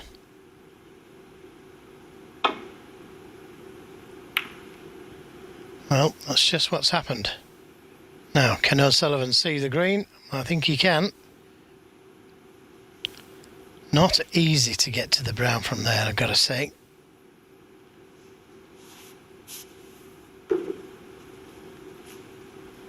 If O'Sullivan could pinch this frame, Mark Selby would be hurting, having missed a relatively straightforward green, albeit a pressure one just now. 3. Now, what? Do you take the brown onto the green pocket, the yellow pocket, the middle, or the safety?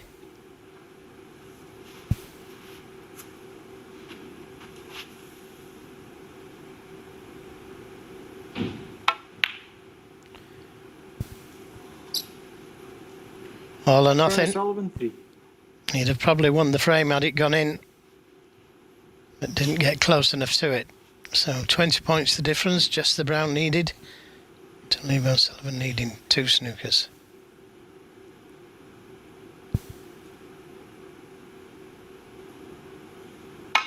And no mistake this time. Well, that would be a big relief for Mark Selby. This would have hurt to lose this frame.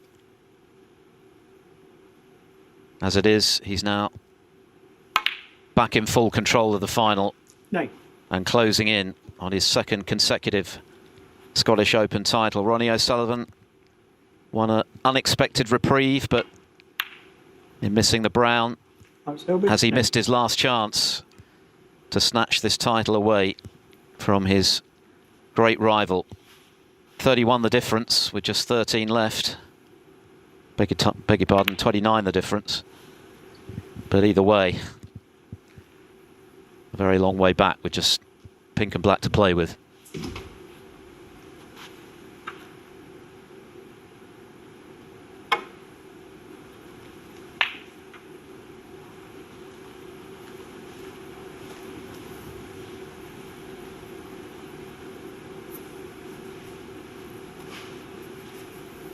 Three snookers required.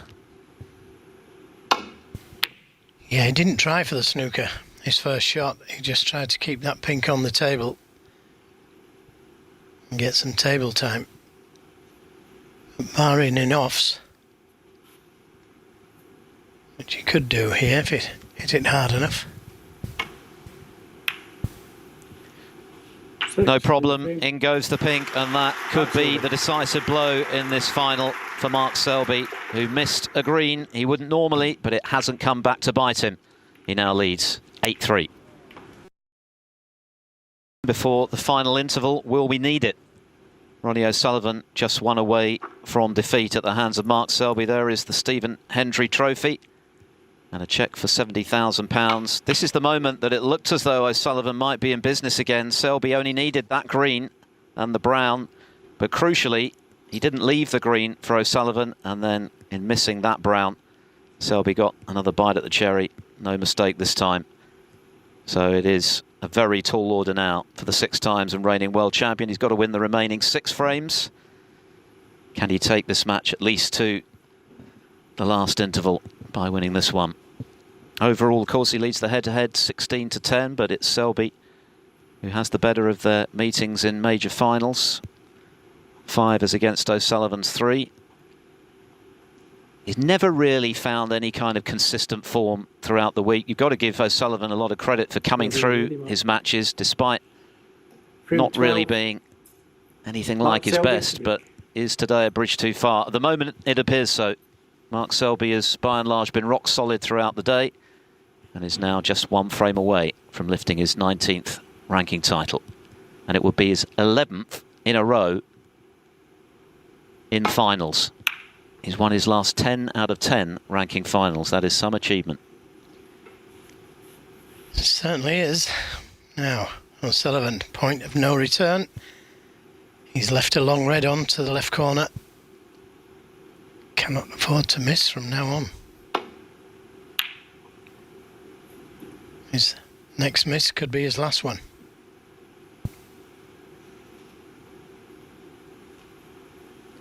And if Selby does win tonight and make it 11 out of 11, he'll match Stephen Hendry's record. So that would be apt, given that it will be the Stephen Hendry Trophy he'll be holding aloft, but still 1 more frame to go for him.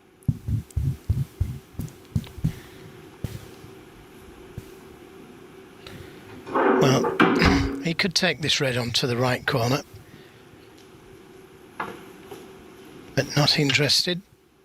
Wants to keep O'Sullivan tight.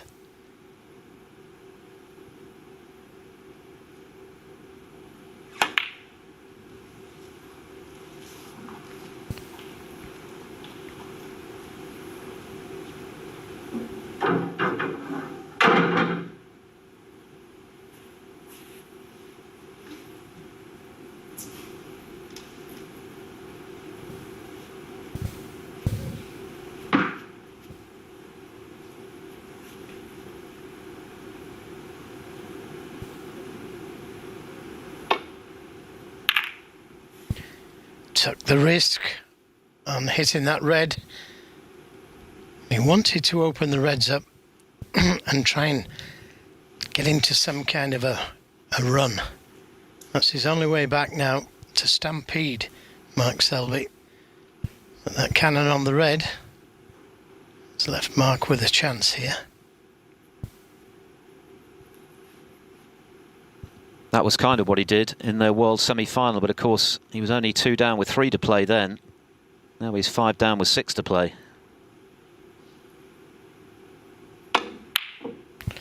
Yeah, but the tactic worked, didn't it? Because look at the reds. He knew he was leaving a lot of reds on if he missed that shot. Yeah, you expect him to pot it for sure, but pressure on the shot because the reds are open. It's a good tactic. But now he's got to prove that opening the reds up really pays dividends.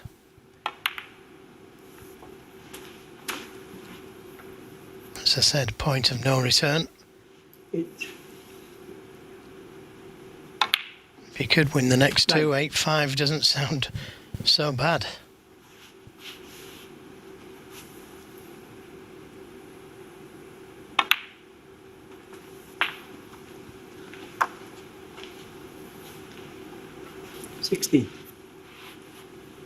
He's the kind of guy that can just knock in 3 or 4 frames in the space of 20 minutes.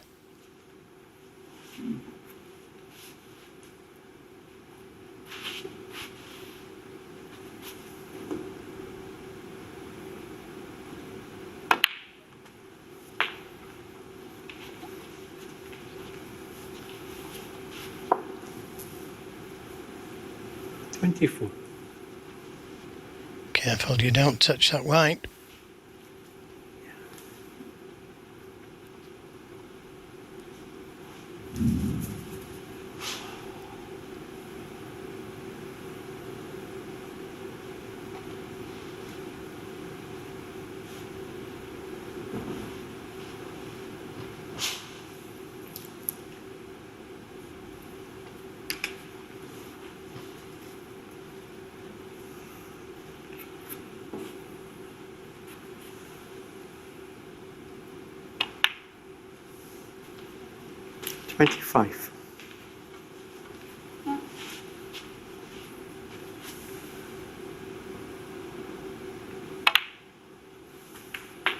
Beautiful little cannon he played there. 32. Leave himself nicely on this red. 33.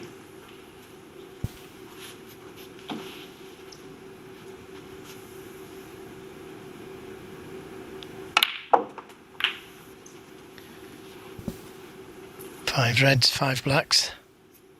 40.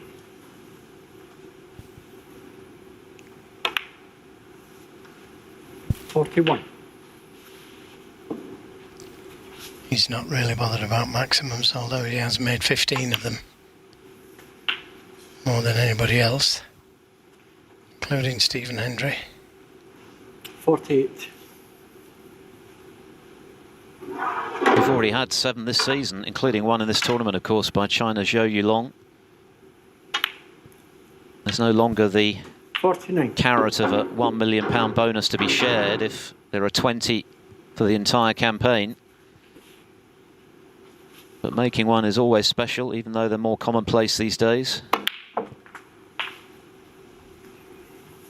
And it would be typical of O'Sullivan, wouldn't it, to make his mark in some way on this final, if it isn't to be in winning the actual trophy. Well, it's certainly there, Philip, although the red behind the pink needs some attention. His main concern at the moment is knocking in 2 more reds, making the frame safe. Oh dear.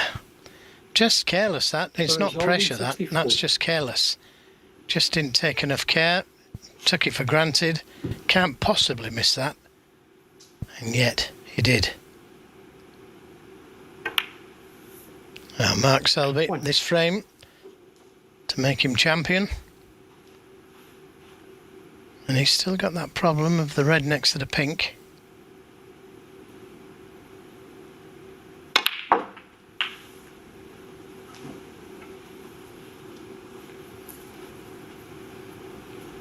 Eight.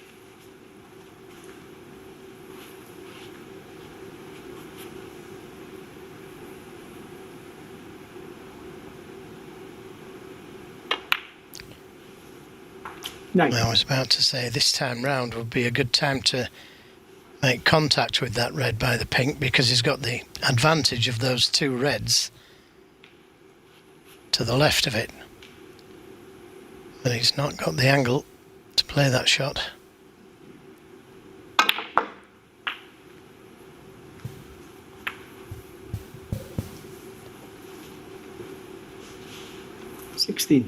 Not ideally on the red, but you'd expect him to pot it.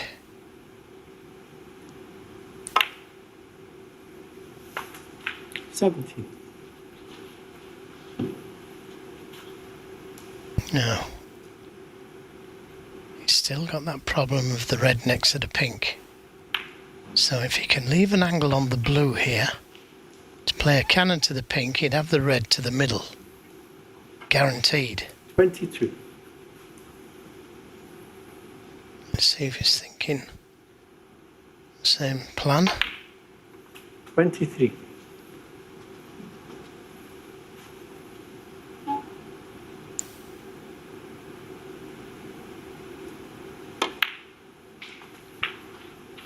Just a little touch.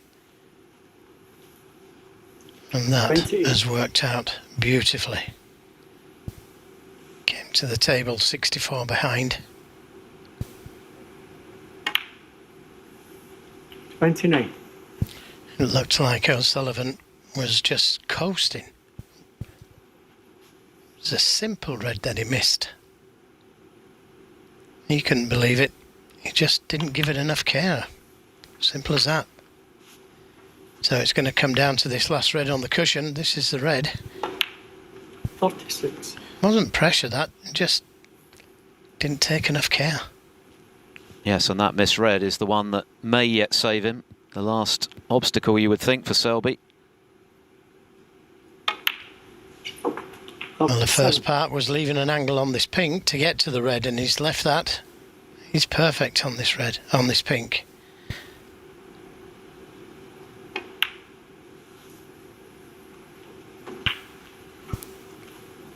Oh, just needs to drop it in dead weight. Give the red every chance of going in. And he should have a nice angle on the black to get to the yellow.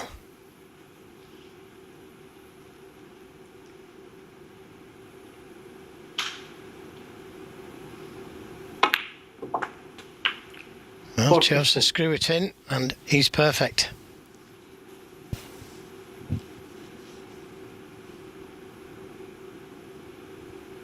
He missed the green in the last frame, but I can't see him missing anything this time round.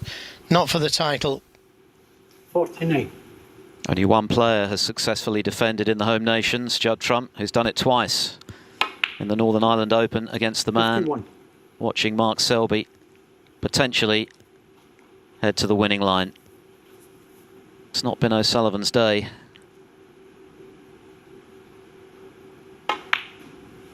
Looked for all the world as though he was going to take us to a mid-session interval when he made 64, and a maximum break looked well within his compass, but the red stayed out.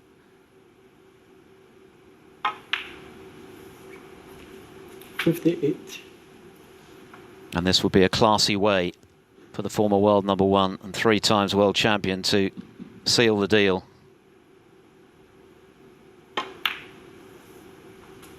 $63. He's underhit it though. He's underhit it. He's going to have to go all the way around the table. And he's got to avoid that green pocket. It's so easy to go in off here. So, full concentration mode. He's played it well. Just a little too hard. Just a little. But this for the title.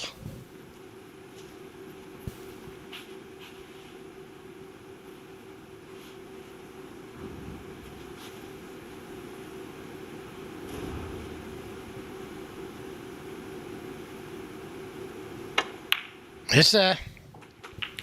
Mark Selby is still to be beaten in the Scottish Open, only his second appearance, and he has successfully retained the title.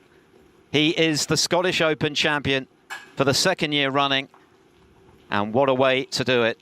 A winning clearance of 76. He has comprehensively beaten one of his fiercest rivals by 9 frames to 3.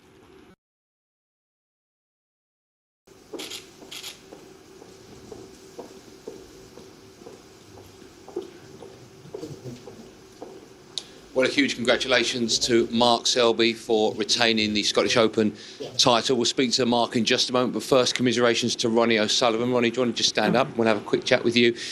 Commiserations, it just wasn't meant to be today, was it? No, Mark played fantastically well, you know, I've got no complaints, you know, I didn't really do a lot wrong. Just some days you just don't score enough points, put enough points on the board and put your opponent under enough pressure, and you know, when you get to finals you expect that you probably have to do that, you know, and I just didn't do that good enough today, you know. All week when we've spoken to you, when you've been in the Eurosport studio, you've talked about your lack of practice, which is of course your decision. There were some balls you were missing this afternoon and tonight which the keen snooker fan might think was down to your lack of match practice. Would you agree with that or not? I think I've played loads of matches. I've had 2 finals this year. I've won the World Championship, semi-final of the Welsh. I think I've had a very, very good season. Won the Shanghai Masters. You know, you just can't play well every day. I'm You have to remember I'm 45. I'm not 31 anymore. So the game doesn't get any easier. It doesn't get any harder. But as you get a little bit older, you probably lose a little bit of an edge. But for someone my age, I still think I'm doing pretty well. If the guys think it's that easy, they can always get on the tour and try and play this game, because sometimes it can look easy, but some days it can be really hard. And we saw you, of course, carrying on, getting the feel of the table with maybe the pink and black left. But there was one stage this afternoon you were trying to get snookers with just the black on the table. Well, no, because Mark was carrying on, so I thought, well, I don't want him to concede. I'd want to play on every ball. I'm quite enjoying. I'd have to travel to Leicester to play Mark for a bit of practice. So today it was great, and I just wanted to get the most of it. But the referee said you're not allowed. So I didn't think you should be allowed, because obviously normally once you've got over the line, you don't normally need to pot the black. But you learn a new rule every day in snooker. Well, listen, commiserations. It wasn't meant to be your night, but a great week of snooker nonetheless. Yeah, and I've enjoyed it, and thanks for Eurosport and all the fans, I was going to say. There ain't none. Yeah, well, listen, commiserations, but a great week of snooker. There you go, Ronnie O'Sullivan. Let's have a quick chat with the winner, Mark Selby. Congratulations to you retaining the title. How does that feel? Yeah, fantastic, to win any tournament nowadays, it's great. So, yeah, really, really happy. Don't feel as though I played fantastic today. Could have played a lot better. Felt as though I was just searching for my cue action all day, really. Were you surprised when you say you didn't necessarily play that well? Were you surprised then, the gap between you and Ronnie after the first session this afternoon? I think there was a couple of frames here and there. I should have gone 4-1 up, and Ronnie pinched a good frame, made a good clearance to go 3-2. And then the last frame of the last session, I think, was key. If Ronnie comes out 5-3, it's still obviously game on. 6-2, I've got a little bit of a lead, but obviously you never know against Ronnie, Yeah, you're quite good in finals. We spoke to you yesterday in the Eurosport studio, and you were talking about if you were to win tonight, which of course you have done. You, ironically, it's named after Stephen Hendry, the trophy. You match his record of 11 final wins on the bounce. That's some achievement. Yeah, fantastic achievement, I mean, obviously, who knows, he may even better it himself when he makes his comeback, whenever that is. OK, and of course this is your 19th title now, so level with Neil Robertson and Judd Trump. You're just going to keep on going, I'm guessing. Well, I'll try to, mate. I mean, it's not easy winning tournaments nowadays, as I say, so you just have to cherish the ones when you do win them. Where has this week's performance been for you, Mark, in terms of getting back to your absolute best, do you think? In patches, in some matches, I feel as though I played as good as I can play. Still a lot of things to work on, I feel. A few shots I missed, which obviously I wasn't happy with, didn't really cue them that well. So, yeah, a lot to work on the practice table, but, obviously the signs are good. And extra special as well, that you've retained the title, that's always nice? Yeah, I mean, great to retain a title, as I say. To win any tournament is difficult, but to retain it is probably even harder. And does it make it a little bit more special that it's against Ronnie O'Sullivan or not for you? Well, as I said, I mean, if I was to choose to win a tournament, I'd want to play Ronnie in the final every time, because obviously he's the best player to play the game. But as I say, today he didn't play fantastic. I don't feel like I played great. Probably need a new tip on, but we'll see. I have a few days off and then get back on the practice table. OK, well, listen, well done. Congratulations. Mark Selby, the new Scottish Open champion. All that remains is for me to hand over to our MC, Phil Seymour, for the presentation.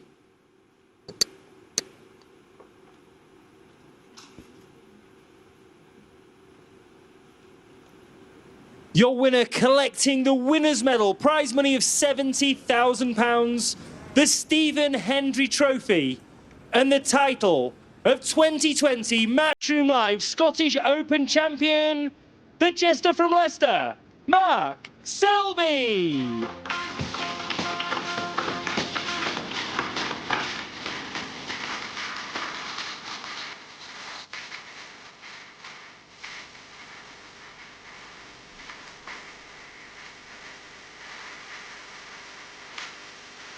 Well, congratulations to Mark Selby, still to be beaten in the Scottish Open. He only entered it for the first time last year. He missed the first three, but since then he has been completely dominant in this tournament. He lifts the Stephen Hendry Trophy for the second year running, 11 ranking title successes in his last 11 attempts. He beats Ronnie O'Sullivan 9-3. Back to Andy in the studio.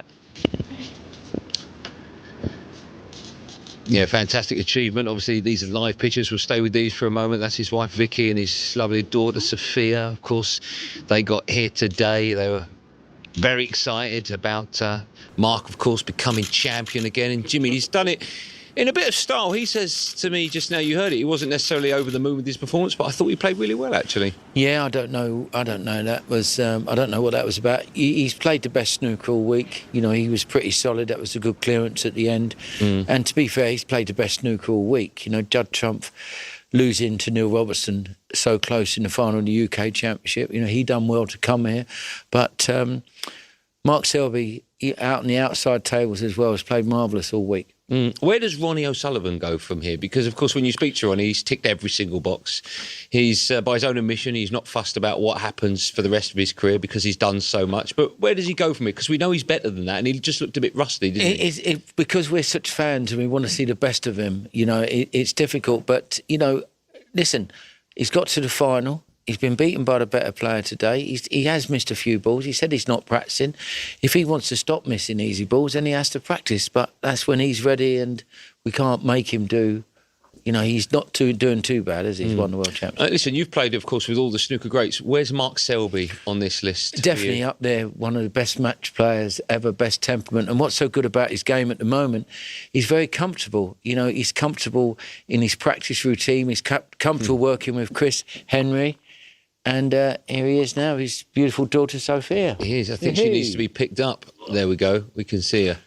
Hello, Sophia. How are you? Good. We can hear you there with the microphone. How did Daddy do?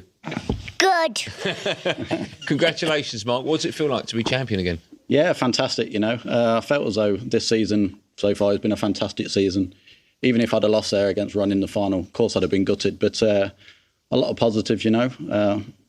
Later on in the tournament, semi-finals, quarter-finals, won the European. So really, really consistent and really happy. Yeah, it's. I was just saying to Jimmy before you got in that it looks on paper that it was. Yeah, you're on telly. It looks on paper that it was quite easy for you, and you were just saying that you weren't playing to your best. Were you surprised at just how convincing you won in the end? No, not really. I mean, I always believe in myself when I play Ronnie. You know, I always fancy the job every time I play him, and I think you've got to. So a lot of people will go out there and just collapse against Ronnie and probably lost before they're even beaten, because that's the kind of aura he has. Same as Phil Taylor with the darts, but. Every time I go out there, I always believe I can beat him. So today was no different. And you must be so confident now. Of course, we're coming to the end of the year, the calendar year. We've got the World Grand Prix starting, obviously, tomorrow. And then we've got the Masters round the corner. You must be so pleased with your game at the moment. Yeah, of course I am. Like you say, I mean, you can always improve on things. So as I said out there, I'll go back on the practice table, probably have tomorrow off and then practice again the next day. I think I play Wednesday afternoon in the Grand Prix, so go home and have a couple of days. But still a few things to work on, but happy with where my game is at the moment. You must like the Home Nations events. You've won 3 of them now. I think Judd Trump leads the way with 4, but it's obviously something that suits your style of play, which when we introduced this Home Nations series way back in 2016, we were talking about whether or not it was a bit of a lottery. Certainly for the higher ranked players, it was quite difficult. Best of 7 to begin with, and then it goes a little bit longer. But you're obviously comfortable with the format. Yeah, well, it is a bit of a lottery. Anyone can win it, can't they? That's why I've probably won 3. But no, I mean, like you say, in the PTCs when we had them many years ago, I think I won 6 or 7 of them tournaments, and they was best of 7 all the way through. And I think I won more PTCs than any other player on the tour until they stopped. So there must be something about the best of 7s, which is strange because normally, like a few years ago when I used to play matches, I always used to be a slow starter, 2-0 down, 3-1 down at the interval, and then seemed to play better when I was behind. But obviously in these best of 7s, you can't afford to do that. No. When we watch you play, we don't see a weakness in your game. Do you have one in your mind? I did up to 12 months ago, 18 months ago. As I keep saying, I owe a lot to Chris. Obviously working with Chris, I kept thinking it was something technically and not believing it was mentally because I thought I was quite strong mentally. But obviously I got to a point where I was getting a little bit fragile. Chris has helped me along the way there and not really changed anything technically, but changed a lot mentally in the way I approach things. So thanks to Chris. Jimmy, it's been a fantastic win for Mark Selby, a worthy winner. Absolutely. You know, he's played best all week, works hard at his game, always trying to improve, even saying there that he's looking for new clues, you know, so look out everybody else. OK, Sophia, are you going to take any of Daddy's money, maybe for a bigger Christmas present? No.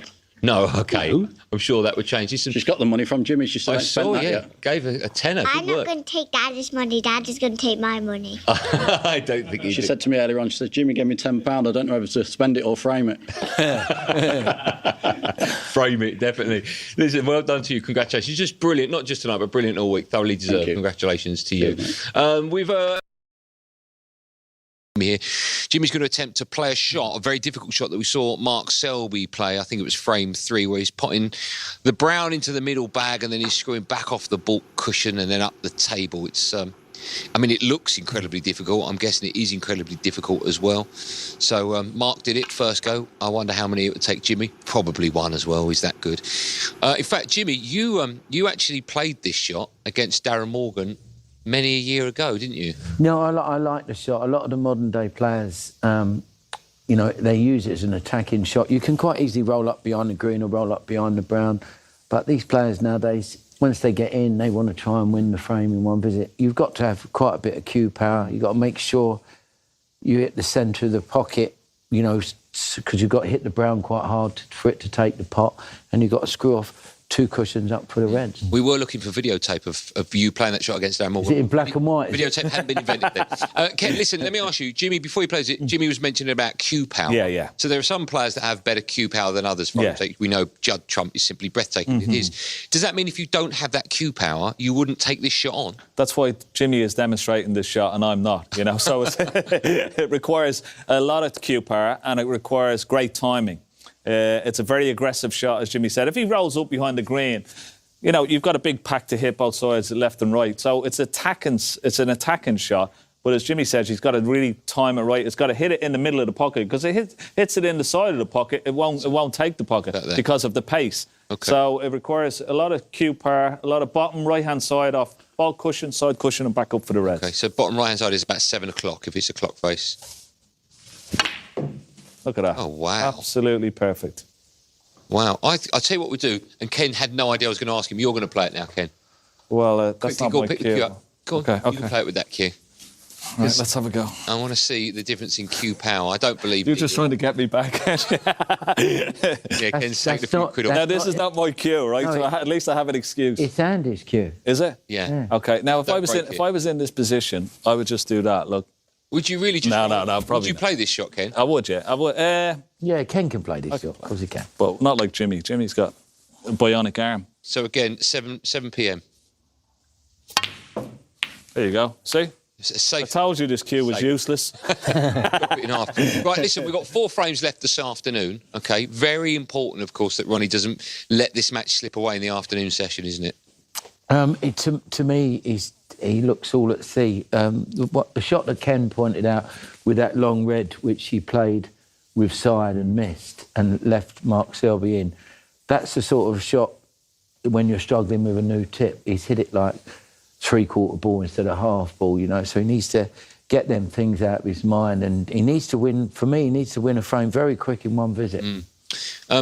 We were talking just before the break about how Ronnie's carrying on with the pink and black left and even tried to carry on with the black left. Snooker, like all sports, is very much about rhythm. I just wonder if that upsets it. I know that he's doing it maybe to, you know, help his tip out or get used to the table, etc. But I just wonder if it does upset his rhythm slightly. Yeah, I mean, you know, he's not called Rocket Ronnie for a reason. You know, we like to see him play fast now. We don't want to see protracted frames like this. Nobody likes to see that. The public don't want to see it. Players don't want to see it. We don't want to see it. We just want to see him get on with it. You know, play like he normally plays. He's a great player when he's playing fast.